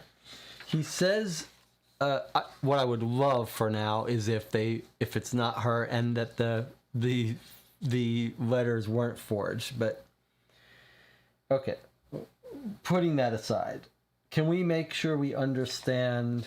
I love that the solution may be wrong, like that the Attorney General may have got stuff wrong. But I want to make sure we understand the tablet stuff. So what we're hearing is that someone in the house did change the label. So the same theory of the case seems like it's still there, right? Let me bring back the chat. They still think that Robert Prentice was tricked into taking his pills, too many of them. In fact, this thing is not saying that didn't happen. It's still suggesting that that's all still true. That he still did some stuff that I think is implausible. And the label was changed and was the same typewriter. I think it's saying it's still true that the same typewriter in the house mislabeled it. But what they are saying is that this particular bottle with the bad label could not come into this country until August 24th. He received it that day by Denmark, from Denmark.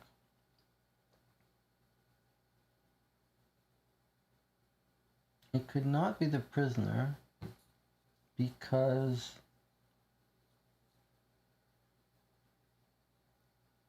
she was in Bath the whole time. The last delivery is August 26th. On that occasion, it's dispensed by...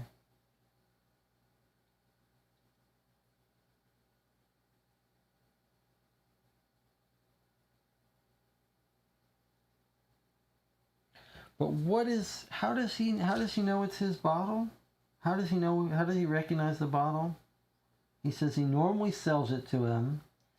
It has strychnine in it. Okay, so they're explaining how he gets strychnine bottles.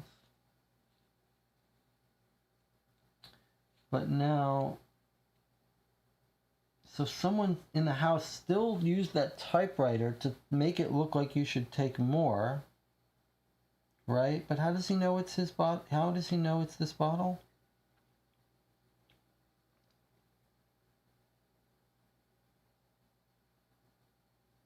The deceased had long been importing the foreign drug. He changes the label. The last delivery is August 26th. I see. So this is still going to be the bottle of pills that killed him. It's just they arrived in August 26th and they ended up killing him on September 12th. So sometime between August 26th and September 12th, they killed him, and they killed him because they were mislabeled. I don't like that solution, but we'll talk about that later. It's just that the point is, it was the typewriter of the mother, but the mother couldn't have done it because she was in Bath. Okay, so now upon the evidence submitted, make up your mind who really did the murder. Now we get a second chance.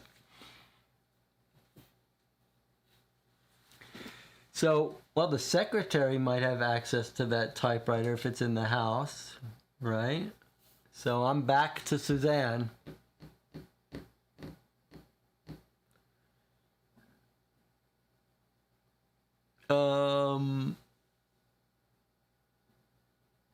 Yeah, I'm back to Suzanne. MS Dasher, are you still sticking with the son, Alan? Now Alan's statement about something upset his stomach makes it seem a little bit more like him. Is Alan? I guess if the mother's trying to kill him. Okay, let's stop for a second. If those letters are forged and the smell gave it away, then the son maybe is helping the mother kill. We got a little advertisement here from Dennis Wheatley's book, The Secret War.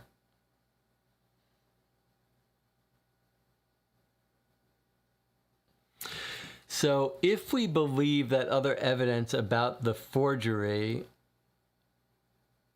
MS Dasher, you're changing your opinion?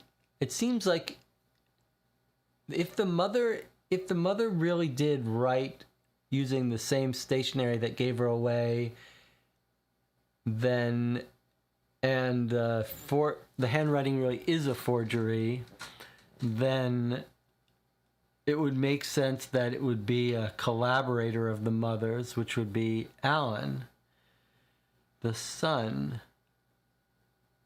But is Alan around in August? When does Alan come home for his spring break is the question. The mother says,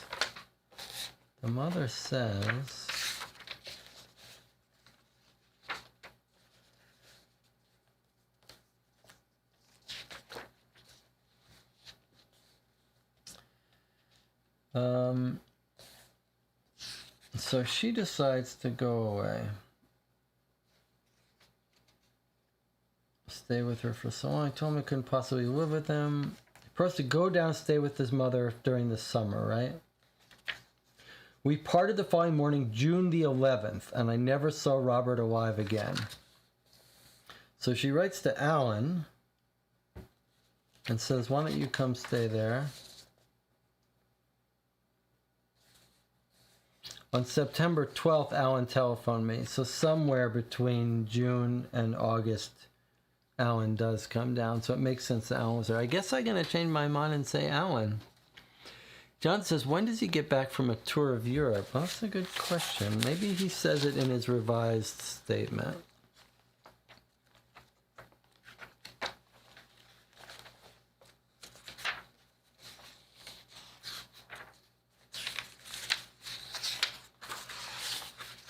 Let's see, where is his revised statement?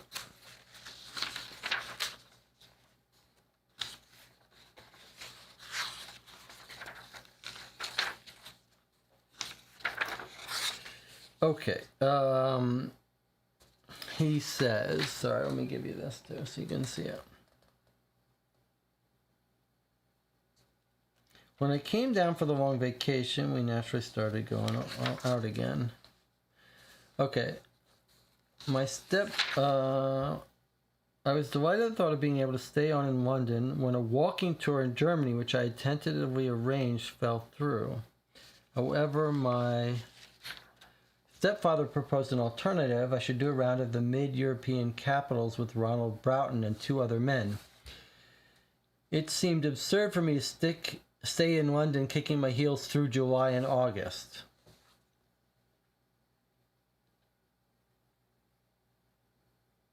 All through those weeks in Vienna, Budapest, and Prague, my mind was obsessed. When I did return, the affair boiled up again. After my trip to the continent, this impression grew still stronger when she told me on the evening of Thursday the 10th that she was going away. It doesn't really have his dates here. It may have them somewhere else, though. There are lots of different places where they talk about this. In the newspaper.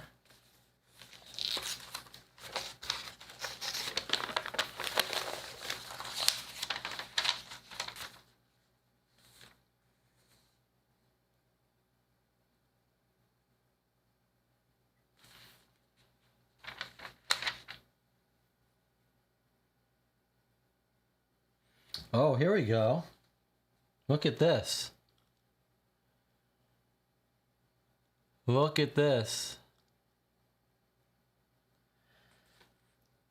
After having been down to Bath for one night to see my mother and grandmother, I accepted my stepfather's offer and went abroad with Broughton and his friends. I got back to London on the 2nd of September and lived in the flat with my stepfather. Okay, so he got back on the 2nd of September. So he was in the house. He was in the house at a time when these pills were in the house. They came in August 27th. He died on September 12th. So somewhere between August 27th and September 12th he died. So sometime in there, the label was changed.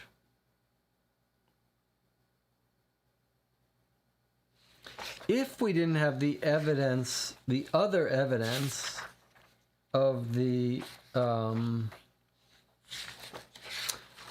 forged note and the I don't know now. All right, so the son had the opportunity.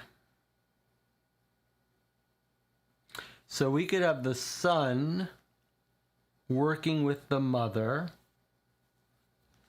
to do what the mother wanted. That's one option, right? But we need to make a point here.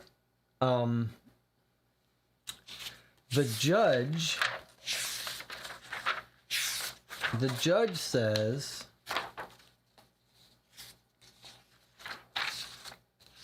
the judge reminds us that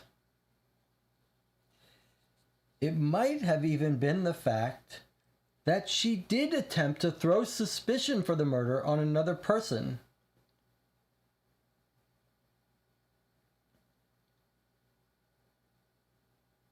Not just because...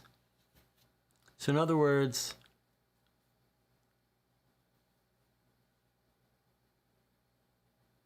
Wait, no.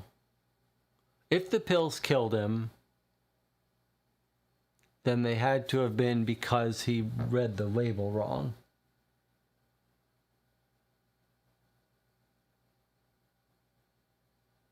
So it's not just to put suspicion on someone, it is the fact of the murder. And so who would have done that? If you propose that it was Suzanne that did it, then how do you explain the forged letters, or do we not believe that? That's hard. I mean, do we not believe that the letters were scented the same and written on the same stock? They are kind of on the same stock. But what if they're just stock that's in the house?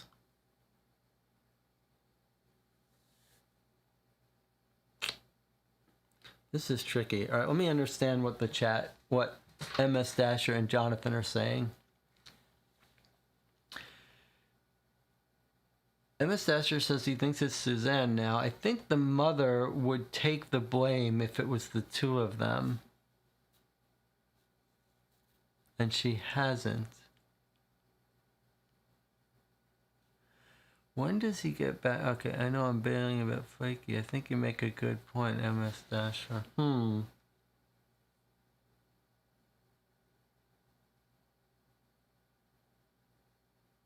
So I want to hear your guys' explanation for the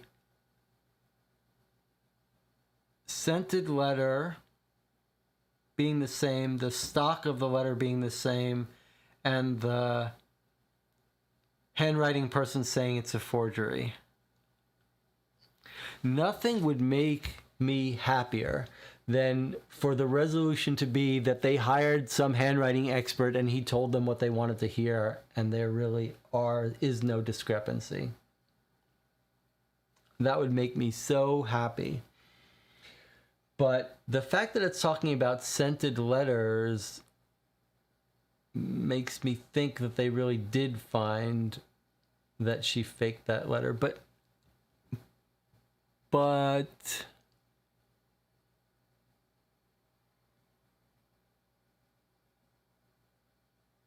But yes, okay, that gets back to this. This is convoluted, but okay. We have to accept the fact that the mother who hired us may have faked some evidence to pin the blame on the real culprit. Right? You follow me, right? Like, it may be that the mother is sitting there, Miss Prentice, and she knows in her heart that Suzanne did it.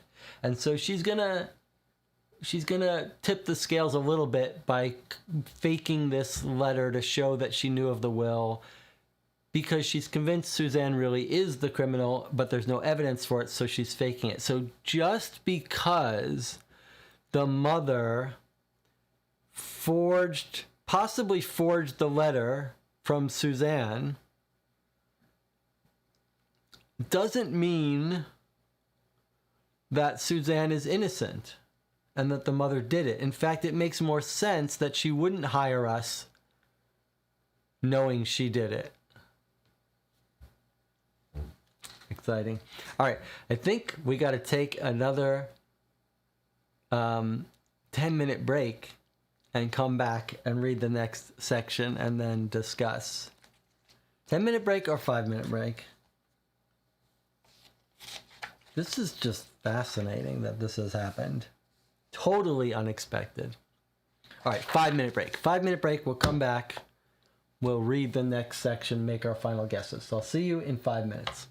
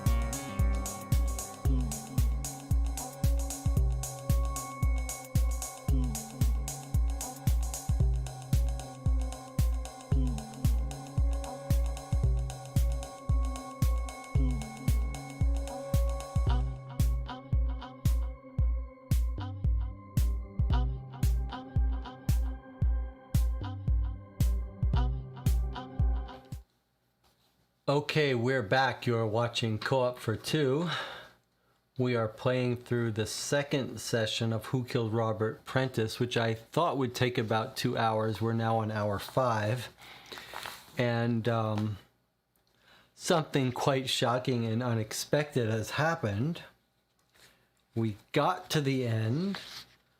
It said, do not break this strip until you've decided who you would arrest. It turned out we arrested Miss Prentice, which was quite a shock to us. Different people in the channel and I have guessed different things. But we read this very interesting ending where he says, Dear Miss Prentice, he's writing back to the woman who hired us. When you receive this, you'll be in gaol facing the charge of murder. The vanity and egoism of criminals has always interested me, yet I still find it almost past belief. You would have certainly gotten away with the murder if you had allowed things to rest, but you were so sure of yourself that you just had to call me in on the chance I'd swallow your innuendos. Okay, so then we read that. He laid out the case against her, how he detected that the 2 letters, one letter by supposedly from Lestrange and one letter from Miss Prentice, were written on the same stock. They both smelled of perfume, which from 1979 don't smell anymore, if they ever did. And the handwriting was wrong. And the key evidence that the tablets, which had strychnine, had some homemade label on it that obviously Miss Prentice had made up to make it seem less dangerous, and Robert Prentice must have taken those and died from it. And then we turn the page after reading 2 pages of him, and listen to how he describes it. A second stupidity, and one which doubtless will hang you, is the fact that you do not appreciate that every typewriter has just definite characteristics. He spotted that the W's are the same, and so that's how he traced her letter and the pill bottle letter. And he's just totally lacing into her about how stupid she is and egotistical and narcissistic, and that's why she got caught. And then, so 5 pages of this, and he's like, we caught you, and yours faithfully. He's like rubbing it in. And then we turn the page. Sensational new evidence in the Prentice case. And we start reading about the trial of Miss Prentice. And when we get to when we get down here, the defense attorney says, hey, she actually, while she's sitting in jail, she just remembered the name of where this chemist is that makes these pills. And turns out that bottle of pills was manufactured given to Robert. He gets them normally, but that it came while she was in Bath, so she could not have faked that label. And the jury said not guilty, set her free. And now the game has given us a second chance.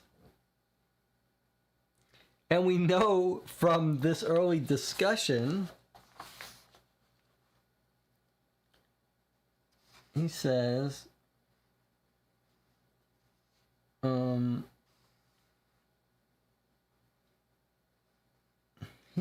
there's 3 here. What does he say?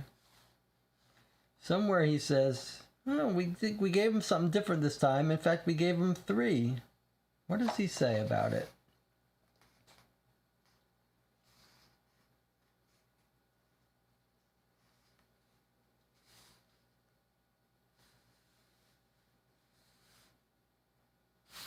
Where does he say there's 3 questions or something?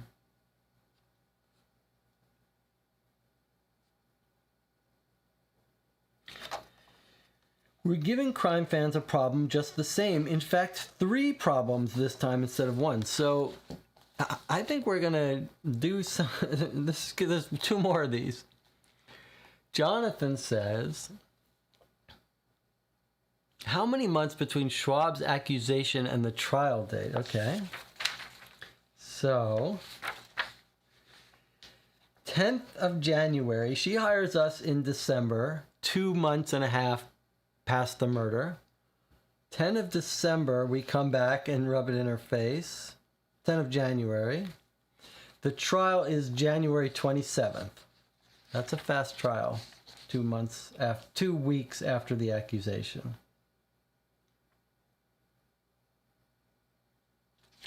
All right, so now who really did the murder? Are we all back to Suzanne? I'm back on Suzanne. Alan wouldn't have done it. He'd have no well, that's not true. He would have a reason to help his mother. That would be his reason. That he and his mother are super close. But they did have a disagreement in court where the mother wanted to press Suzanne and he didn't. All right, I'm sticking with Suzanne, my original thing.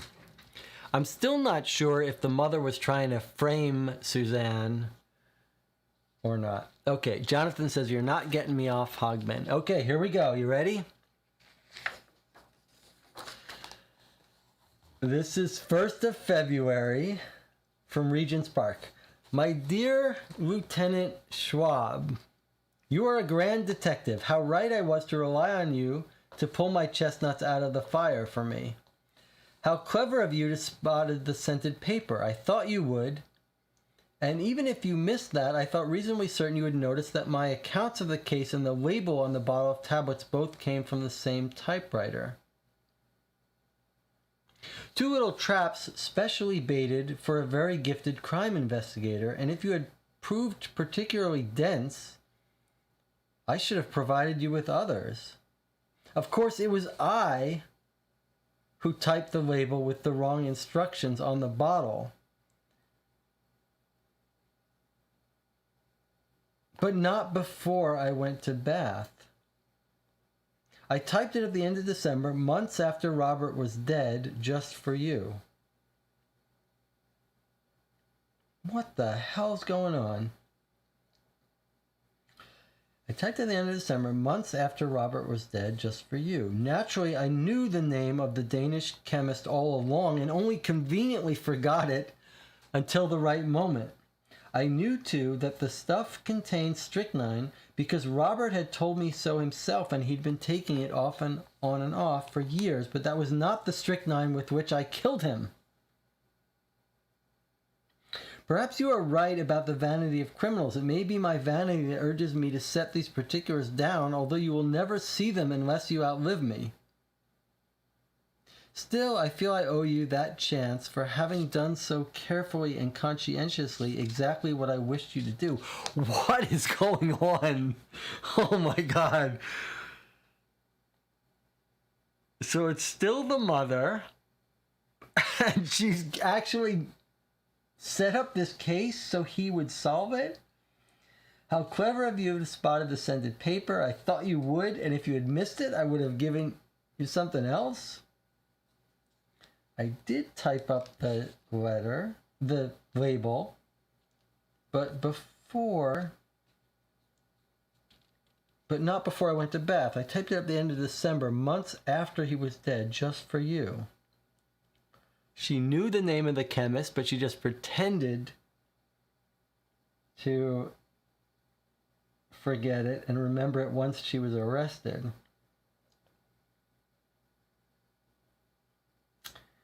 It may be my vanity that urges me to set these particulars down, although you'll never see them unless you outlive me. What does that mean? Still, I feel I owe you that chance for having done so carefully and conscientiously exactly what I wished you to do.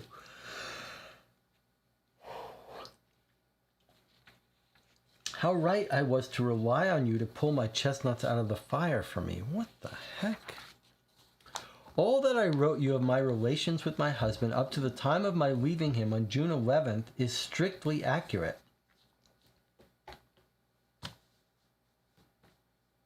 I had no intention whatsoever of murdering Robert then. I genuinely hoped that after a few weeks' absence he would get the girl Lestrange out of his system and that we should come together again. As the weeks drew into months, I began to fear that I had been wrong in this. Yet I hesitated to precipitate the possibility of a final breakup by returning before he sent for me. The idea of murder only came to me after I received a visit from old Mr. Horton Walker on August 28th. He was the senior partner in a firm of solicitors that handled all Robert's personal business and a close friend of my family as well. He was not aware that I knew anything about Robert's affair with Miss Lestrange, but he did know that I had been living apart from Robert for the best part of 3 months.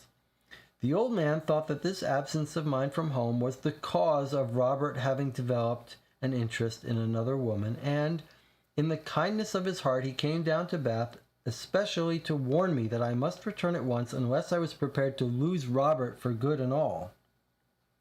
He sounded me on the subject of divorce, and when I said that nothing would induce me to give Robert his freedom, he told me, as there was no likelihood of my using the information in evidence for proceedings, that Robert had asked for certain papers to be forwarded to an address in Sussex, Whitedown Cottage, Furley, which he had taken for the summer, and in the rather boastful way he had at times with people he knew well, volunteered the information that he was using the place to entertain one of the loveliest young women in England over weekends.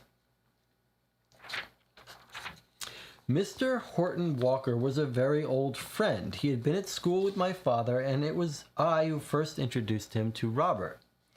He did not wish to see our marriage break up. If he broke Robert's confidence, he was, to some extent, privileged. He urged me to ascertain how far the affair had gone for myself, but at all costs to return at once. 3 days later, he had a heart attack and died. After his visit to Bath, I saw that I had behaved like a fool in leaving home and giving Miss Lestrange a clear field with Robert. She had evidently got him absolutely into her clutches, and the next step would be that Robert would ask me to divorce him. Then I should find myself pensioned off with Alan to look after, just on the threshold of the boy's career. The home where I could entertain for him would be gone, and the prospects in life severely damaged. Worse, instead of Robert's money going to Alan when he died, it would go to Suzanne Lestrange. As I have told you, my one real interest in life has been my son. I had always regarded Robert's money as the fortune that one day Alan would inherit. When I learned of Mr. Horton Walker's death from the newspapers, I saw that the only person who knew that I was aware of Robert's affair and of his having taken Whitedown Cottage would never come forward and give evidence that I had any motive for murder. And the death of Miss Lestrange or Robert seemed the only thing which would assure Robert's money coming through me to my darling boy. I wasn't at all certain where Whitedown Cottage was, so on Wednesday, September the 9th, I drove from Bath down to Sussex to spy out the land, and I succeeded in finding it without anyone knowing I had been in that locality. I had the strychnine in a sealed bottle in my possession for a very long time. You will remember that my father was a doctor. I stole it from his dispensary, knowing only that it was a poison and little else of its properties, when, as an unmarried girl, I found myself about to have a baby. I was so utterly miserable then that I meant to take it myself and commit suicide, but I could never quite screw up the courage to do so, and later I found no chance to put the poison back, so I kept it. I felt reasonably certain that Robert would not have a servant sleeping in at the cottage during the weekends he spent there with Miss Lestrange, and made my plans on that assumption. I arranged to dine with friends in Bath on Friday night, but I left them at 9:45 on the plea of having to get back to my invalid mother who was alone in the flat. I said good night to her and told her that I meant to go to bed early. I then disturbed my bed to give it the appearance of having been slept in case any unforeseen accident delayed my return. I made myself a pot of tea, drank a cup, leaving the used crockery on a tray at my bedside for the same reason. As you will see, it was very fortunate for me that I did. I then slipped out of the house and drove myself to Whitedown in my two-seater. I didn't drive the car up to the cottage because I was afraid the tire marks might leave evidence of my visit. Instead, I drove it off the road into a field and parked it behind some bushes about 1/4 of a mile away from the house. From there I walked along the woodland path to the back of the cottage garden. Country cottages are not usually looked up with the same cars as houses, not usually locked up with the same cars as houses in a city, and I was gambling upon being able to find an open window or some other means of getting in unobserved. Counting, of course, upon Robert and Miss Lestrange both being in bed and asleep. My plan was to leave the strychnine in something that one or both of them were certain to eat or drink the following day. Many people fill their kettles with water and put them on the stove before going to bed, all ready for making tea and the following morning. That was one medium I had in mind. If there was no water in the kettle, I thought I would be able to doctor Robert's whiskey or find some other means by which I could make quite certain that he would take it. If the girl died from the same cause, she would have brought it on herself, and if it happened that she died while Robert escaped, that would have suited my purpose equally well. However, things did not pan out at all as I expected. When I reached the back of the cottage, I saw that there was a light still burning in the bedroom window, although it was nearly 2 o'clock. I crept up and peered through a chink in the curtains and saw Robert lying in bed alone. He had evidently been reading, for a book lay open beside him, but when I saw him, he was just staring blankly at the opposite wall, with an almost unbelievable look of misery on his face. I could not imagine what had gone wrong with him, but it was quite obvious that he was in a state of terrible dejection, and having lived with him all these years, I was suddenly filled with a tremendous pity and tenderness for him. The place was utterly silent, and it was quite obvious that Miss Lestrange was not there, as I had expected her to be. A sudden impulse to speak to Robert came over me, so I went round to the front door and rang the bell. This is just craziness. Okay. What do you make of this? This is crazy. Jonathan says, how many months, you're not getting me off. Okay. Would have liked some mention of this man's death. Yeah, this person, we had no, we'll have to talk about this in the review. Go back to the first solution. This is more convoluted. It's crazy. This is not just convoluted, it's just crazy. A sudden impulse to speak to Robert came over me, so I went round to the front door and rang the bell. He let me in and was naturally astonished to see me, but all that look of misery suddenly left his face, and he appeared overjoyed at my unexpected appearance on the scene. We went into the bedroom because he said it was warmer there than upstairs in the sitting room, where the fire had been out for hours, and we sat upon the edge of his bed to talk. I explained the strangeness of my visit at such an hour by one of those devices which go over so easily with anyone who has the wit to use them. I said that when I had gone to bed in Bath that evening, I simply could not sleep for worrying about him, that perhaps it was some sort of psychic telepathy, but I could not get it out of my head that he was miserable and needed me. He swallowed that like a lamb. He said he did need me, more than he ever had done in his life before. His affair with Suzanne Lestrange was over and finished irrevocably. Yet he had hesitated to send for me or to come down to Bath because he didn't believe that I could possibly forgive him for his flagrant infidelity.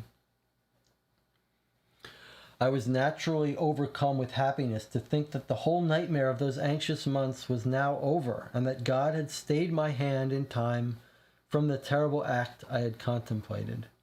We made it up and agreed never to mention the whole sordid episode again. Then, as it was very late, there seemed no reason whatsoever why I should motor all the way back to Bath and leave him. So I undressed, and we both got into bed. Next morning, 2 things occurred within a few moments of each other, which again changed the situation entirely. First, at a few moments before 10, while we were still dozing in bed after the very late hour at which we had got to sleep, the telephone rang. The instrument stood on a little table at my side of the bed, and Robert leaned over me to pick up the receiver. As his head was within a few inches of mine, I could hear what was said at the other end of the line. It was the village post office calling up to say that they had a telegram for him, and they read it out.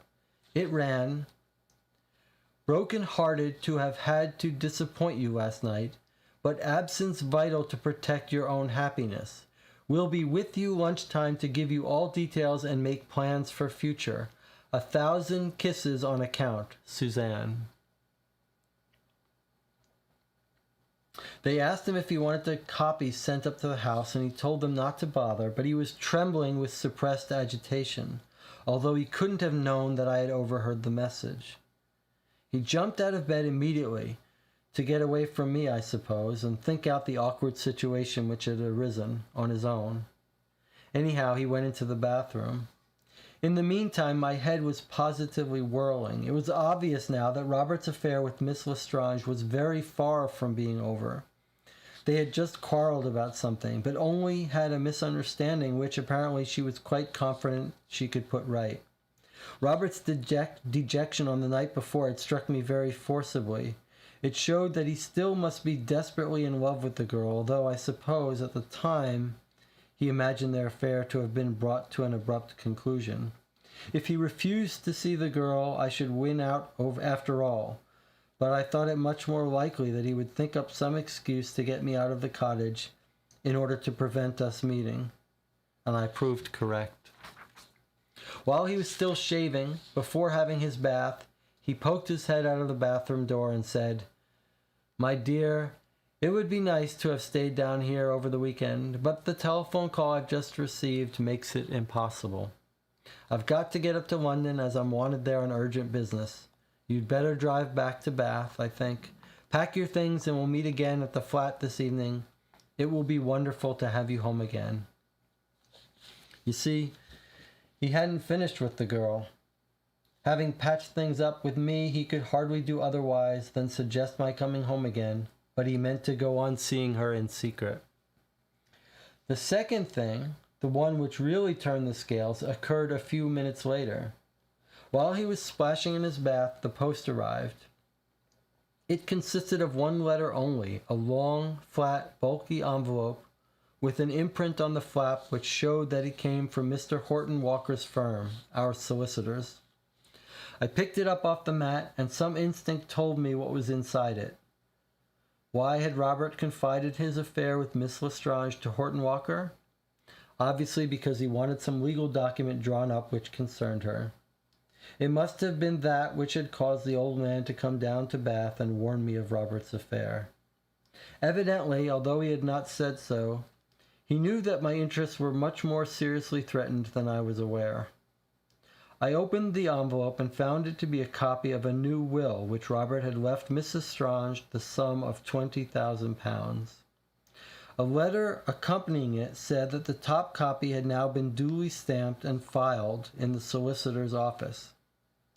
I saw then that £20,000 of Robert's money had already been lost to Alan, and that if I was weak or foolish, the rest of his inheritance was virtually certain to fall into the hands of that scheming girl. I went into the kitchen, put on my gloves so that I should not leave any fingerprints, and made Robert's coffee for his breakfast. Then I put the strychnine in it. I cut some bread and butter and boiled him an egg, still with my gloves on. Just before he came in from the bathroom, I took them off, and when he asked me why I had only made breakfast for one, I told him that I didn't feel like anything at the moment, but might make myself a pot of tea later on. He knew that I never drink coffee in the mornings, and he was far too worried with his own affairs to bother, at the moment, about what I had for breakfast. I suggested that he should eat before it got cold while I had my bath, and immediately I left the kitchen and I slipped on my gloves again. I turned on the bath, but I did not actually have one, as I was terrified of leaving my fingerprints anywhere. While Robert was eating his breakfast, I was in the bedroom with a duster, polishing up any surface that I thought I might have touched unconsciously. But fortunately for me, I had touched practically nothing, having sat down on the bed to talk to Robert when I arrived, and got straight into it after I undressed, and out of it again that morning without even having done my hair. I had brought no luggage, so there was nothing that I could leave behind which might result in my visit being traced. I did my hair as well as I could with the pocket comb from my bag, dressed, put the copy of the will that I had fingered into it, and returned to the bathroom to await events. The poison took effect very rapidly, and I heard Robert calling for me from the kitchen about 10 minutes after he must have drunk the cup of coffee. I nerved myself to go in and face him. He was sitting strained backwards in his chair, his jaw set, holding his stomach, very white in the face and with little beads of perspiration all over his forehead. He muttered of terrible pains in the stomach and that he had one of his old attacks the night before, but that this was far worse than usual. I said we'd better get a doctor, and that I would telephone for one, but of course I never did anything of the kind, although I left the room and pretended to do so without touching the instrument in the bedroom. I waited there for another 5 minutes, and then Robert began to shout for me again. It was a horrible business. I didn't dare to leave him for fear he would suspect I had poisoned him and, while he still had the strength in him, dash out of the house to accuse me of his death to some passer-by before he died. When I went into the kitchen again, I found that he had fallen off the chair onto the floor and was curled up backwards with his fingers clenched and his head thrust back at a hideously unnatural angle. I knew then that he was past getting any help for himself, and I felt that I couldn't remain there a second longer. I left the cottage by the back door and made my way cautiously through the woods to the place where I had left my car hidden the night before. It was still there, which was a tremendous relief to me, as if it had been stolen I should have had to make the journey back to Bath by some other means and quite possibly been noticed by strangers who would have remembered me later. Once I got the car on the road, I headed south and drove back to Bath through by lanes as far as possible. But I managed to reach there just before 1:30 and keep a luncheon appointment which I had purposely arranged the day before. When I saw my mother in the afternoon, I found, to my intense relief, that she had no suspicion of my absence. Now and again I have been in the habit of going out for a walk early in the morning, and she supposed that that was what I had done on this occasion. When the daily woman came, she had found the tray I'd left, as though I'd made myself our early morning tea and my bed disturbed, so she naturally supposed that I had slept in it.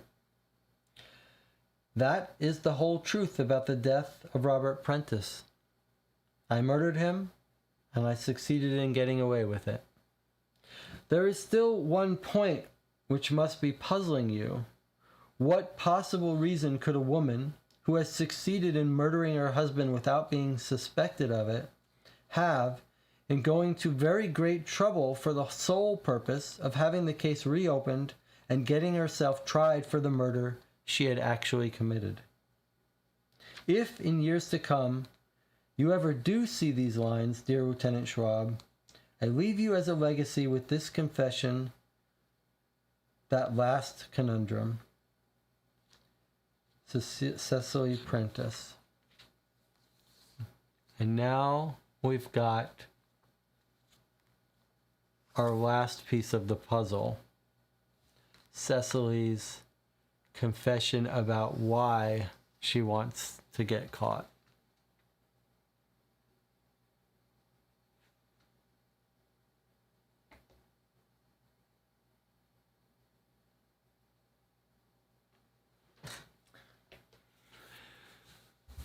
Jonathan says, I thought part of her alibi was servants with the mother. I assumed they lived in the house and that way they were unbiased. Yes, well, she's explained how she tricked them. She was pretty clever.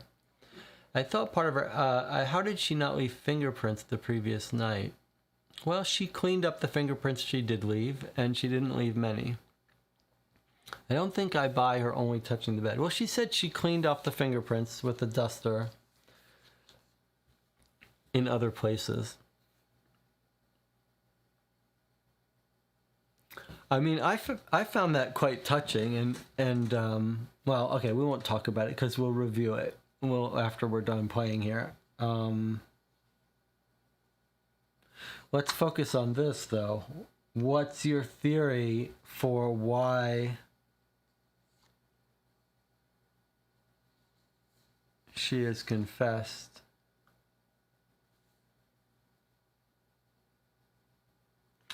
I was going to say, well, did something happen to Alan and he like committed suicide so she doesn't care anymore? But that's not the case, because Alan was alive when she started all this. So, well, what does this say here? If in years to come you ever do see these lines, I leave you as a legacy with this confession. If in years to come you ever do see these lines, so is she not intending to send this to him? So where is this? What, Dear Lieutenant Schwab, I don't get it. She's writing this to him, but she's not going to send it to him? Is that it? If you do see these lines, I leave you as a legacy with this confession.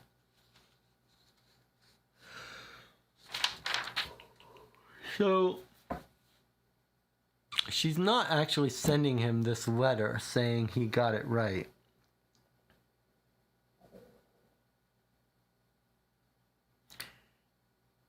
It sounds like it might be a double jeopardy thing. Yeah. Jonathan says she's going to send it as part of her will after she dies. Okay, right. So she's not going to send him any. So no one will. She's free. She's free. No one's going to know she did it. And Jonathan says, I guess maybe it has something to do with the new will in the legal office, though it would point guilt back to her later. Double jeopardy. That's the only thing I can think of.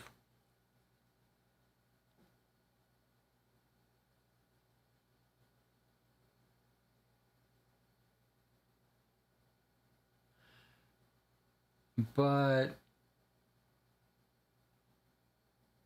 it seemed like the police had dropped it.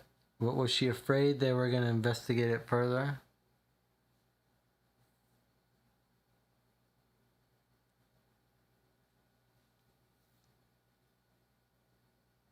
Why did she put the note on the tablets?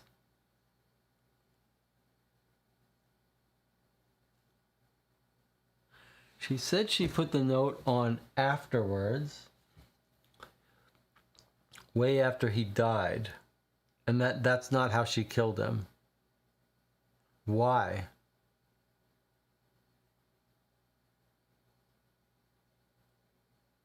Specifically so that she would get accused of it? And then she could show that she's innocent? That's weird. That's weird. Is it just about double jeopardy? She's just afraid that they're going to arrest her later on? Seems strange.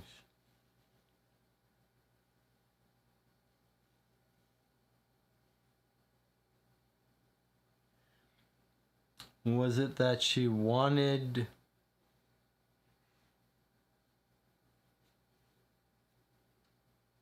Miss Prentice? Did she want Suzanne to know that she had done this?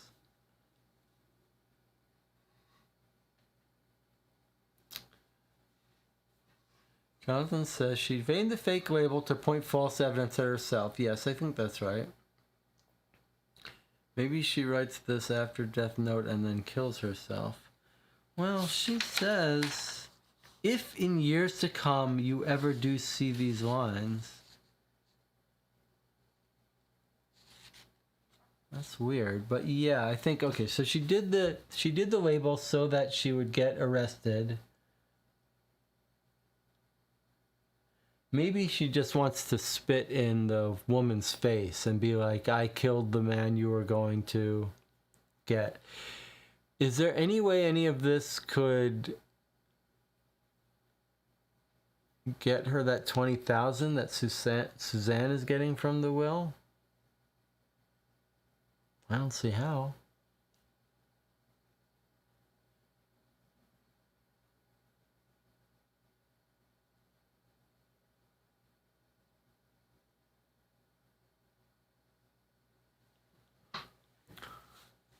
What purpose does getting her arrested and then out of jail have?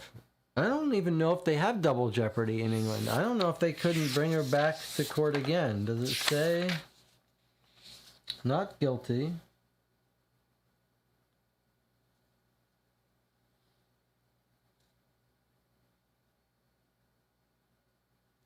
You will probably come to the conclusion that this investigation has removed the grave suspicion which existed against her. So maybe she's doing this all to clear her name. Double jeopardy or to protect Alan.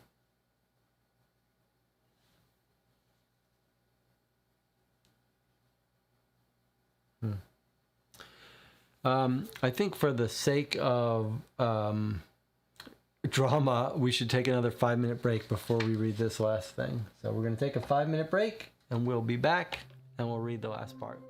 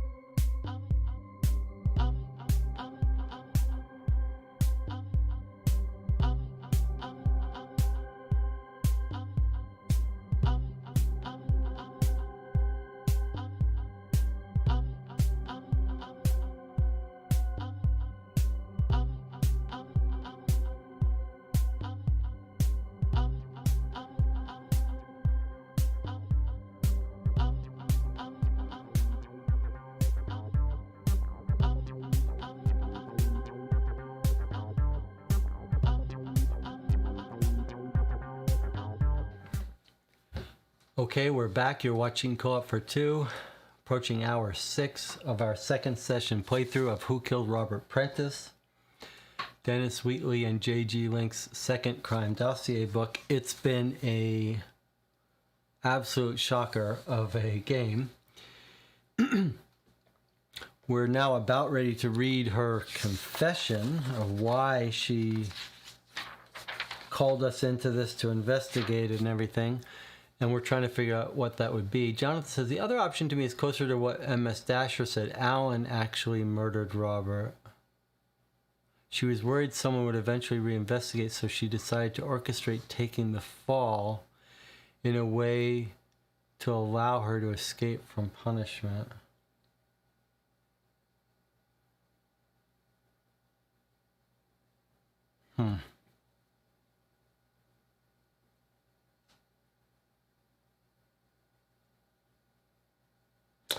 Her story's too believable. There's no way that's not how it happened. But it's an interesting idea. She does only care about Alan. How would all of this protect Alan?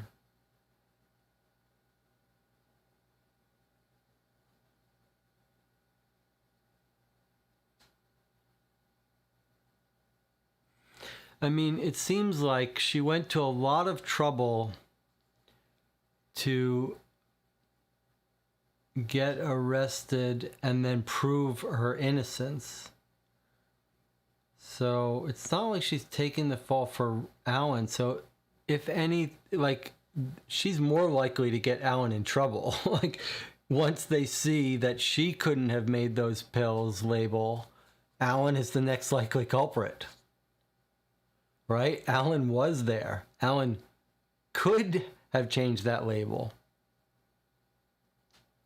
So, if anything, everything she's done puts more suspicion on Alan, her son.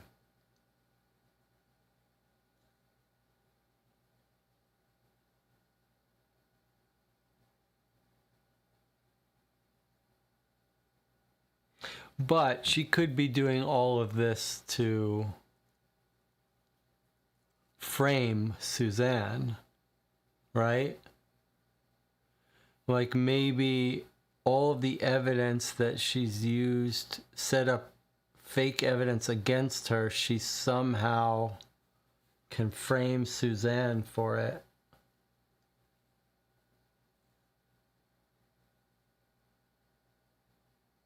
If the answer was going to be double jeopardy, it should have said that in the newspaper report, like, now she can't be tried again. John says she was worried someone would eventually reinvestigate, so she decided to orchestrate taking the fall in a way to allow her to escape from punishment. Yeah, I mean, that's the most straightforward thing, but nothing has been straightforward about this case.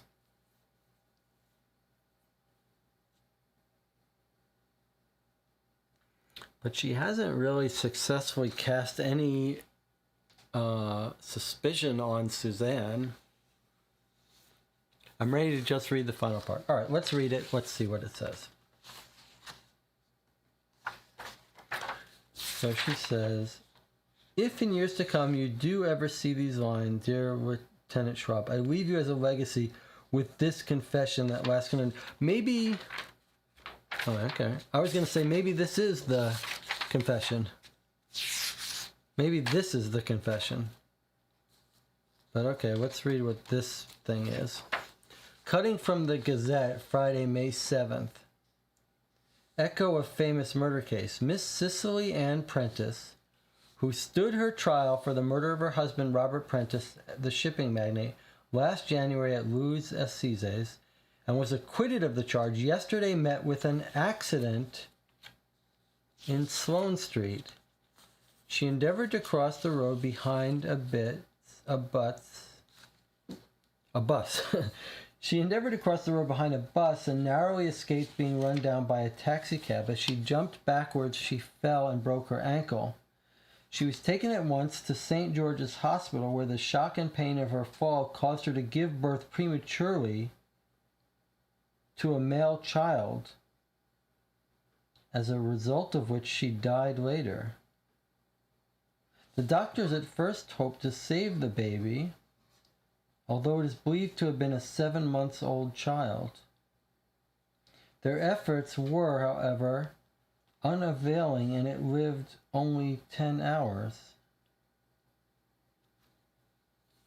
So, May, that night they slept together, she got pregnant? Is that what it's saying? September, October, November, December, January, February, March, April, May. 8 months.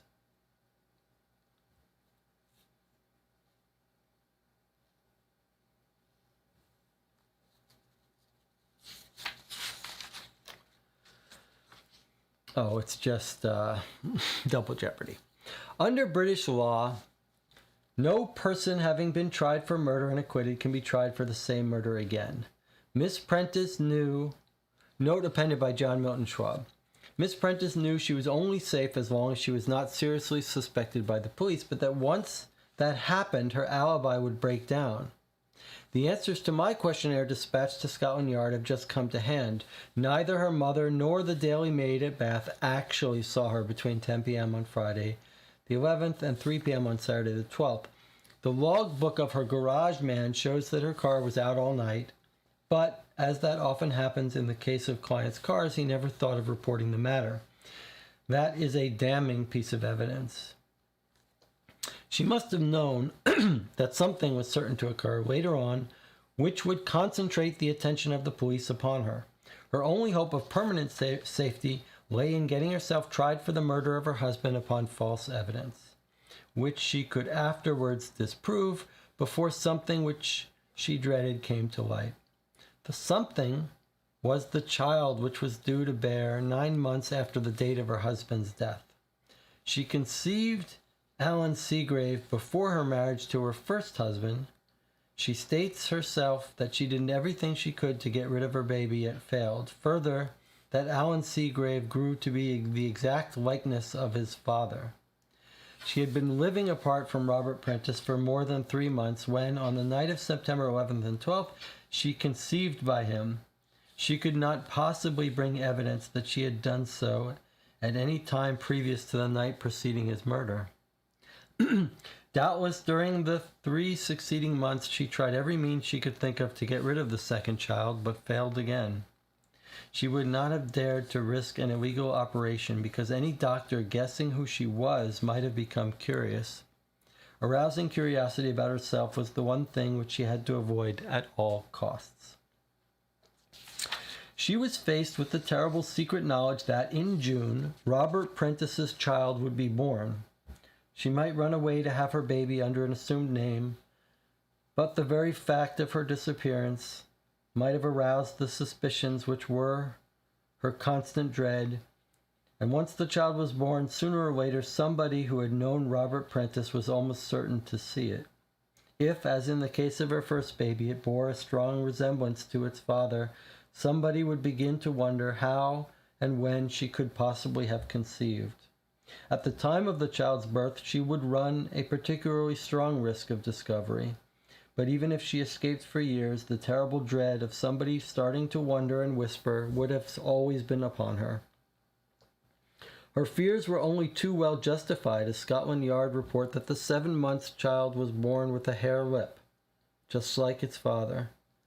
She had to stand her trial for murder on faked evidence in order to be free, once and for all, from the terror of that unborn witness. John Milton Schwab. And there we have it. First published 1939, not 37.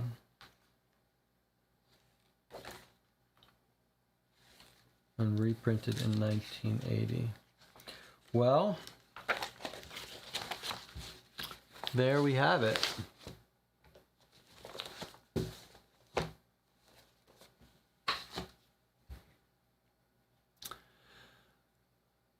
She got pregnant while she was supposed to be in Bath. She got pregnant on the one night that she thought everything was going to be okay when she knocked on that door.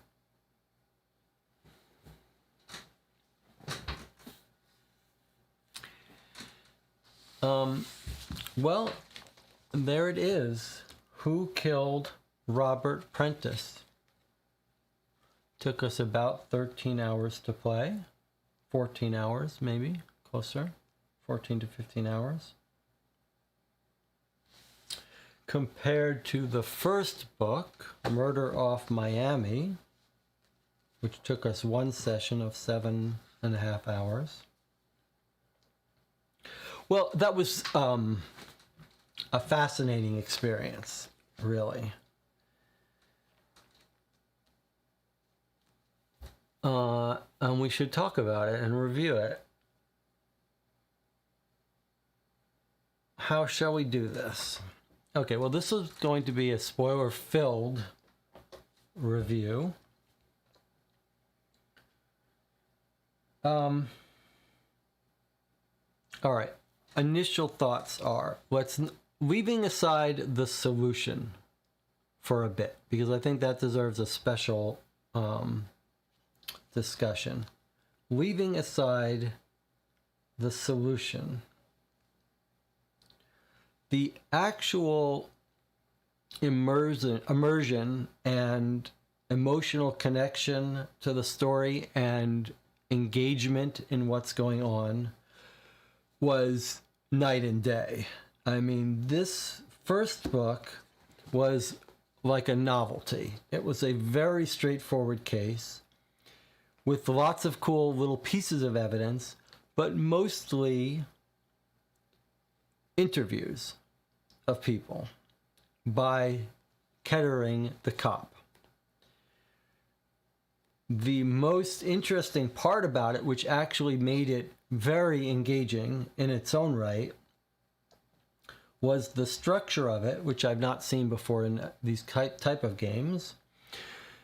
It was structured into 5 reports from Kettering the cop, who was our proxy and sort of was a character in a way. He was doing the interviewing. Everything was told through his eyes.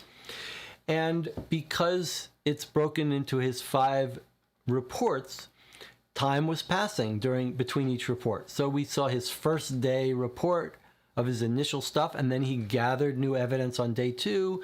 Day 3, he would get evidence, he would get reports back from headquarters when they had looked up someone, and he would keep re-interviewing people, and then he would press them with new information that he had heard from someone else, and he was sort of involved. There was some fun of his involvement in it. But when we got to the end, it was a very straightforward mystery story that we were pretty comfortable guessing the answer to, and we were correct, and there was there may have been some details we missed, but we understood it and solved it completely. Then we encountered Who Killed Robert Prentice, the game that we're going to talk about mostly now. And the things that we had loved about the first book, this told from the standpoint of Kettering, this detective who was sort of our proxy and had a personality, and time passing as he interviewed people, was all thrown out the window. Quite surprising. Instead, the framing of this book is we get a letter from someone who tells us that her husband was killed and they haven't found the culprit. Can we look at the case and try to solve it?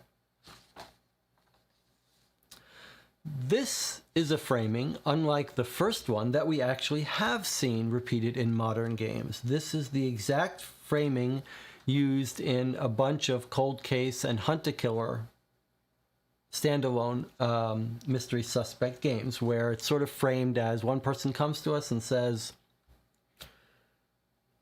the police can't solve this, can you? And we joked at some point that maybe one of these days, one of these cases is going to have the person who hires us be guilty. But so time doesn't really pass in this game, at least not during the course of until you get to the solution. So time wasn't really passing. But what was so surprising about this game is that it was sort of framed with two very long sort of biographies written by the main characters. So the first framing of this whole case is the letter from Cecily Prentice, and then it took us 2 hours to read her autobiography is basically what it was. I mean, here it is. 1, 2, 3, 4, 5, 6, 7, 8, 9, 10, 11, 12, 13, 14, 15, 16, 17, maybe 30, 40 pages of writing, as if now this felt like reading a novel, like reading some serious, well-written fiction. Whereas that game, The Murder Off Miami, we thought, well, it's structured kind of as a novel, but it was a very straightforward case, broken into very small pieces of evidence, a transcript that was 1 page, a report. This was like getting a little novella, this autobiography, from the woman who's hiring us. And it was completely engaging, and it was a very adult tale of marriages of convenience or practicality, of imperfect people, of some sadness, and it was quite compelling and completely felt like a real person was writing this to us. I mean, it was very fleshed out, and boy, you can tell a real writer's behind it. It felt real, and it's one of those things that you could see someone who's designing this as a game would say, oh, you can't do that. You can't have a 35-page monologue autobiography. And you could see a writer with vision saying, no, it's important that we do this and take our time with it and give people a real sense of character and person and place. And it's a real testament to Dennis Wheatley that he did that, because that initial 35-page autobiography completely set a very different tone for this and really got us fully in this world and made us like everyone. I liked the Cecily Prentice. I liked her husband. And I felt sad when there was this thing of the affair coming in. And it was a very adult, sort of realistic story of its time. It was a weird thing where the affair was sort of okay and sort of not, and moneyed people and playing by different rules. But it was very engaging. And then we got to the murder scene, and it was quite compelling. There were pieces of evidence that we didn't know what to make of. There were a bunch of red herrings. And there was some real emotional heft to all of this. A very angry letter, a blackmail photo, lots of people who had semi-motives that we didn't know how to put our finger on. Whereas in the previous case, everyone seemed sort of cartoonishly simple and one-noted. It was cool seeing them interviewed over time. We did develop more of a feel for their personality, but it was sort of clear they're not involved, they're not involved. These people all felt like they were involved, and over the arc of, as we were learning more information, it was a real cool sort of reveal of when things clicked in and were like, oh, that gives that person a motive. And the story did develop in a cool way as we learned more, and some of it was very cool and emotionally weighty, the things that were happening. Mechanically, we got some cool things. I guess we could go through them in turn a little bit. So in addition to this long autobiography, then we got the crime scene. And then we get another thing that Dennis Wheatley with this book series does that I haven't seen done much in these other ones, which is that when we get the police reports occasionally, and in this one we get them like 2 or 3 times, they give us their impressions of the evidence, what the evidence for sure says and what it doesn't, and what possibilities are there. And that's really a little unusual. These modern mystery games sort of dump you the documents and say, you go figure it out, which you could easily say is more enjoyable and more of a challenge. This has a different flow. This has the evidence, and then you look at it and you try to make sense of it. And then the police report kind of helps you slot it into place and be like, well, this looks like this and this looks like this. But this one left much more up in the air than the first one. So even when we read that stuff, we were still in doubt about lots of stuff. And the characters and stories, the side stories were kind of cool. Then we got this newspaper, which is the most realistic feel and size newspaper of any mystery game I've played.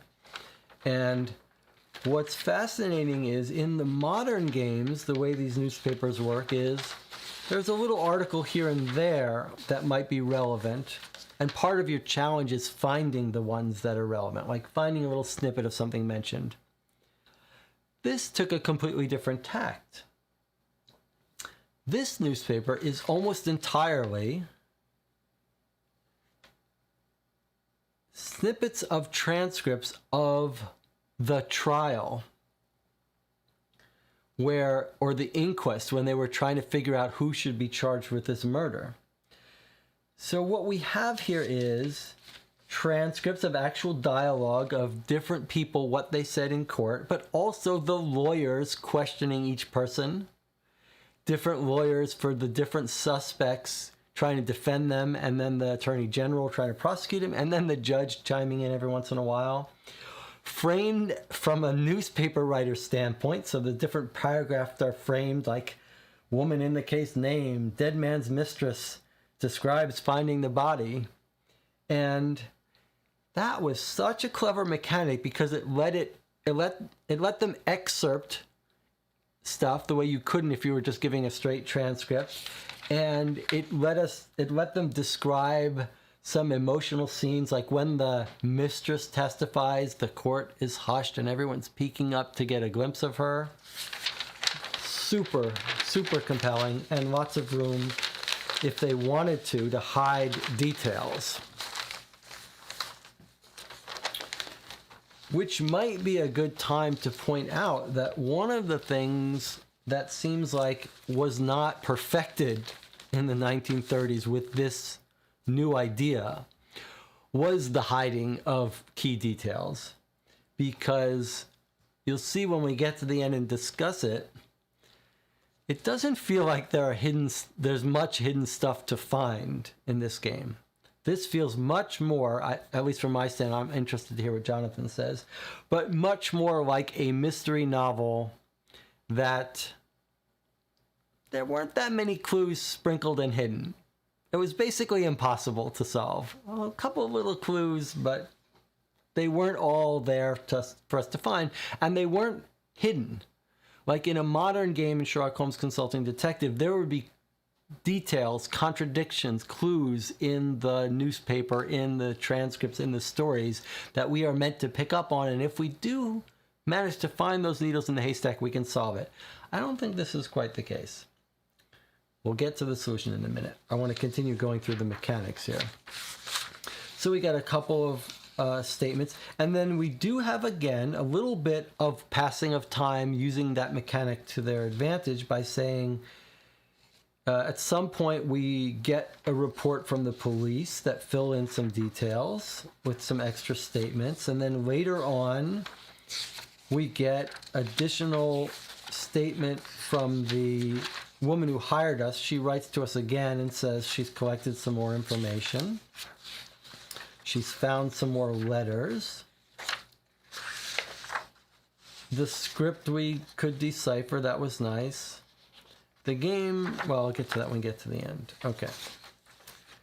Then, when we get almost to the end, we're treated with another long autobiography. Not quite as long, maybe half as long, maybe 15 pages. But it's the autobiography of the femme fatale woman in this story that we've been hearing about secondhand all up through this case. And we've been very suspicious of her. She looks like she's sort of playing with men as toys. And so the suspense is built about her, and we've heard about her, and we suspect her, and she's sort of the core little, the star that these people are all revolving around. And then all of a sudden, out of nowhere, she won't submit a statement to us earlier on, whatever. Then all of a sudden, bang, we get this big, long letter from her where she tells us the entire story of her involvement with this family from start to finish, and fills in all of this background for us about what's been going on from her perspective, completely different perspective than we've heard so far. And it's very compelling and very sort of, we become sympathetic to her all of a sudden. We weren't invested in her. When we read this, we become sympathetic for her. But then we thought we spotted her in a clear lie. So that gave us some stress and trying to figure out how to resolve that.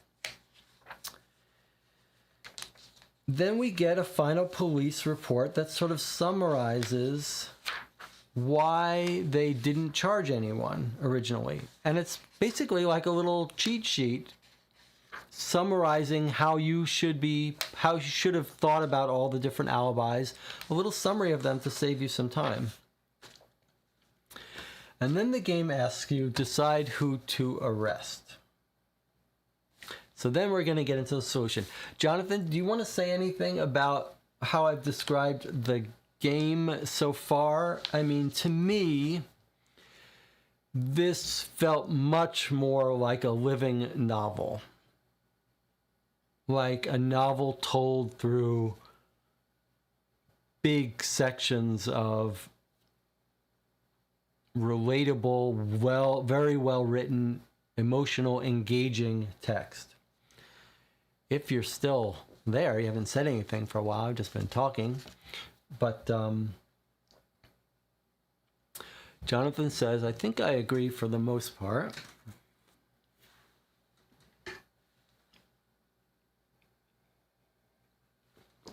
He's going to add a few thoughts. Okay.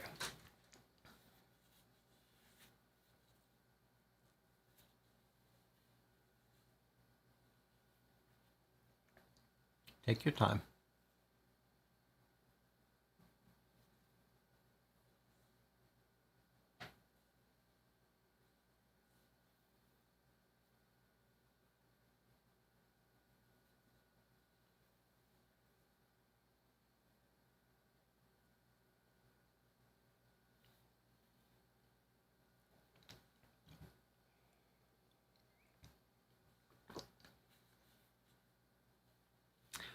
Jonathan says, Schwab was an interesting choice for a proxy. I think we would have preferred Kettering. Well, it's true. Schwab was, I guess, the guy who solved the murder off Miami case. Murder off Miami case had a detective who was our proxy there, who was frustrated and hands-on and had a personality, but he couldn't solve it in the end. Schwab did. And so Schwab got called back to solve this case because he became famous for it. And he was not really a personality, and he was too smart. He just came up with it. Jonathan says, do we really need this proxy for this game? Like, he really added a lot to Murder Off Miami, but he didn't really add much to this one.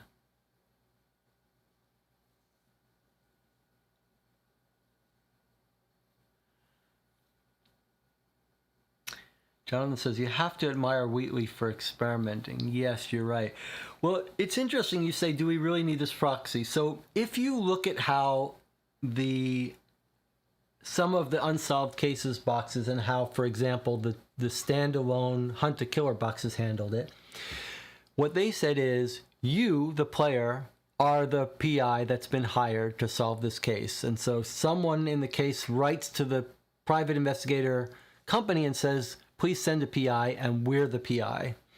I do think having a proxy is the better choice.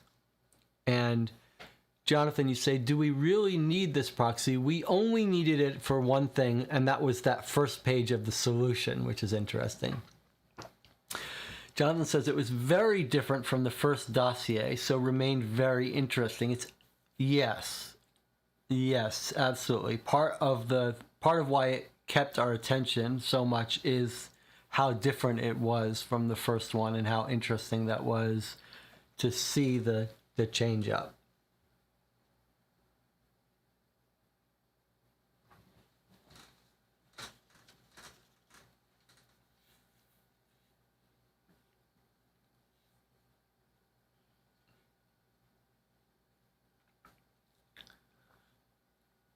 I don't know how.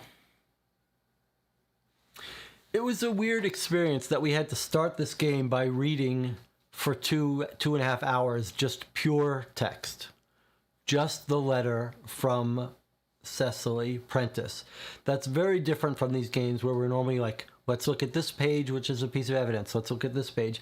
It was a weird experience to be reading it, but it pulled me in. I don't know, it's basically the worst thing you could think of, the worst format for YouTube, but Jonathan had his own copy of the book. It was very engaging to read it. Jonathan says, I agree that having most suspects eliminated at the very end led to more speculation before. However, going forward, could it make you hold off on speculating till the very end? Well,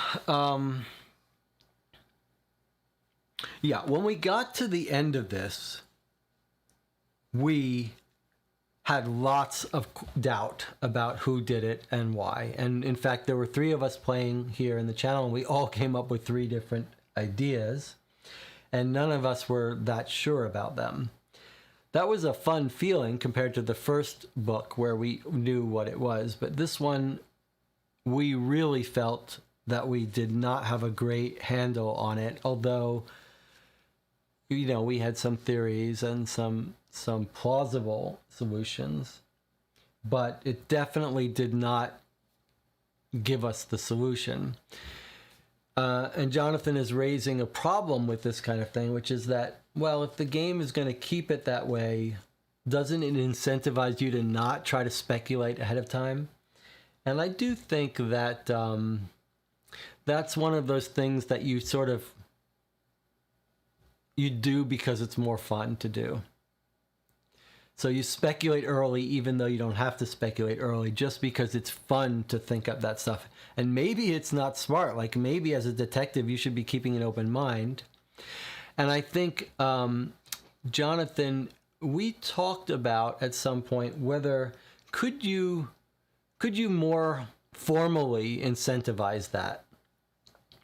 For example, the game called Suspects, the card-based mystery story game that came out, they came up with a system that said, look, at the end of this mystery, you're going to read every card. You're going to read these 50 cards.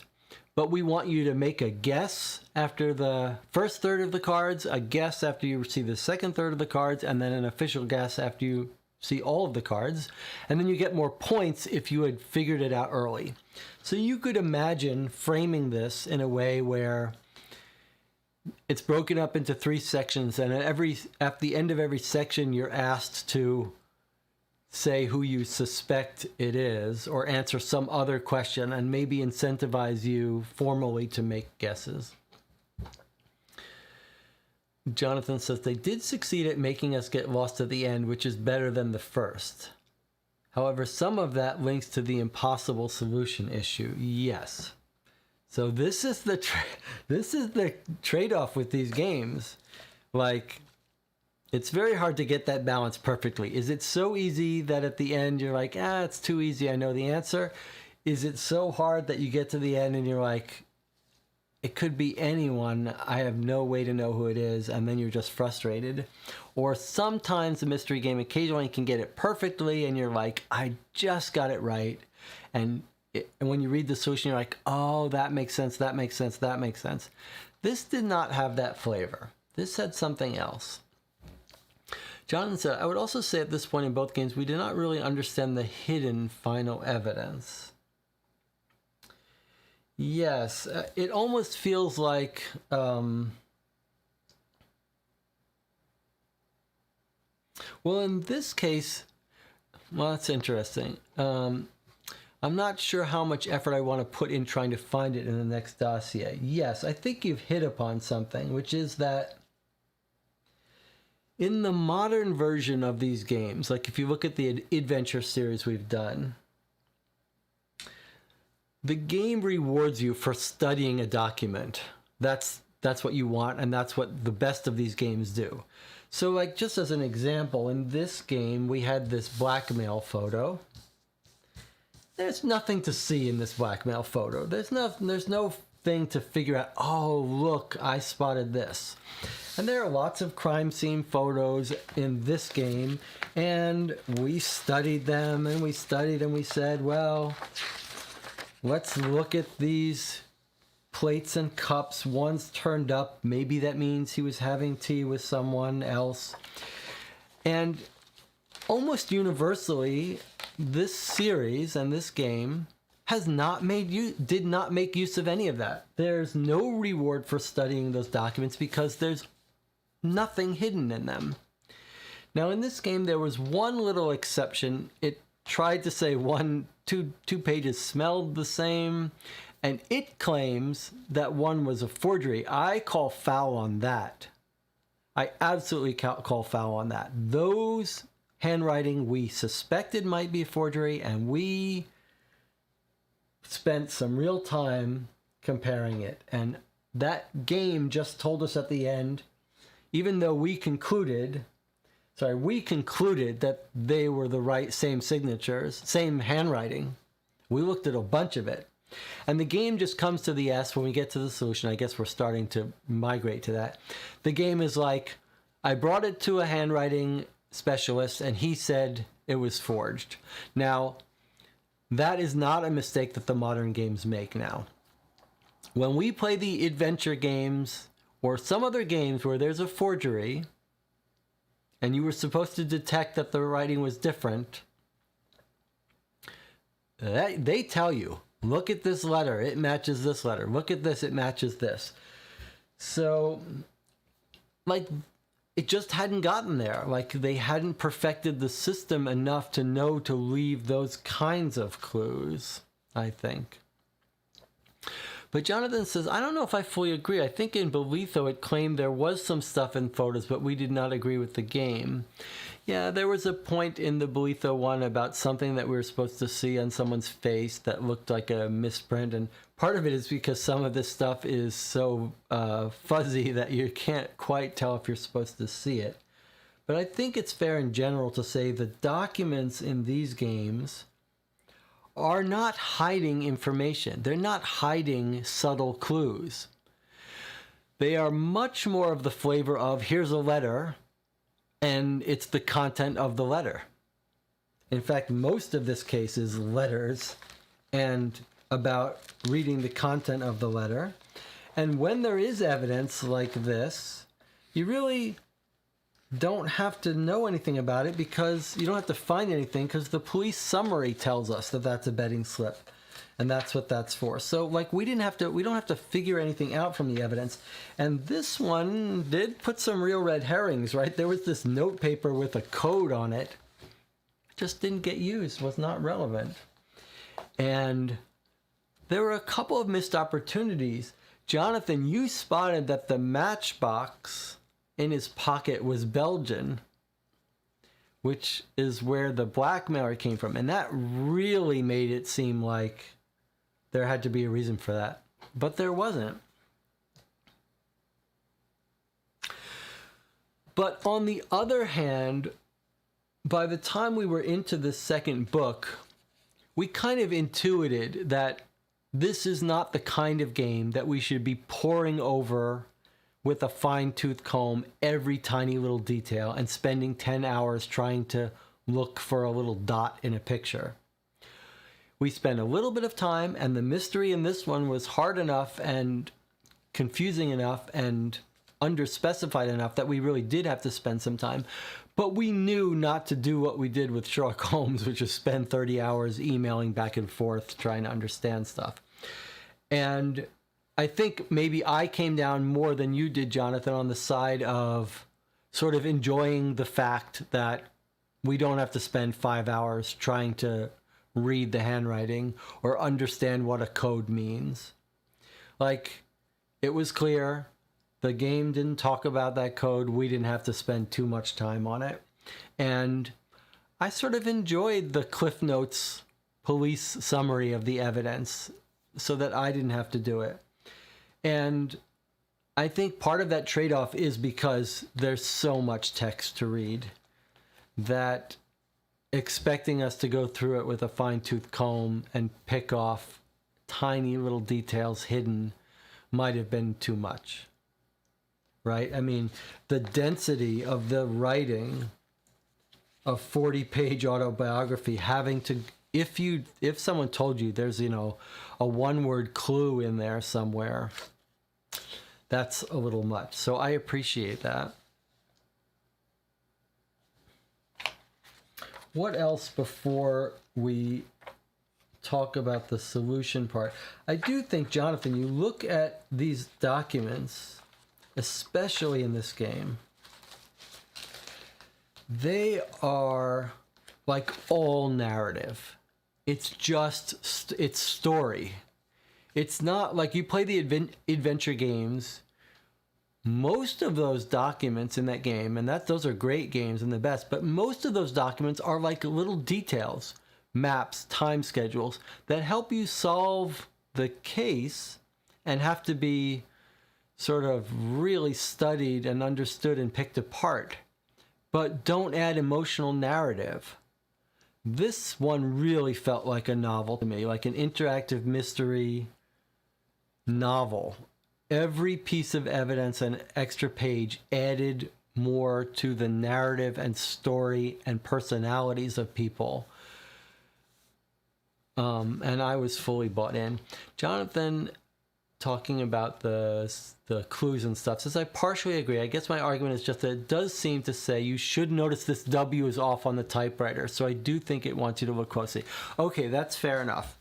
In the solution, he did point out that we should have noticed the typewriter.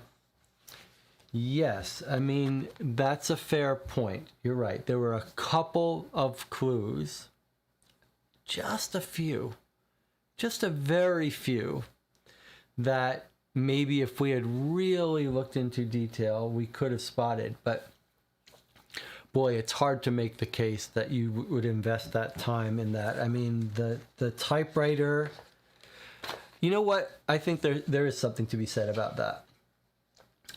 I think you're right. I think you've got a good point. And I think, if I was advising J.G. Lynx back in 1935, if this was given to me, I would say the things you left as clues, the scented notepaper, and he said it's written on the same stock, the letter W being the same on some typewriting as on a label, and then the forgery, all three of those have one thing in common.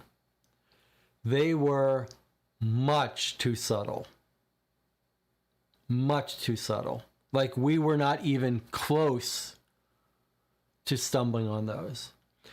The forged handwriting, we really tried to compare. And that was not fair, that it wasn't more obvious that they were written in a different hand. And he said they were written on the same stock. Well, not true. One was blue.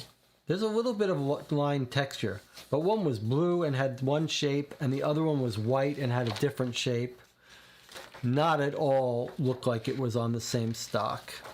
And what was the other one? The W. That was it wasn't like a font for the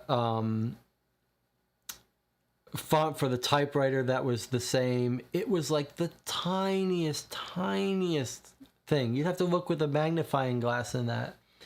And you can make the argument that maybe we should have looked with the magnifying glass, but I don't think if the majority of the game isn't that kind of stuff, if there are only 3 little clues in 150 dense pages, you can't expect us to be staring at everything with a magnifying glass. So I think, and this might be because this is a brand new thing, that they didn't have the balance of how difficult those clues were. But Jonathan is right. There were a few of them, although I don't agree with the forgery one. But it would have been nicer to have that W be like really offset. There's a famous murder mystery movie with Jeff Bridges where there's a typewriter clue. But those clues needed to be more obvious, like the paper stock needed to be really the same. The forged handwriting really needed to have something different, and the typewriter had to be substantially different enough that it was easier to see.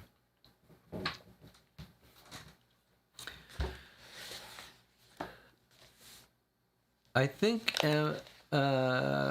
maybe we should talk about the solution now. Jonathan, anything else? Well, MS Dasher, do you want to give your thoughts on the gameplay itself? Not talking about the solution yet, just the experience of playing the game and all that.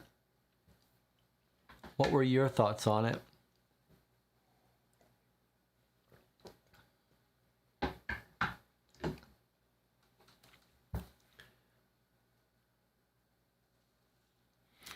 After we finish talking about the solution, we can give our thoughts on whether we would advise someone to start with Murder Off Miami or start with this one, and set some expectations for someone who might be playing it.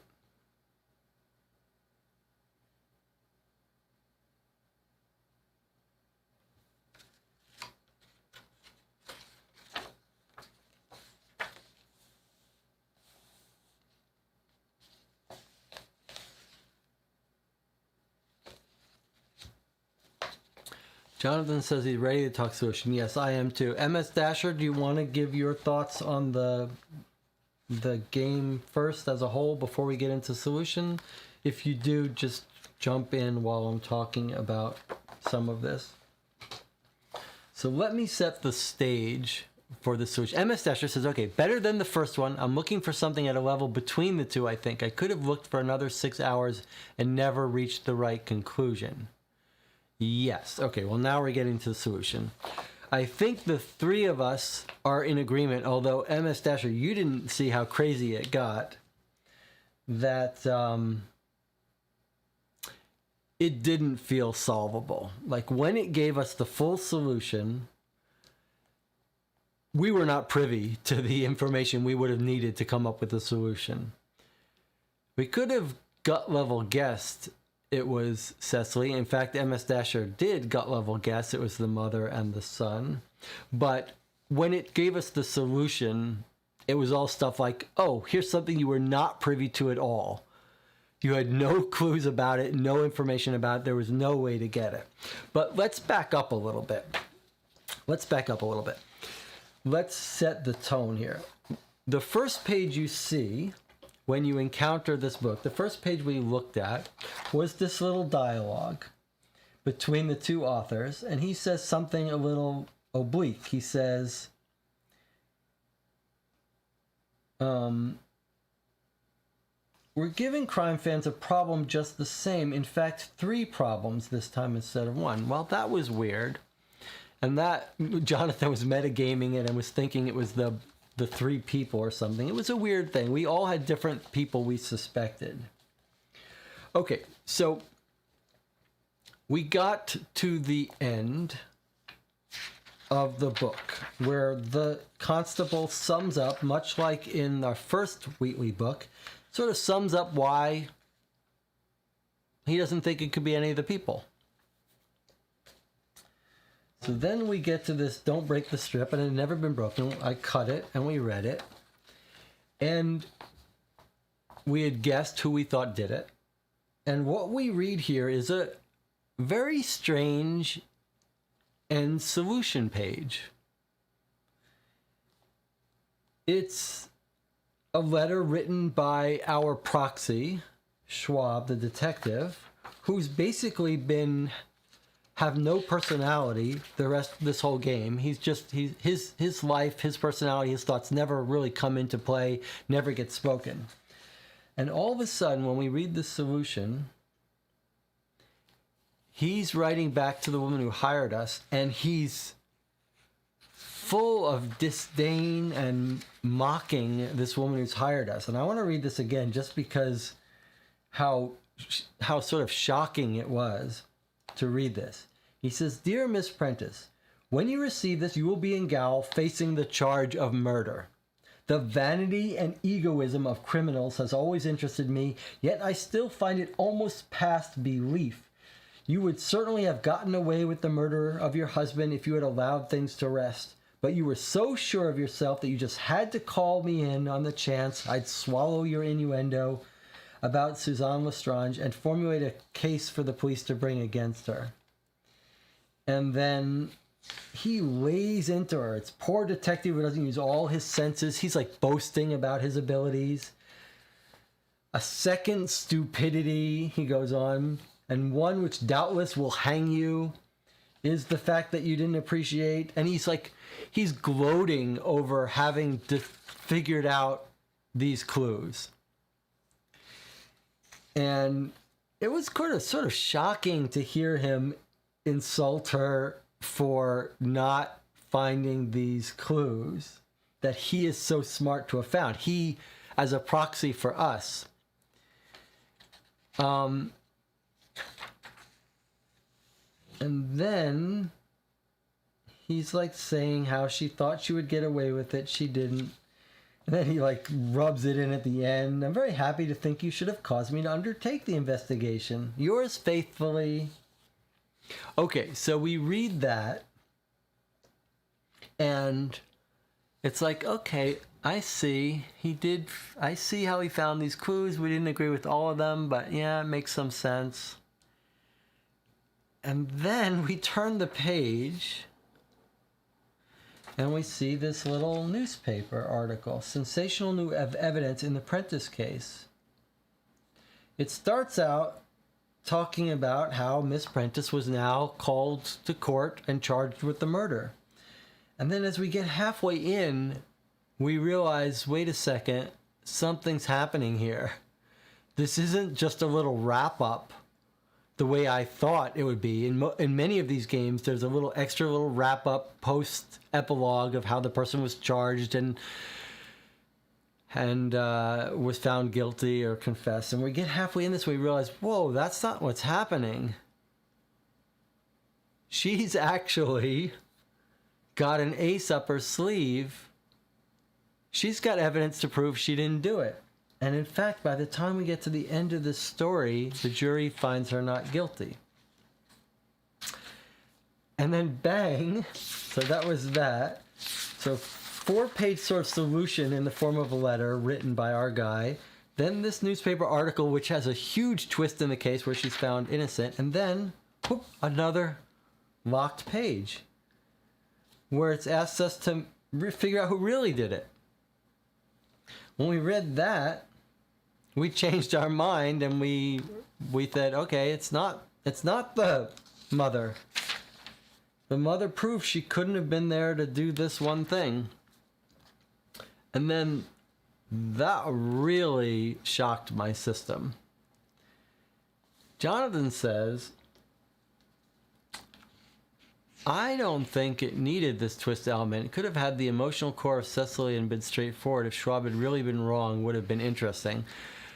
Yes, I wanted Schwab in his boasting thing to be completely wrong. That would have been even better. But I love this little twist. In fact, I will go on record saying this. If the case had ended here, having read his boastful insulting of her, how she thought she could get away with her narcissism, and then read this, how she got off, If it had ended here, if that had been the end of the book and just left us wondering what happened, I would have been thrilled. Like, that would have been good enough for me. I was so thrilled to see this little twist, completely unexpected by me. And by the time you turn here, you don't know what to think. It was like a double ending. Like, we got the ending of him accusing her and telling us this is the solution. And then we got her skating off because she really wasn't. Something was wrong in his solution of the case, but it wasn't clear whether she had tried to frame someone or whether she was really guilty and gotten off, or was it was a mistake in police. And then we got like a rewind and got to do it again. Jonathan says, maybe if I liked Schwab, it would work, but I don't, so it seems like a miss to me. All right, well, that worked for me, and I didn't like Schwab when I read that, but that gave it a little more pleasure that he was so sure of himself that he was putting her in jail. He was so sure that she was going to hang. And then for her to have slipped right by him was pretty cool. Okay, so then we got this thing asking us to try again. We talked about it. We made our guesses. We all changed our opinion. No, Jonathan stuck with his opinion. I stuck with my Suzanne too. The one person who thought it was the mother, MS Dasher, switched to Alan the son. When we turn the next page, what we get is another thing that I found totally shocking. It's again in the form of a letter, which much of this book is. It's a letter from Cecily Prentice, the mother who he put on trial and got out. And here's how she starts her letter. My dear Lieutenant Schwab, you are a grand detective. How right I was to rely upon you to pull my chestnuts out of the fire for me. How clever of you to have spotted the scented paper. I thought you would, and even if you had missed that, I felt reasonably certain you would notice that my accounts of the case and the label upon the bottle of tablets both came from the same typewriter. 2 little traps specially baited for a very gifted crime investigator. And if you had proved particularly dense, I should have provided you with others. And then she goes on to confess and explain that, well, it's a partial confession at first. And then she says, perhaps you were right about the vanity of criminals. It may be my vanity that urges me to set these particulars down, although you will never see them unless you outlive me. So this is a note she's putting in her documents, in her files. Still, I feel I owe you that chance for having done so carefully and conscientiously exactly what I wished you to do. Total shock by the time we read this. Like, why did she want to be arrested? What is she, and what's the real story? What's interesting here is that the detective tells us how, in these 4 pages, he came to arrest her, like what gave her away, but doesn't really talk about emotional motive. There are some motives we can assume, and this would be what you would get from a typical good mystery suspect games, like a 4-page explanation. That would be sufficient for most of these games. Like, that would be all you'd get. A little short wrap-up. Some of these games are like 1-paragraph wrap-ups. So we got that wrap-up from the detective's perspective. And now we're getting sort of it's basically a confession, but it's a confession not like I'm in jail, I'm confessing to the police. It's like a gloating confession that she's just putting in her records. And then what we get is a 1, 2, 3, 4, 5, 6, 7, 8, 9, 10, 11, 12-page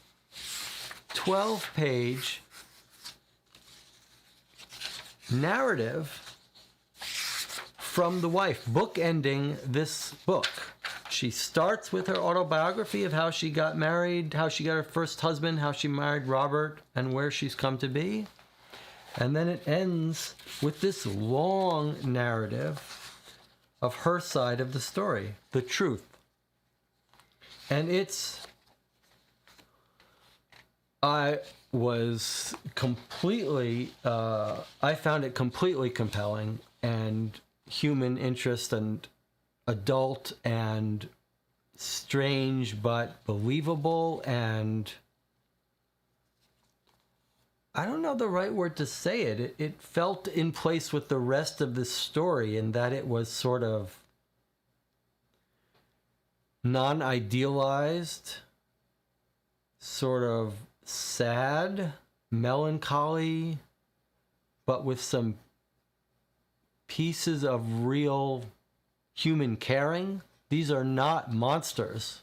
No one in this story is a monster. No one's really a cartoon in this book either. These are very real feeling adults with foibles and stuff like that. Anyway, she tells us her whole thing, how she did it.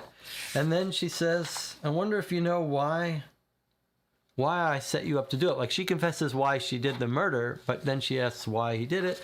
And then there's an extra little twist. I mean, basically it was double jeopardy, which we guessed, but there's an extra little twist that motivates it, that fills in the narrative and the story again. Always filling out and making more interesting this narrative from page 1 till the final page.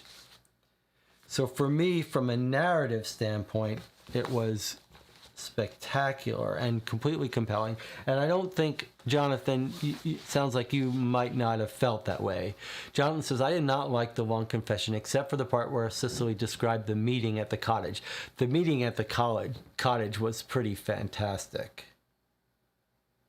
It was almost like it slowed down and told you this heartbreaking scene of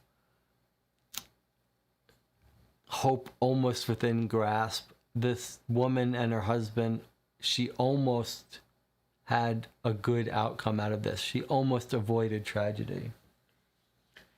It was all very compelling for me, and it all felt like, what's the word? Like when you're watching a movie that you're really enjoying and you think it's about to end, like you think you're on the last scene, or you're watching a TV show and a series and you think you're on the last episode of the series and you're like, oh, I don't want this to end. I'm really enjoying this. And then it's like, hey, guess what? There's another episode and then another one. And it's always like, whoa, I'm getting this bonus. That's what I felt like to me. Like we got to the end and then we got this bonus narrative story.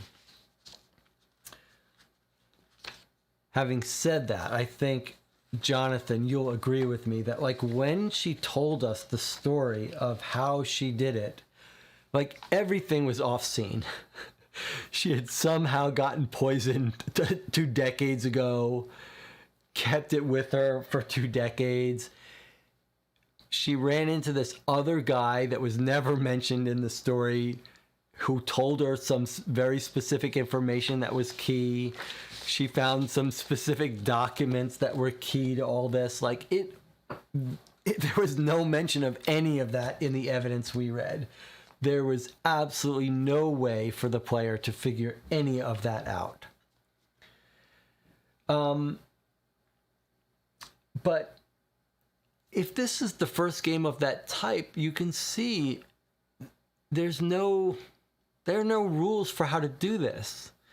And it seems like the way they envisioned it was they gave enough very subtle clues in this one for you to guess that Cicely Prentice, the mother, the wife, was involved, but you never were given enough information to understand her motive, really. And that was, or at least the details behind it. And the game was, I mean, that's what they went into it. It's almost like you could imagine Dennis Wheatley saying, well, I'm not going to why would you want to piece together all these details? This takes 30 pages to explain. I can't feed you those details.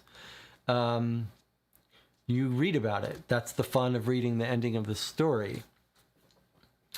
So it's clear that that was the decision to make. It was a little weird to hear her describe this whole long story that we were not privy to any of and happened all off camera.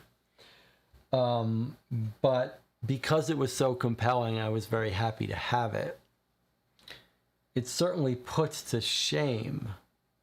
complete shame the way these mystery suspect games wrap up in general. That all of these mystery games wrap up. They tend to wrap up with a half a page solution or 1 page solution.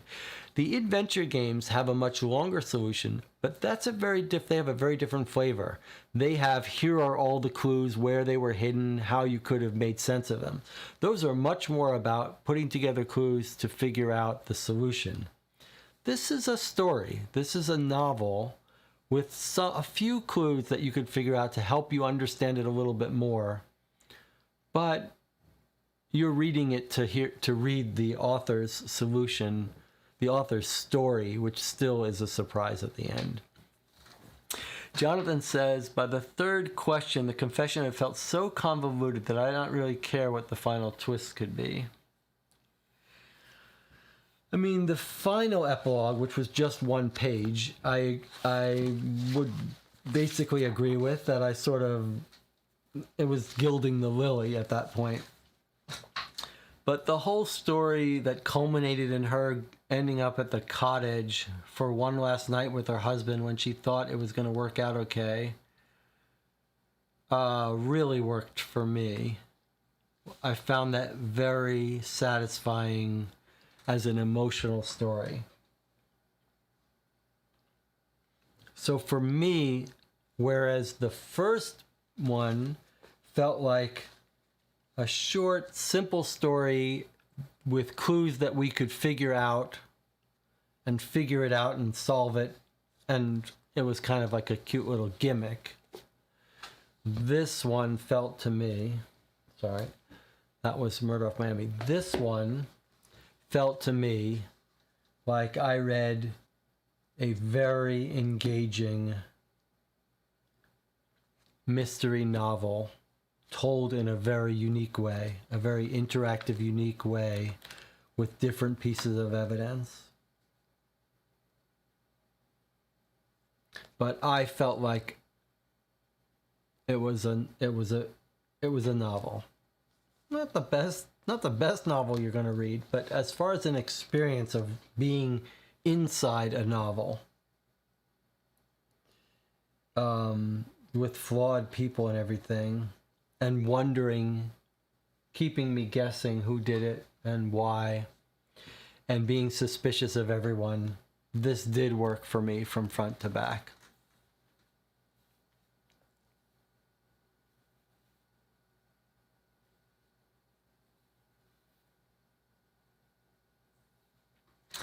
John says, I feel the individual elements are good or emotional story. The twist where the detective got tricked. Yeah. The idea that there was even another reason for this all to happen, her pregnancy, that she thought was going to give her up, but it did not come together, less than the sum of the parts. Okay, so that's interesting. I mean, we had a slightly different overall impression. For me, it did really come together and was more than the sum of the parts. But the you pointed out, and you reminded me of another case of exactly the thing I'm talking about, where the clues had to be more gettable. Like the final solution of why she tricked the detective was that under British law, no person having been tried for murder and acquitted can be tried for the same murder again. Yeah, we guessed that because we happen to know that law, but that's the kind of thing that should have been in the newspaper article. Like, now that she's tried, she can't be tried again, and that could make you think, oh, okay, that explains it. Or maybe we should just be expected to know that. I don't know. But as far as relying on us to figure stuff out, I think in general, it needed to do more. but it was more than the sum of the parts for that. What the sum was more than the individual parts for me. The ending felt like too many ideas to me. For me, keep the emotional story of Sicily, just save those twists for another case. Yeah, I could see that. And put some more clues that actually led to the solution. That's the part I'm more sympathetic to. The idea that so much of her final story was stuff like that. She met the lawyer guy who never came up in our actual story, and he gave her critical information, and just tons of little details that relate to her, how she got away with it, that were impossible for us to guess and would have been important for us to know. So they all made sense. It's just that it was impossible for us to know. A good concrete example is the source of the poison. She's like, but the pills were not how I poisoned him. The poison, strychnine, I got from my father when I was a kid. He was a doctor. I stole it. It was a nice tie-in to, she said I was going to take it to kill myself when I got pregnant the first time, but I didn't, and I kept it. So for me, that's actually believable. Like, it's not that it was unbelievable to me that she would keep this little poison and think, oh, I never know when I'm going to need it to commit suicide or kill someone. So everything she did was sort of believable in a tragic way. It's just that it's impossible for us to guess. No one gave us any clues. In fact, if anything, the game was telling us, hey, strychnine, you probably got to get that from some other country. And in fact, the whole strychnine stuff in the pills was a little weird and confusing. And some of the red herring stuff, I think, should have been explained, like the Belgian matchboxes. I wasn't thrilled that those things seemed like they needed explanations, and we weren't given them.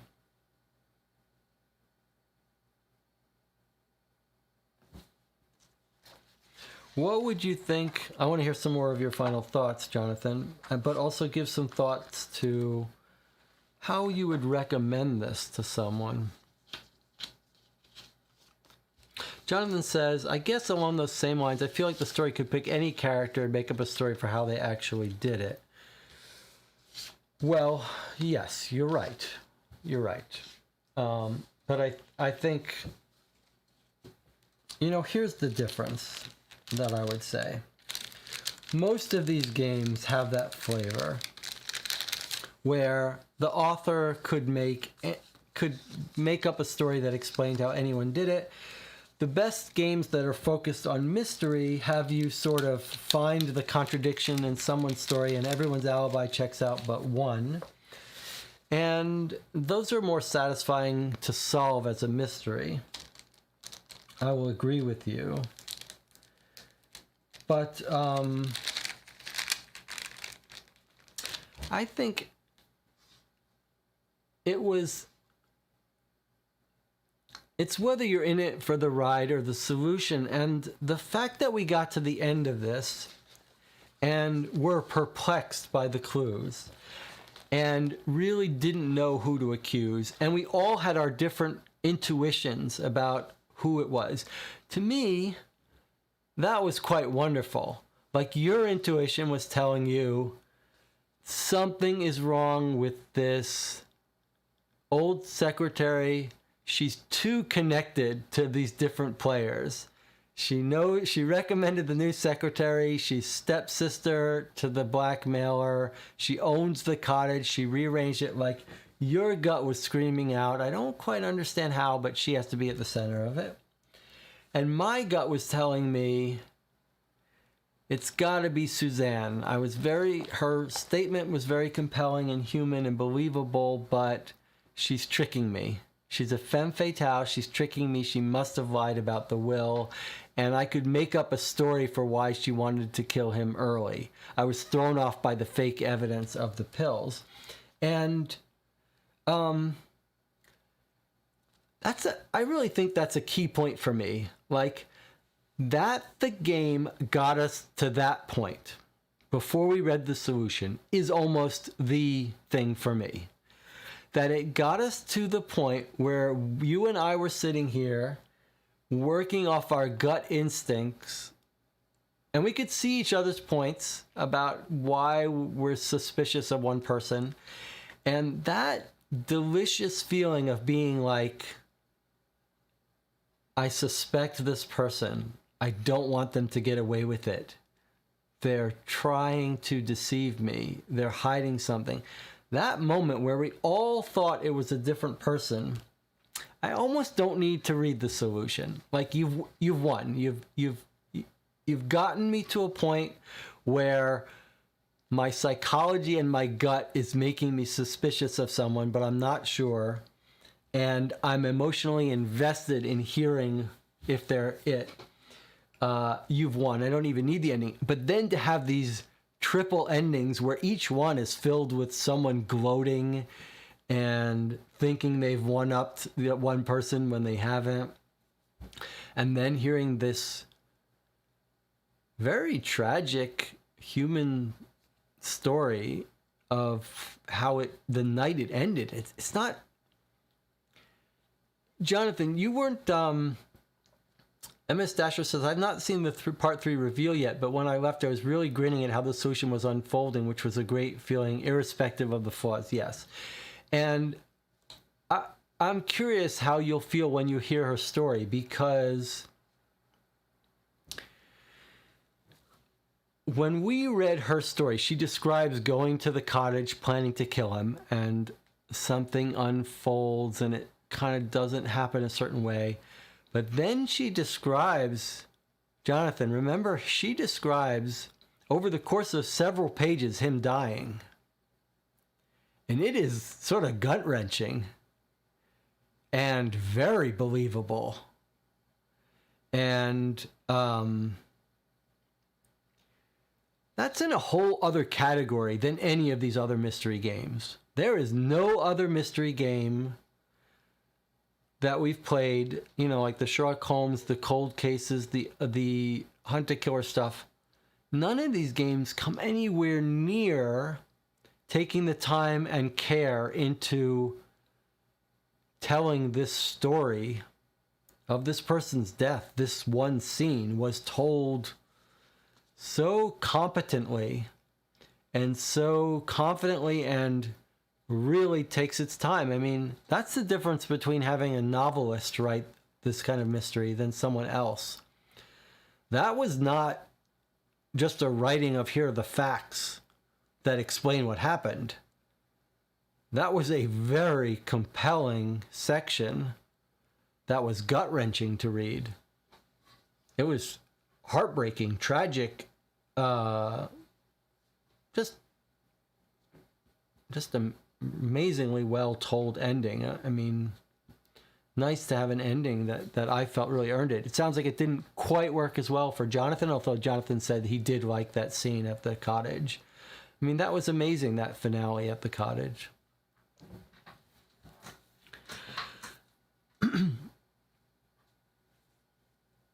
Yes, Jonathan says, sure, I do think modern games can learn to add more emotion into their mystery. Absolutely. Like, if there are lessons to be learned here, it's take some more time to tell the story in a way that makes us care about the people and and emotionally get invested. This was also a story of people with complex internal lives and motivations, right? This is not your typical murder suspect games where it's like they were killed to get ahead and get the job. They were killed to get $50,000. This was a very complex set of emotions behind the people that work here.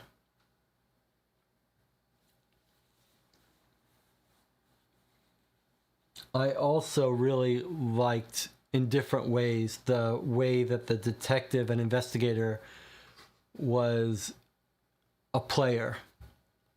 And sometimes in a book you call an unreliable narrator. And here that like ending was him putting his personality right, and he got played. That detective, who is our proxy, got played in the end, and that was an interesting little twist in the way he got played. He sort of solved it, but he solved it. He solved it correctly, but he messed up a bit. I would like to see more of that. Like both of the things that we liked most in these two games, I would like to see doubled down on, like detectives that are real characters with mistakes and flaws and risks and stuff. I'd like to see more of that. And maybe more taunting of the police detective.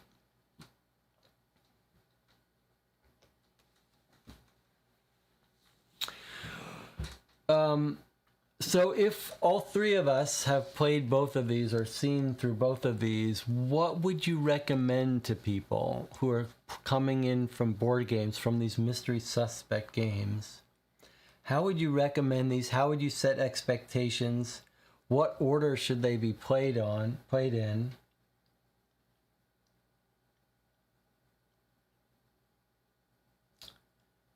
And should we play the other two?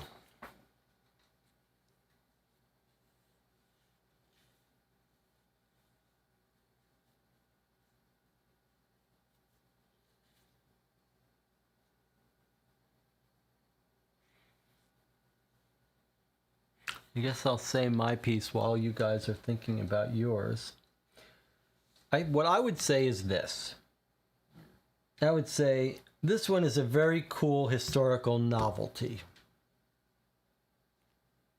It's a novelty. By the time you get to the end, you're probably going to understand it. And it won't be such a big surprise, but it's fun.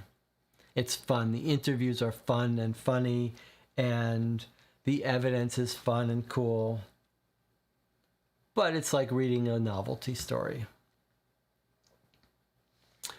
This one is a different kettle of fish. This one, don't play it expecting to solve it. Don't play it expecting to find the hard evidence to explain what happened.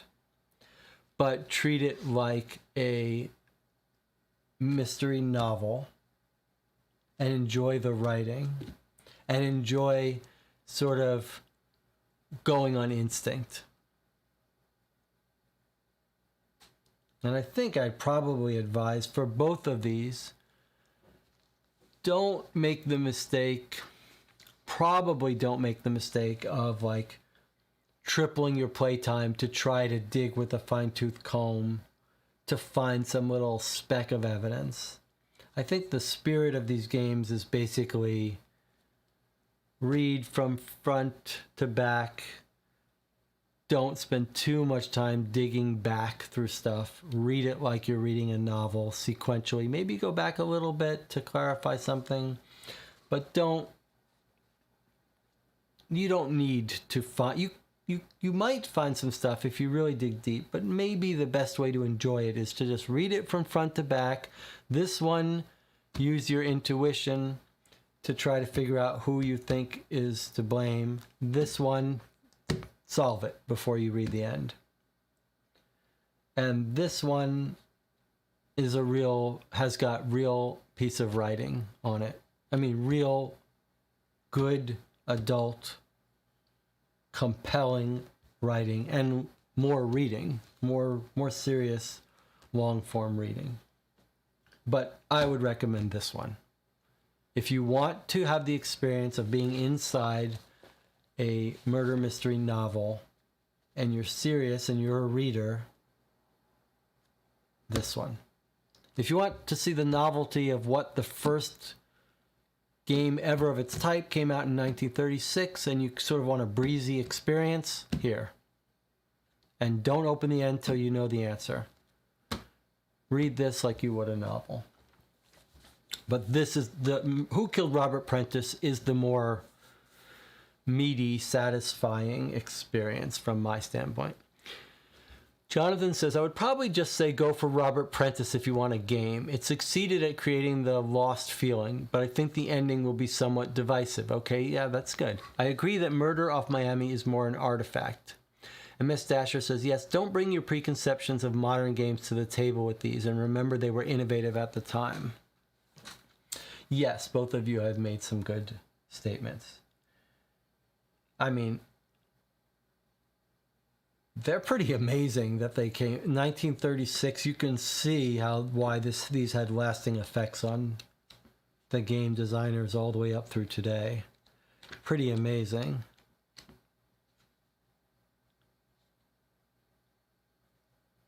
This one blew me away with the writing. It really did, I gotta say.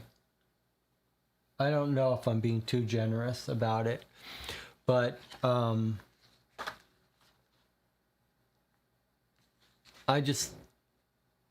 was just blown away by how subtle and nuanced it was when it came to motivations and emotions.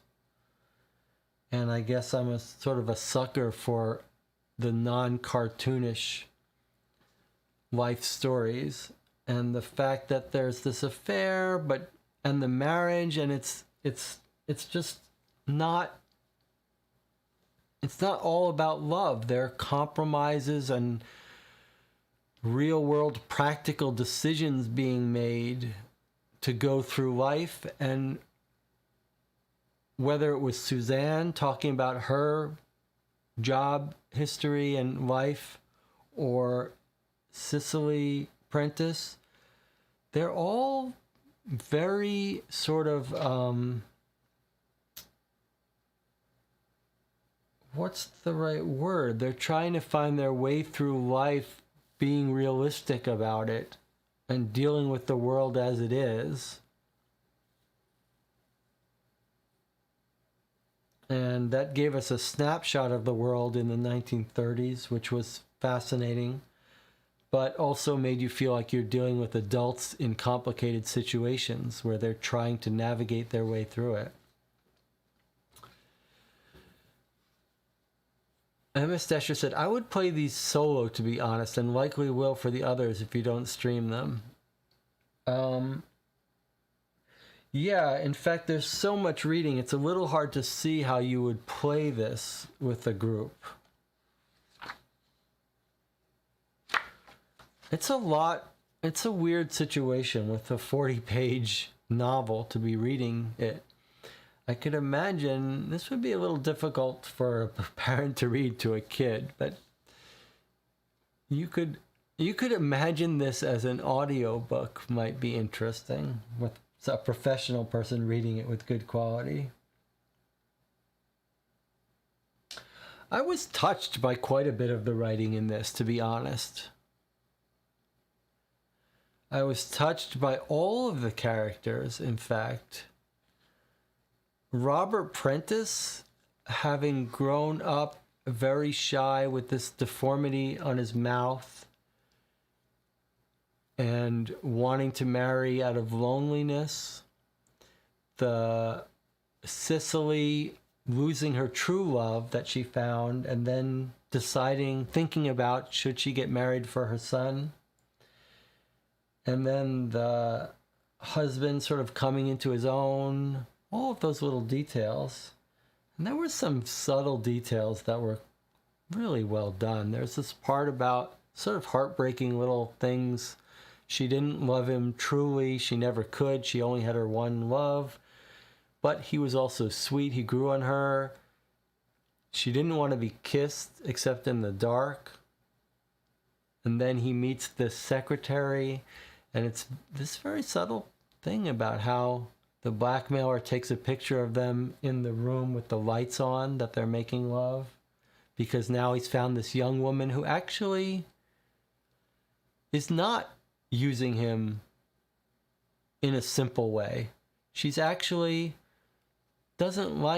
she's had enough of the young men who just want a quick fling. So she's attracted to him for that and his good qualities. But she's also practical, and she knows money is important. Very adult. An adult in a way in saying things you can't say now. I mean, it's also a different time, but there are also some universal things that you don't get in games like this. You don't get that kind of adult nuance. Jonathan says, I think my issue with Robert Prentice is that maybe the emotional story and the mystery elements feel a little at odds with each other for me personally. I do want emotional and real characters in the mystery, but I guess I still want a solid mystery as well. Jonathan says, maybe not at odds, but not fully integrated. Yeah, I might say it a little differently. I don't think you're wrong. I think you're onto something.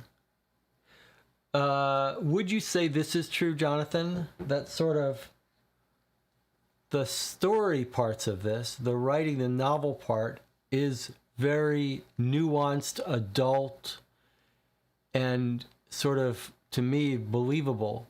But the crime part and the details of the crime were cartoonish.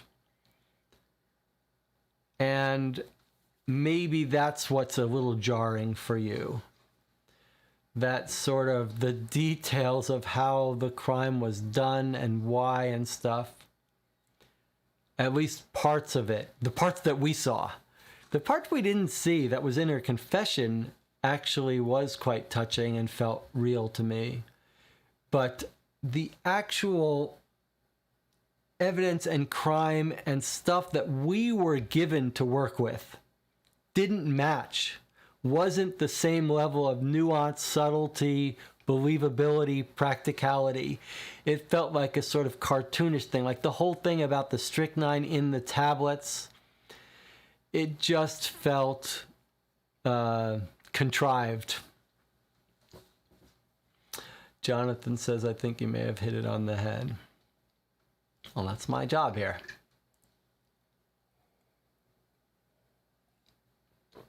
Yeah, and you know what? I would agree with you there. I would completely agree with you there. Yeah. I would agree with you there.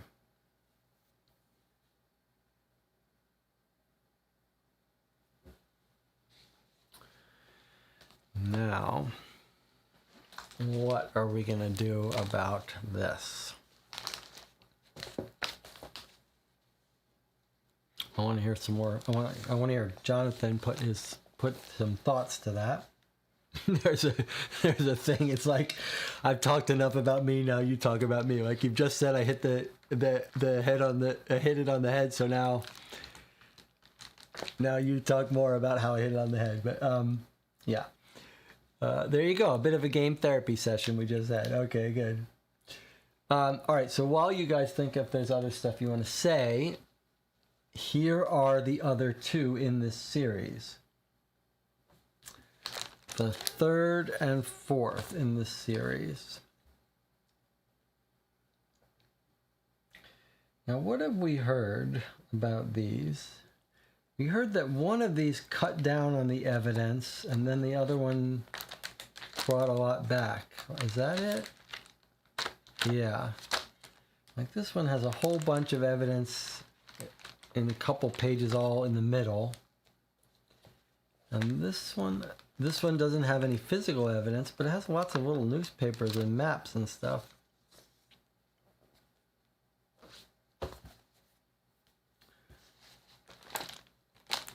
And this one says 5 times as many clues as any of the previous dossiers, but they're framed in a little different way.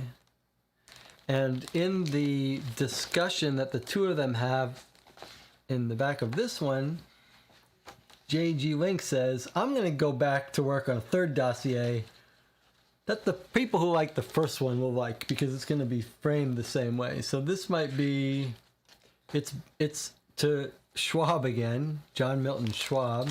Does this one start out to John Milton Schwab?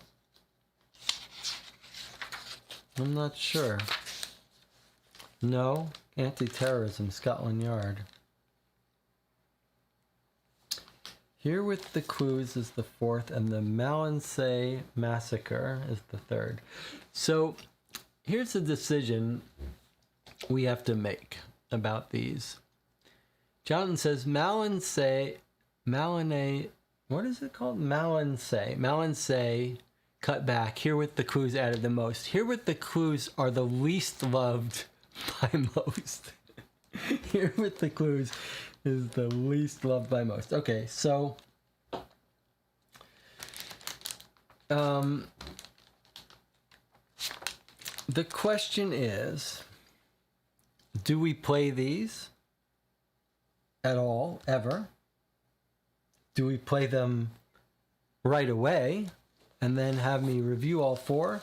Do I play these off camera? I've grown to really appreciate playing these with Jonathan and MS Dasher. It was great having you come by, and Aaron when he comes by. So like, I'm hesitant to play these now offline because I don't enjoy them as much without you guys to help me, and I make bad mistakes without you to help me. But the question is, if we want to review them as a set,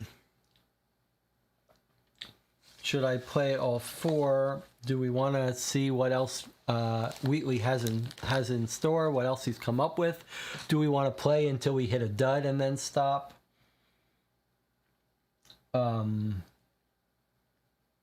We could put them aside and play some other games. I do have the Hidden Games series that are sort of the super modern versions of Mystery Suspects that have been compared to Adventure. I'm curious to play those. You saw we've got a lot more of these books to play. We've got that 1950s Memo to Murder or Memo of Murder that looks quite compelling to me, set in New York City. I'm dying to play that one. There's no need to get content on the channel in terms of reviews. I mean, having played these 2, I'd be happy to make a little review recommending them, but there's no rush. So we should play what you guys want to play. I think I'd be happy to play anything here.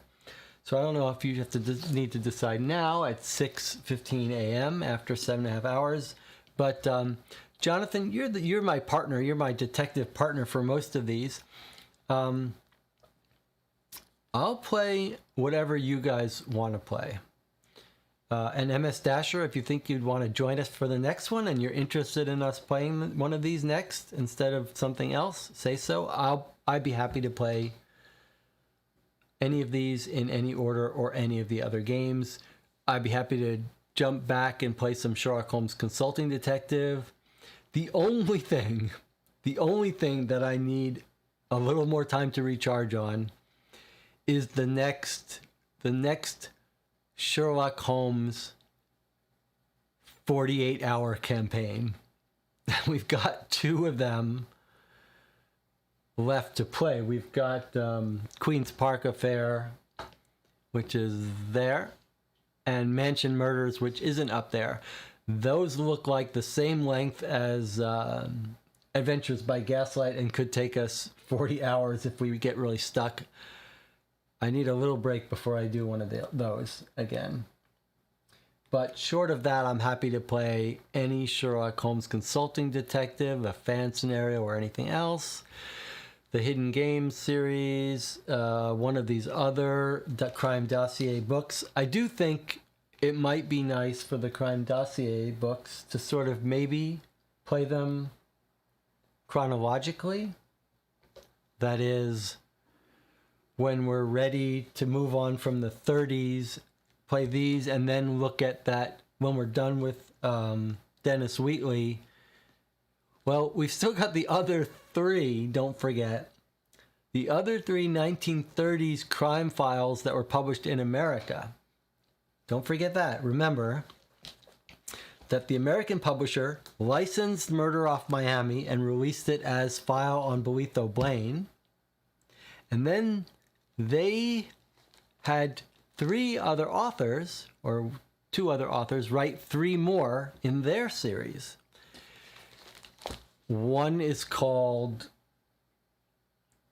Fenton Farr, one is called Rufus Ray, and the other one's Claudia something. And I have 3 of those 4. The Bolitho Blaine reprint, which we already played, and I have the Claudia something one, which is case file 4, and I have Rufus Ray in the mail. Fenton Far is only on eBay for 150, and I'm not gonna, from Great Britain with a $30 shipping. So we're not gonna play that. We'll play Fenton Far one day when it's available on eBay. But so, do we play these two in this order? We could jump and try the American version that was also published in 1937 and then come back, or we could do them in order and just go down the line, do all of the books from 1936, 37, and then go to the 1950 murder memo. We could jump around. What, Jonathan, you got any thoughts now? You want to think about it? Jonathan says maybe it would be the most interesting to just keep going down this Wheatley line and see where they go. MS Dasher says I'm a bit of a completer finisher, so would want the next two at some point. Well, I guess there you have it. So, Malinsay Massacre. Looks like this is what we're doing next.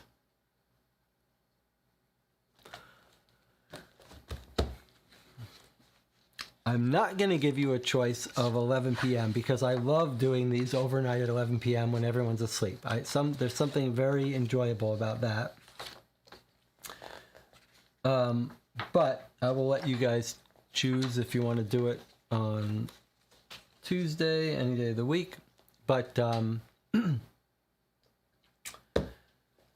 Jonathan, are you up for playing this next week? We'll do it again. The only thing we might think about, well, there was no way for us to do this one in one session. Seeing that it took us 7 hours for the first session, we actually did this perfectly. We broke it up perfectly to 2 7.5-hour sessions. So we're getting good at it. We are learning how to do this better. So we'll just walk into Malinsay Massacre and see how long it takes us. It'll maybe take us 2 sessions. So Jonathan, you could let me know at some point whether you think you could make next week again, Tuesday at 11 p.m. MS Dasher, if there's a schedule, if there's a day that works better for you, that also works for Jonathan, that's fine with me. That's how we'll do these things. Whoever's in the channel for the previous one will help set the schedule for the next one. Sometime before the end of February, I will make public my little 5-hour course on Micro Studio board game video production, which I just made to, it's like a little course, is probably overselling it, but it's a section of 15 or 16 short videos, not too short, adding up to about 5 hours, that cover the technical aspects of making a board game YouTube channel. Cameras, lighting, audio, stuff like that. If you're interested in that kind of thing, that'll be up sometime before the end of this month. And then we'll do a live Q&A where we talk about anything. We can talk about these games. I think maybe we'll do something that Jonathan suggested a long time ago and play a little bit of live Crack the Case on the channel. Those are those mini mysteries where you just read like a 1-sentence story and people can ask yes or no questions and try to figure it out. So we'll just play that live. People who are watching can ask yes or no questions and try to solve the little mini mysteries. Any final statements from Jonathan or MS Dasher?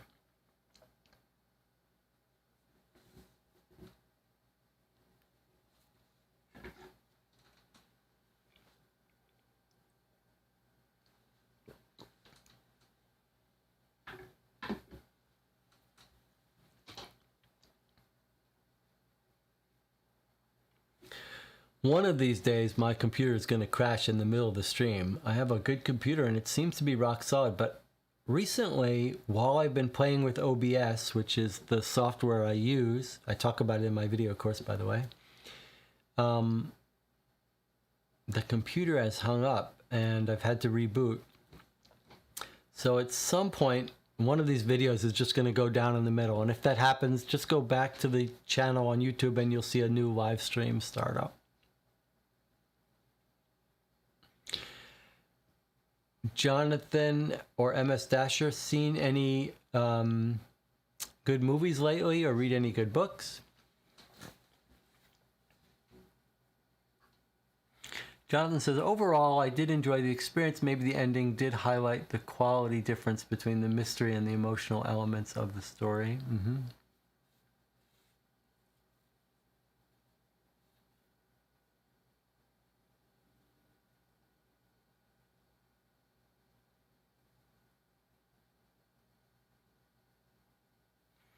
I've been rewatching David Mamet movies. Homicide, Oleana, Glengarry Glen Ross, House of Games. He also did Red Belt. My favorite two are Oleana and Glengarry Glen Ross. Glengarry Glen Ross is one of the best movies ever, I think. Definitely like in my top 20. And he also did American Buffalo with Dustin Hoffman and someone else from Hill Street Blues. Glengarry Glen Ross I've watched maybe 10 times. That's one of those movies you can watch over and over again. In fact, I've watched Oleana 3 or 4 times as well. The writing of David Mamet is it's almost all dialogue. He's a stage playwright. He just happens to have made some movies of his plays, and his dialogue is very stylized, but I find it incredibly engaging. I'm reusing words from today, but it's very enjoyable to listen to the people talk.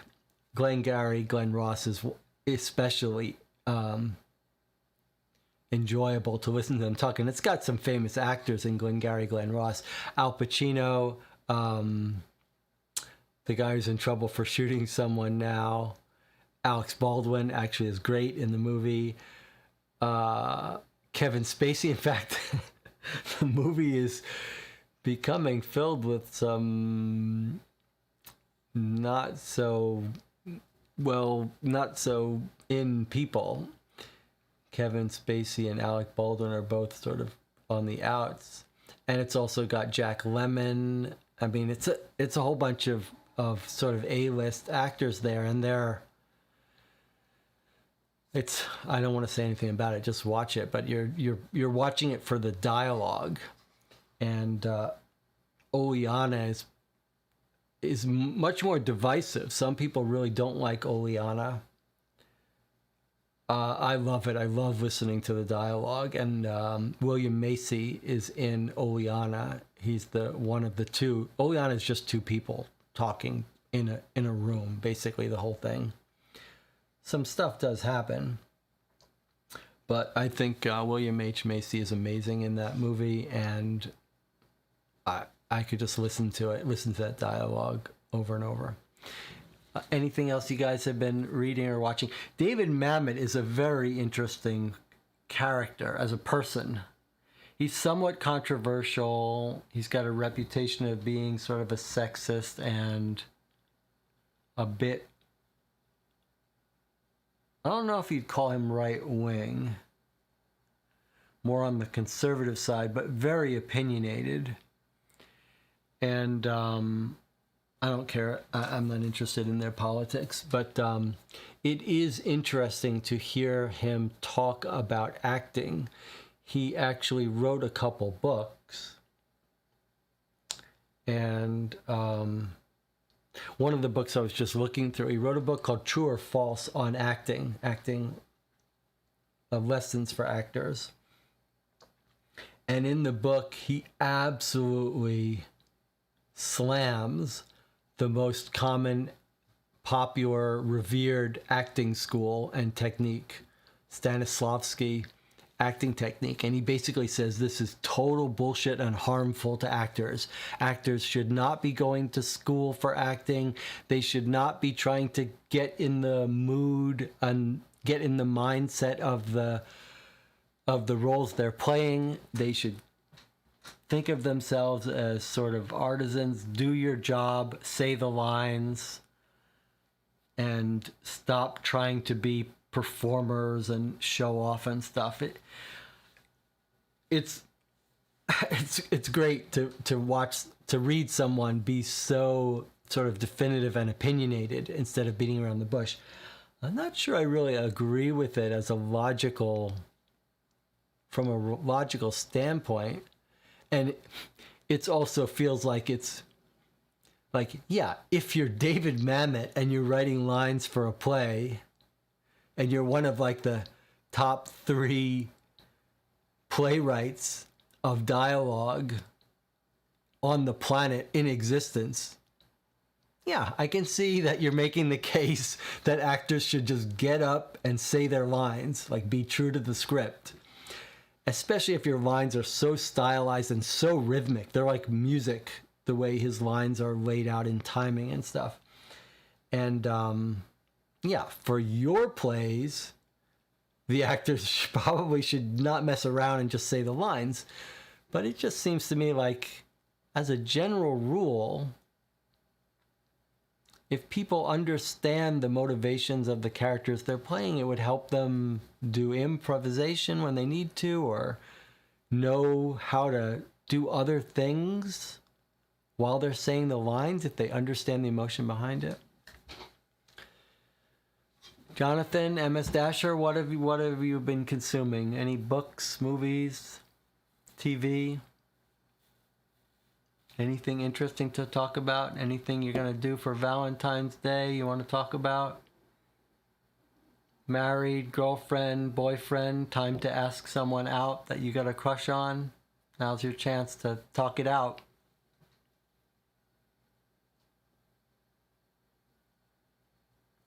Otherwise, we'll wrap up in a couple minutes.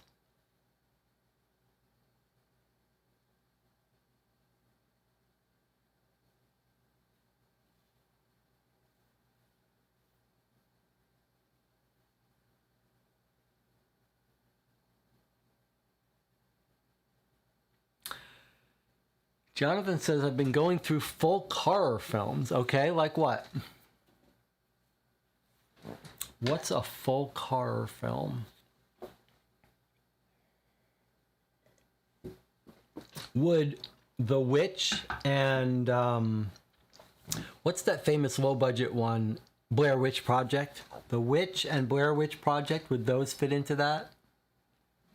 Or the one that is about the antler person? Jonathan says there's currently a collection on Shudder. Is Shudder's like a horror movie network that you can subscribe to? Is it online? You can subscribe to it. MS Dasher says Midsummer. It's Midsommar.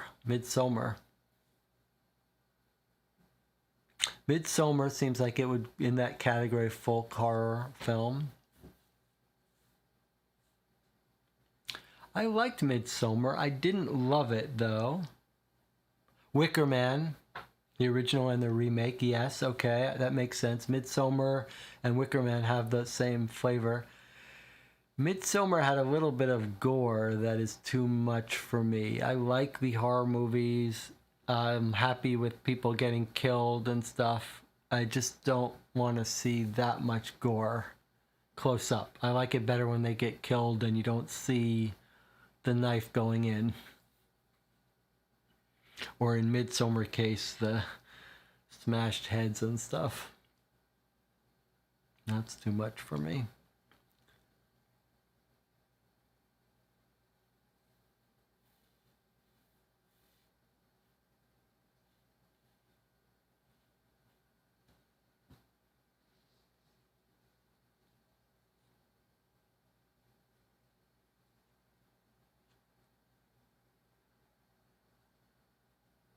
What else?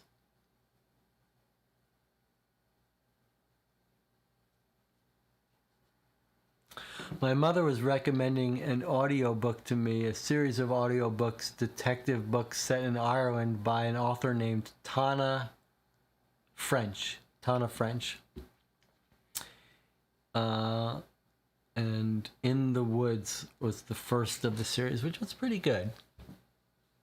Had a little bit of a different flavor, not very emotional.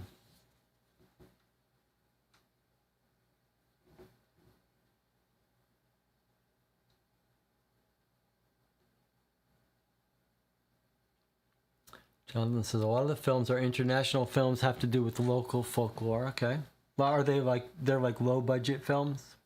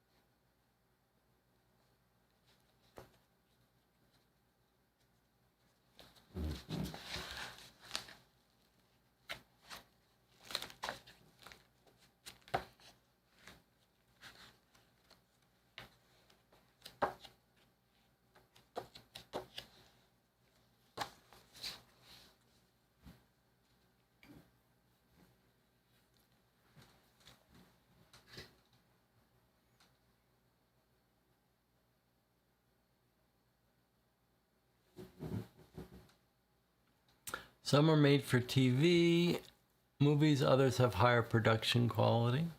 Okay. You got a favorite so far, Jonathan, or you're just sort of taking them all in? MS Dasher signing off. Back to work. Catch you next week. Well, thank you for joining us. I'm looking forward to having you back next week.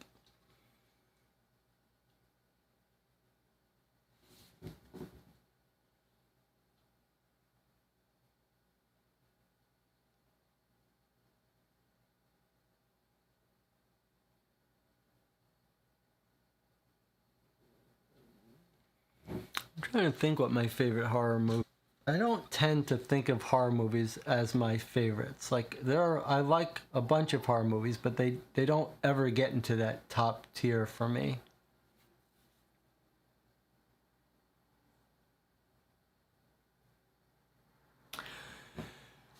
We were having debates about previews when we went to the movies today, because one of the people the stream did crash on my end, says Jonathan. Okay. Well, I'm not sure why it would, but I'll just finish up my thought here and then I'll just wrap it up. What we were talking about was the trailers for the new Batman. Jonathan says reloading's back. Okay. So we'll wrap up soon. But I think the new Batman trailer looks great. It looks to me like it's sort of, first of all, I hate the Marvel comedy movies. The one-liner throw-offs, everything's a joke. I don't want my superheroes like that. I have a much more, I like either them to be serious, or I like the satirical adult comic spin-offs like The Boys and what's the other comic graphic novel that's so good? It reminds me of The Boys, but it's not Invincible, but it's the other one, Irredeemable. So I like both of those things, but the Marvel comedy one-liner stuff, slapstick, I really don't like. The Batman is set, this newest Batman is set in a very dark, gritty world. But when I watch the trailers for that, I get a real Seven vibe. And Seven is one of my favorite movies. So I'm looking forward to it. But the other, Rebecca says she thinks it looks terrible. So.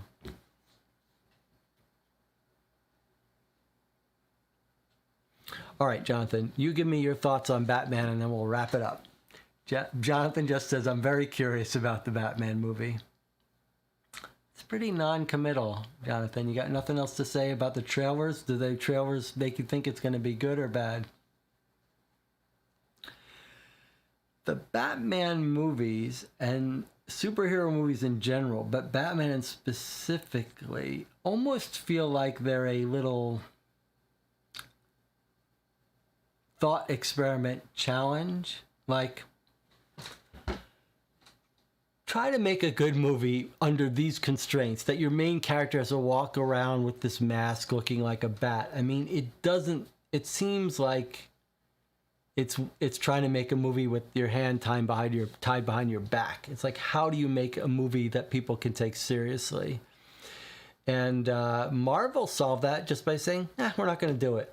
You can't take seriously costumed superheroes. You can't make a movie that takes them seriously and have it work, so we're just going to not even try. And the DC movies, the Batman and specifically, are like, well, we're going to try. And I feel like they're experimenting, they're trying to figure it out, how to make it work. And I like the feel, the color grading that I see on those Batman trailers. Very dark, dirty, dingy 7 feel.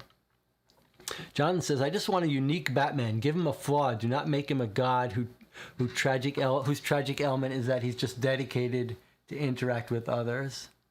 Duke of Zill says, speaking of Batman, will you play the new Portal Games detective system, Batman Everybody Lies? Yeah, that's a good question. I saw it. It's not the detective I want. Like, I liked Vienna Connection Spies, and I like the original. I don't like them trying to spin off all these silly ones. I thought Dune House Secrets, if you've watched my review, was terrible, and it got panned by everyone. And then they came out with this pet one that looks like a one-off. I will take a look at it, but I'm not. We've got enough to play, Duke of Zill, that I'm not going to play it if it looks like a campy, family-friendly version. And Ignacy Trzewiczek has no reservoir of trust from me that he's going to make a good game with that system. Like, I need it to be proven first. I need to see it and know that they actually put their heart into it and work on it, because the Dune House Secrets really looked like they didn't even try. There's very little content in the game. They did not even try. Did you notice for the Dennis Wheatley games how free of errors that they were in terms of typos and stuff? I mean, those must have gone and been. This was before the period where you put a new game every 6 months. These must have been really worked on.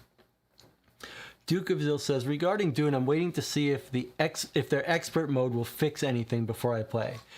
That's a good idea. He has talked about on the BGG threads the expert mode, the idea of it. I'm suspicious. It doesn't sound like enough of a fix, but it does sound maybe better. And he's described it as being an optional thing. Yeah. You could... have I written a post about...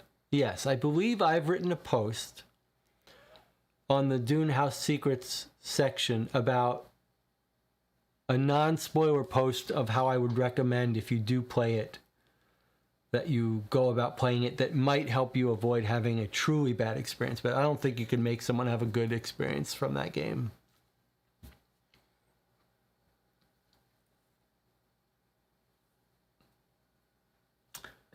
But it's not a bad idea. Wait a bit.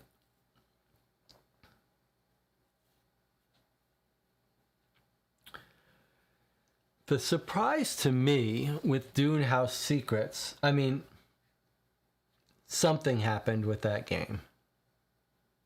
Something went wrong that we are not privy to.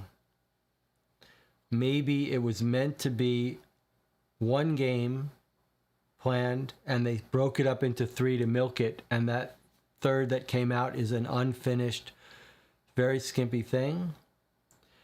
But the other thing that's so weird is that It was designed by the same person, same group that made Vienna Connection, which was very good, and a ton of work went into that. But it really feels to me like something went wrong.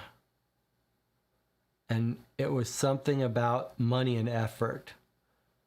Like it felt like 100 times more effort and hours went into Vienna Connection than went into Dune House Secrets. That's what it felt to me. Like there was 100 times more effort and work put into Vienna Connection, and you could really feel it. And Dune House Secrets, they just threw out there to see, hey, are people going to accept this? Is it Dune, so people are going to love it and we don't even have to try hard? And I think they found out that that was not the case. Duke says, they claim it's a natural step forward from Vienna Connection, having not played either yet. How could they think Dune's system was going to be liked? I don't know. I don't know. Game design is hard. It is hard to know. You've played both. Are they similar at all? Well, watch my review of Dune House Secrets. I explain the evolution as I see it from... It's a non-spoiler review. My quick, before you buy it review for Dune House Secrets is like 10 minutes spoiler-free. But I talk about the evolution from Detective to Vienna Connection to Dune House Secrets, and how I think they took a wrong turn. But I talk about how they're a little similar and different, so check that out. That's my little plug. Okay, we'll end it there. But we'll be back next week, and we'll have a live Q&A at the end of that session, but also as a standalone session soon.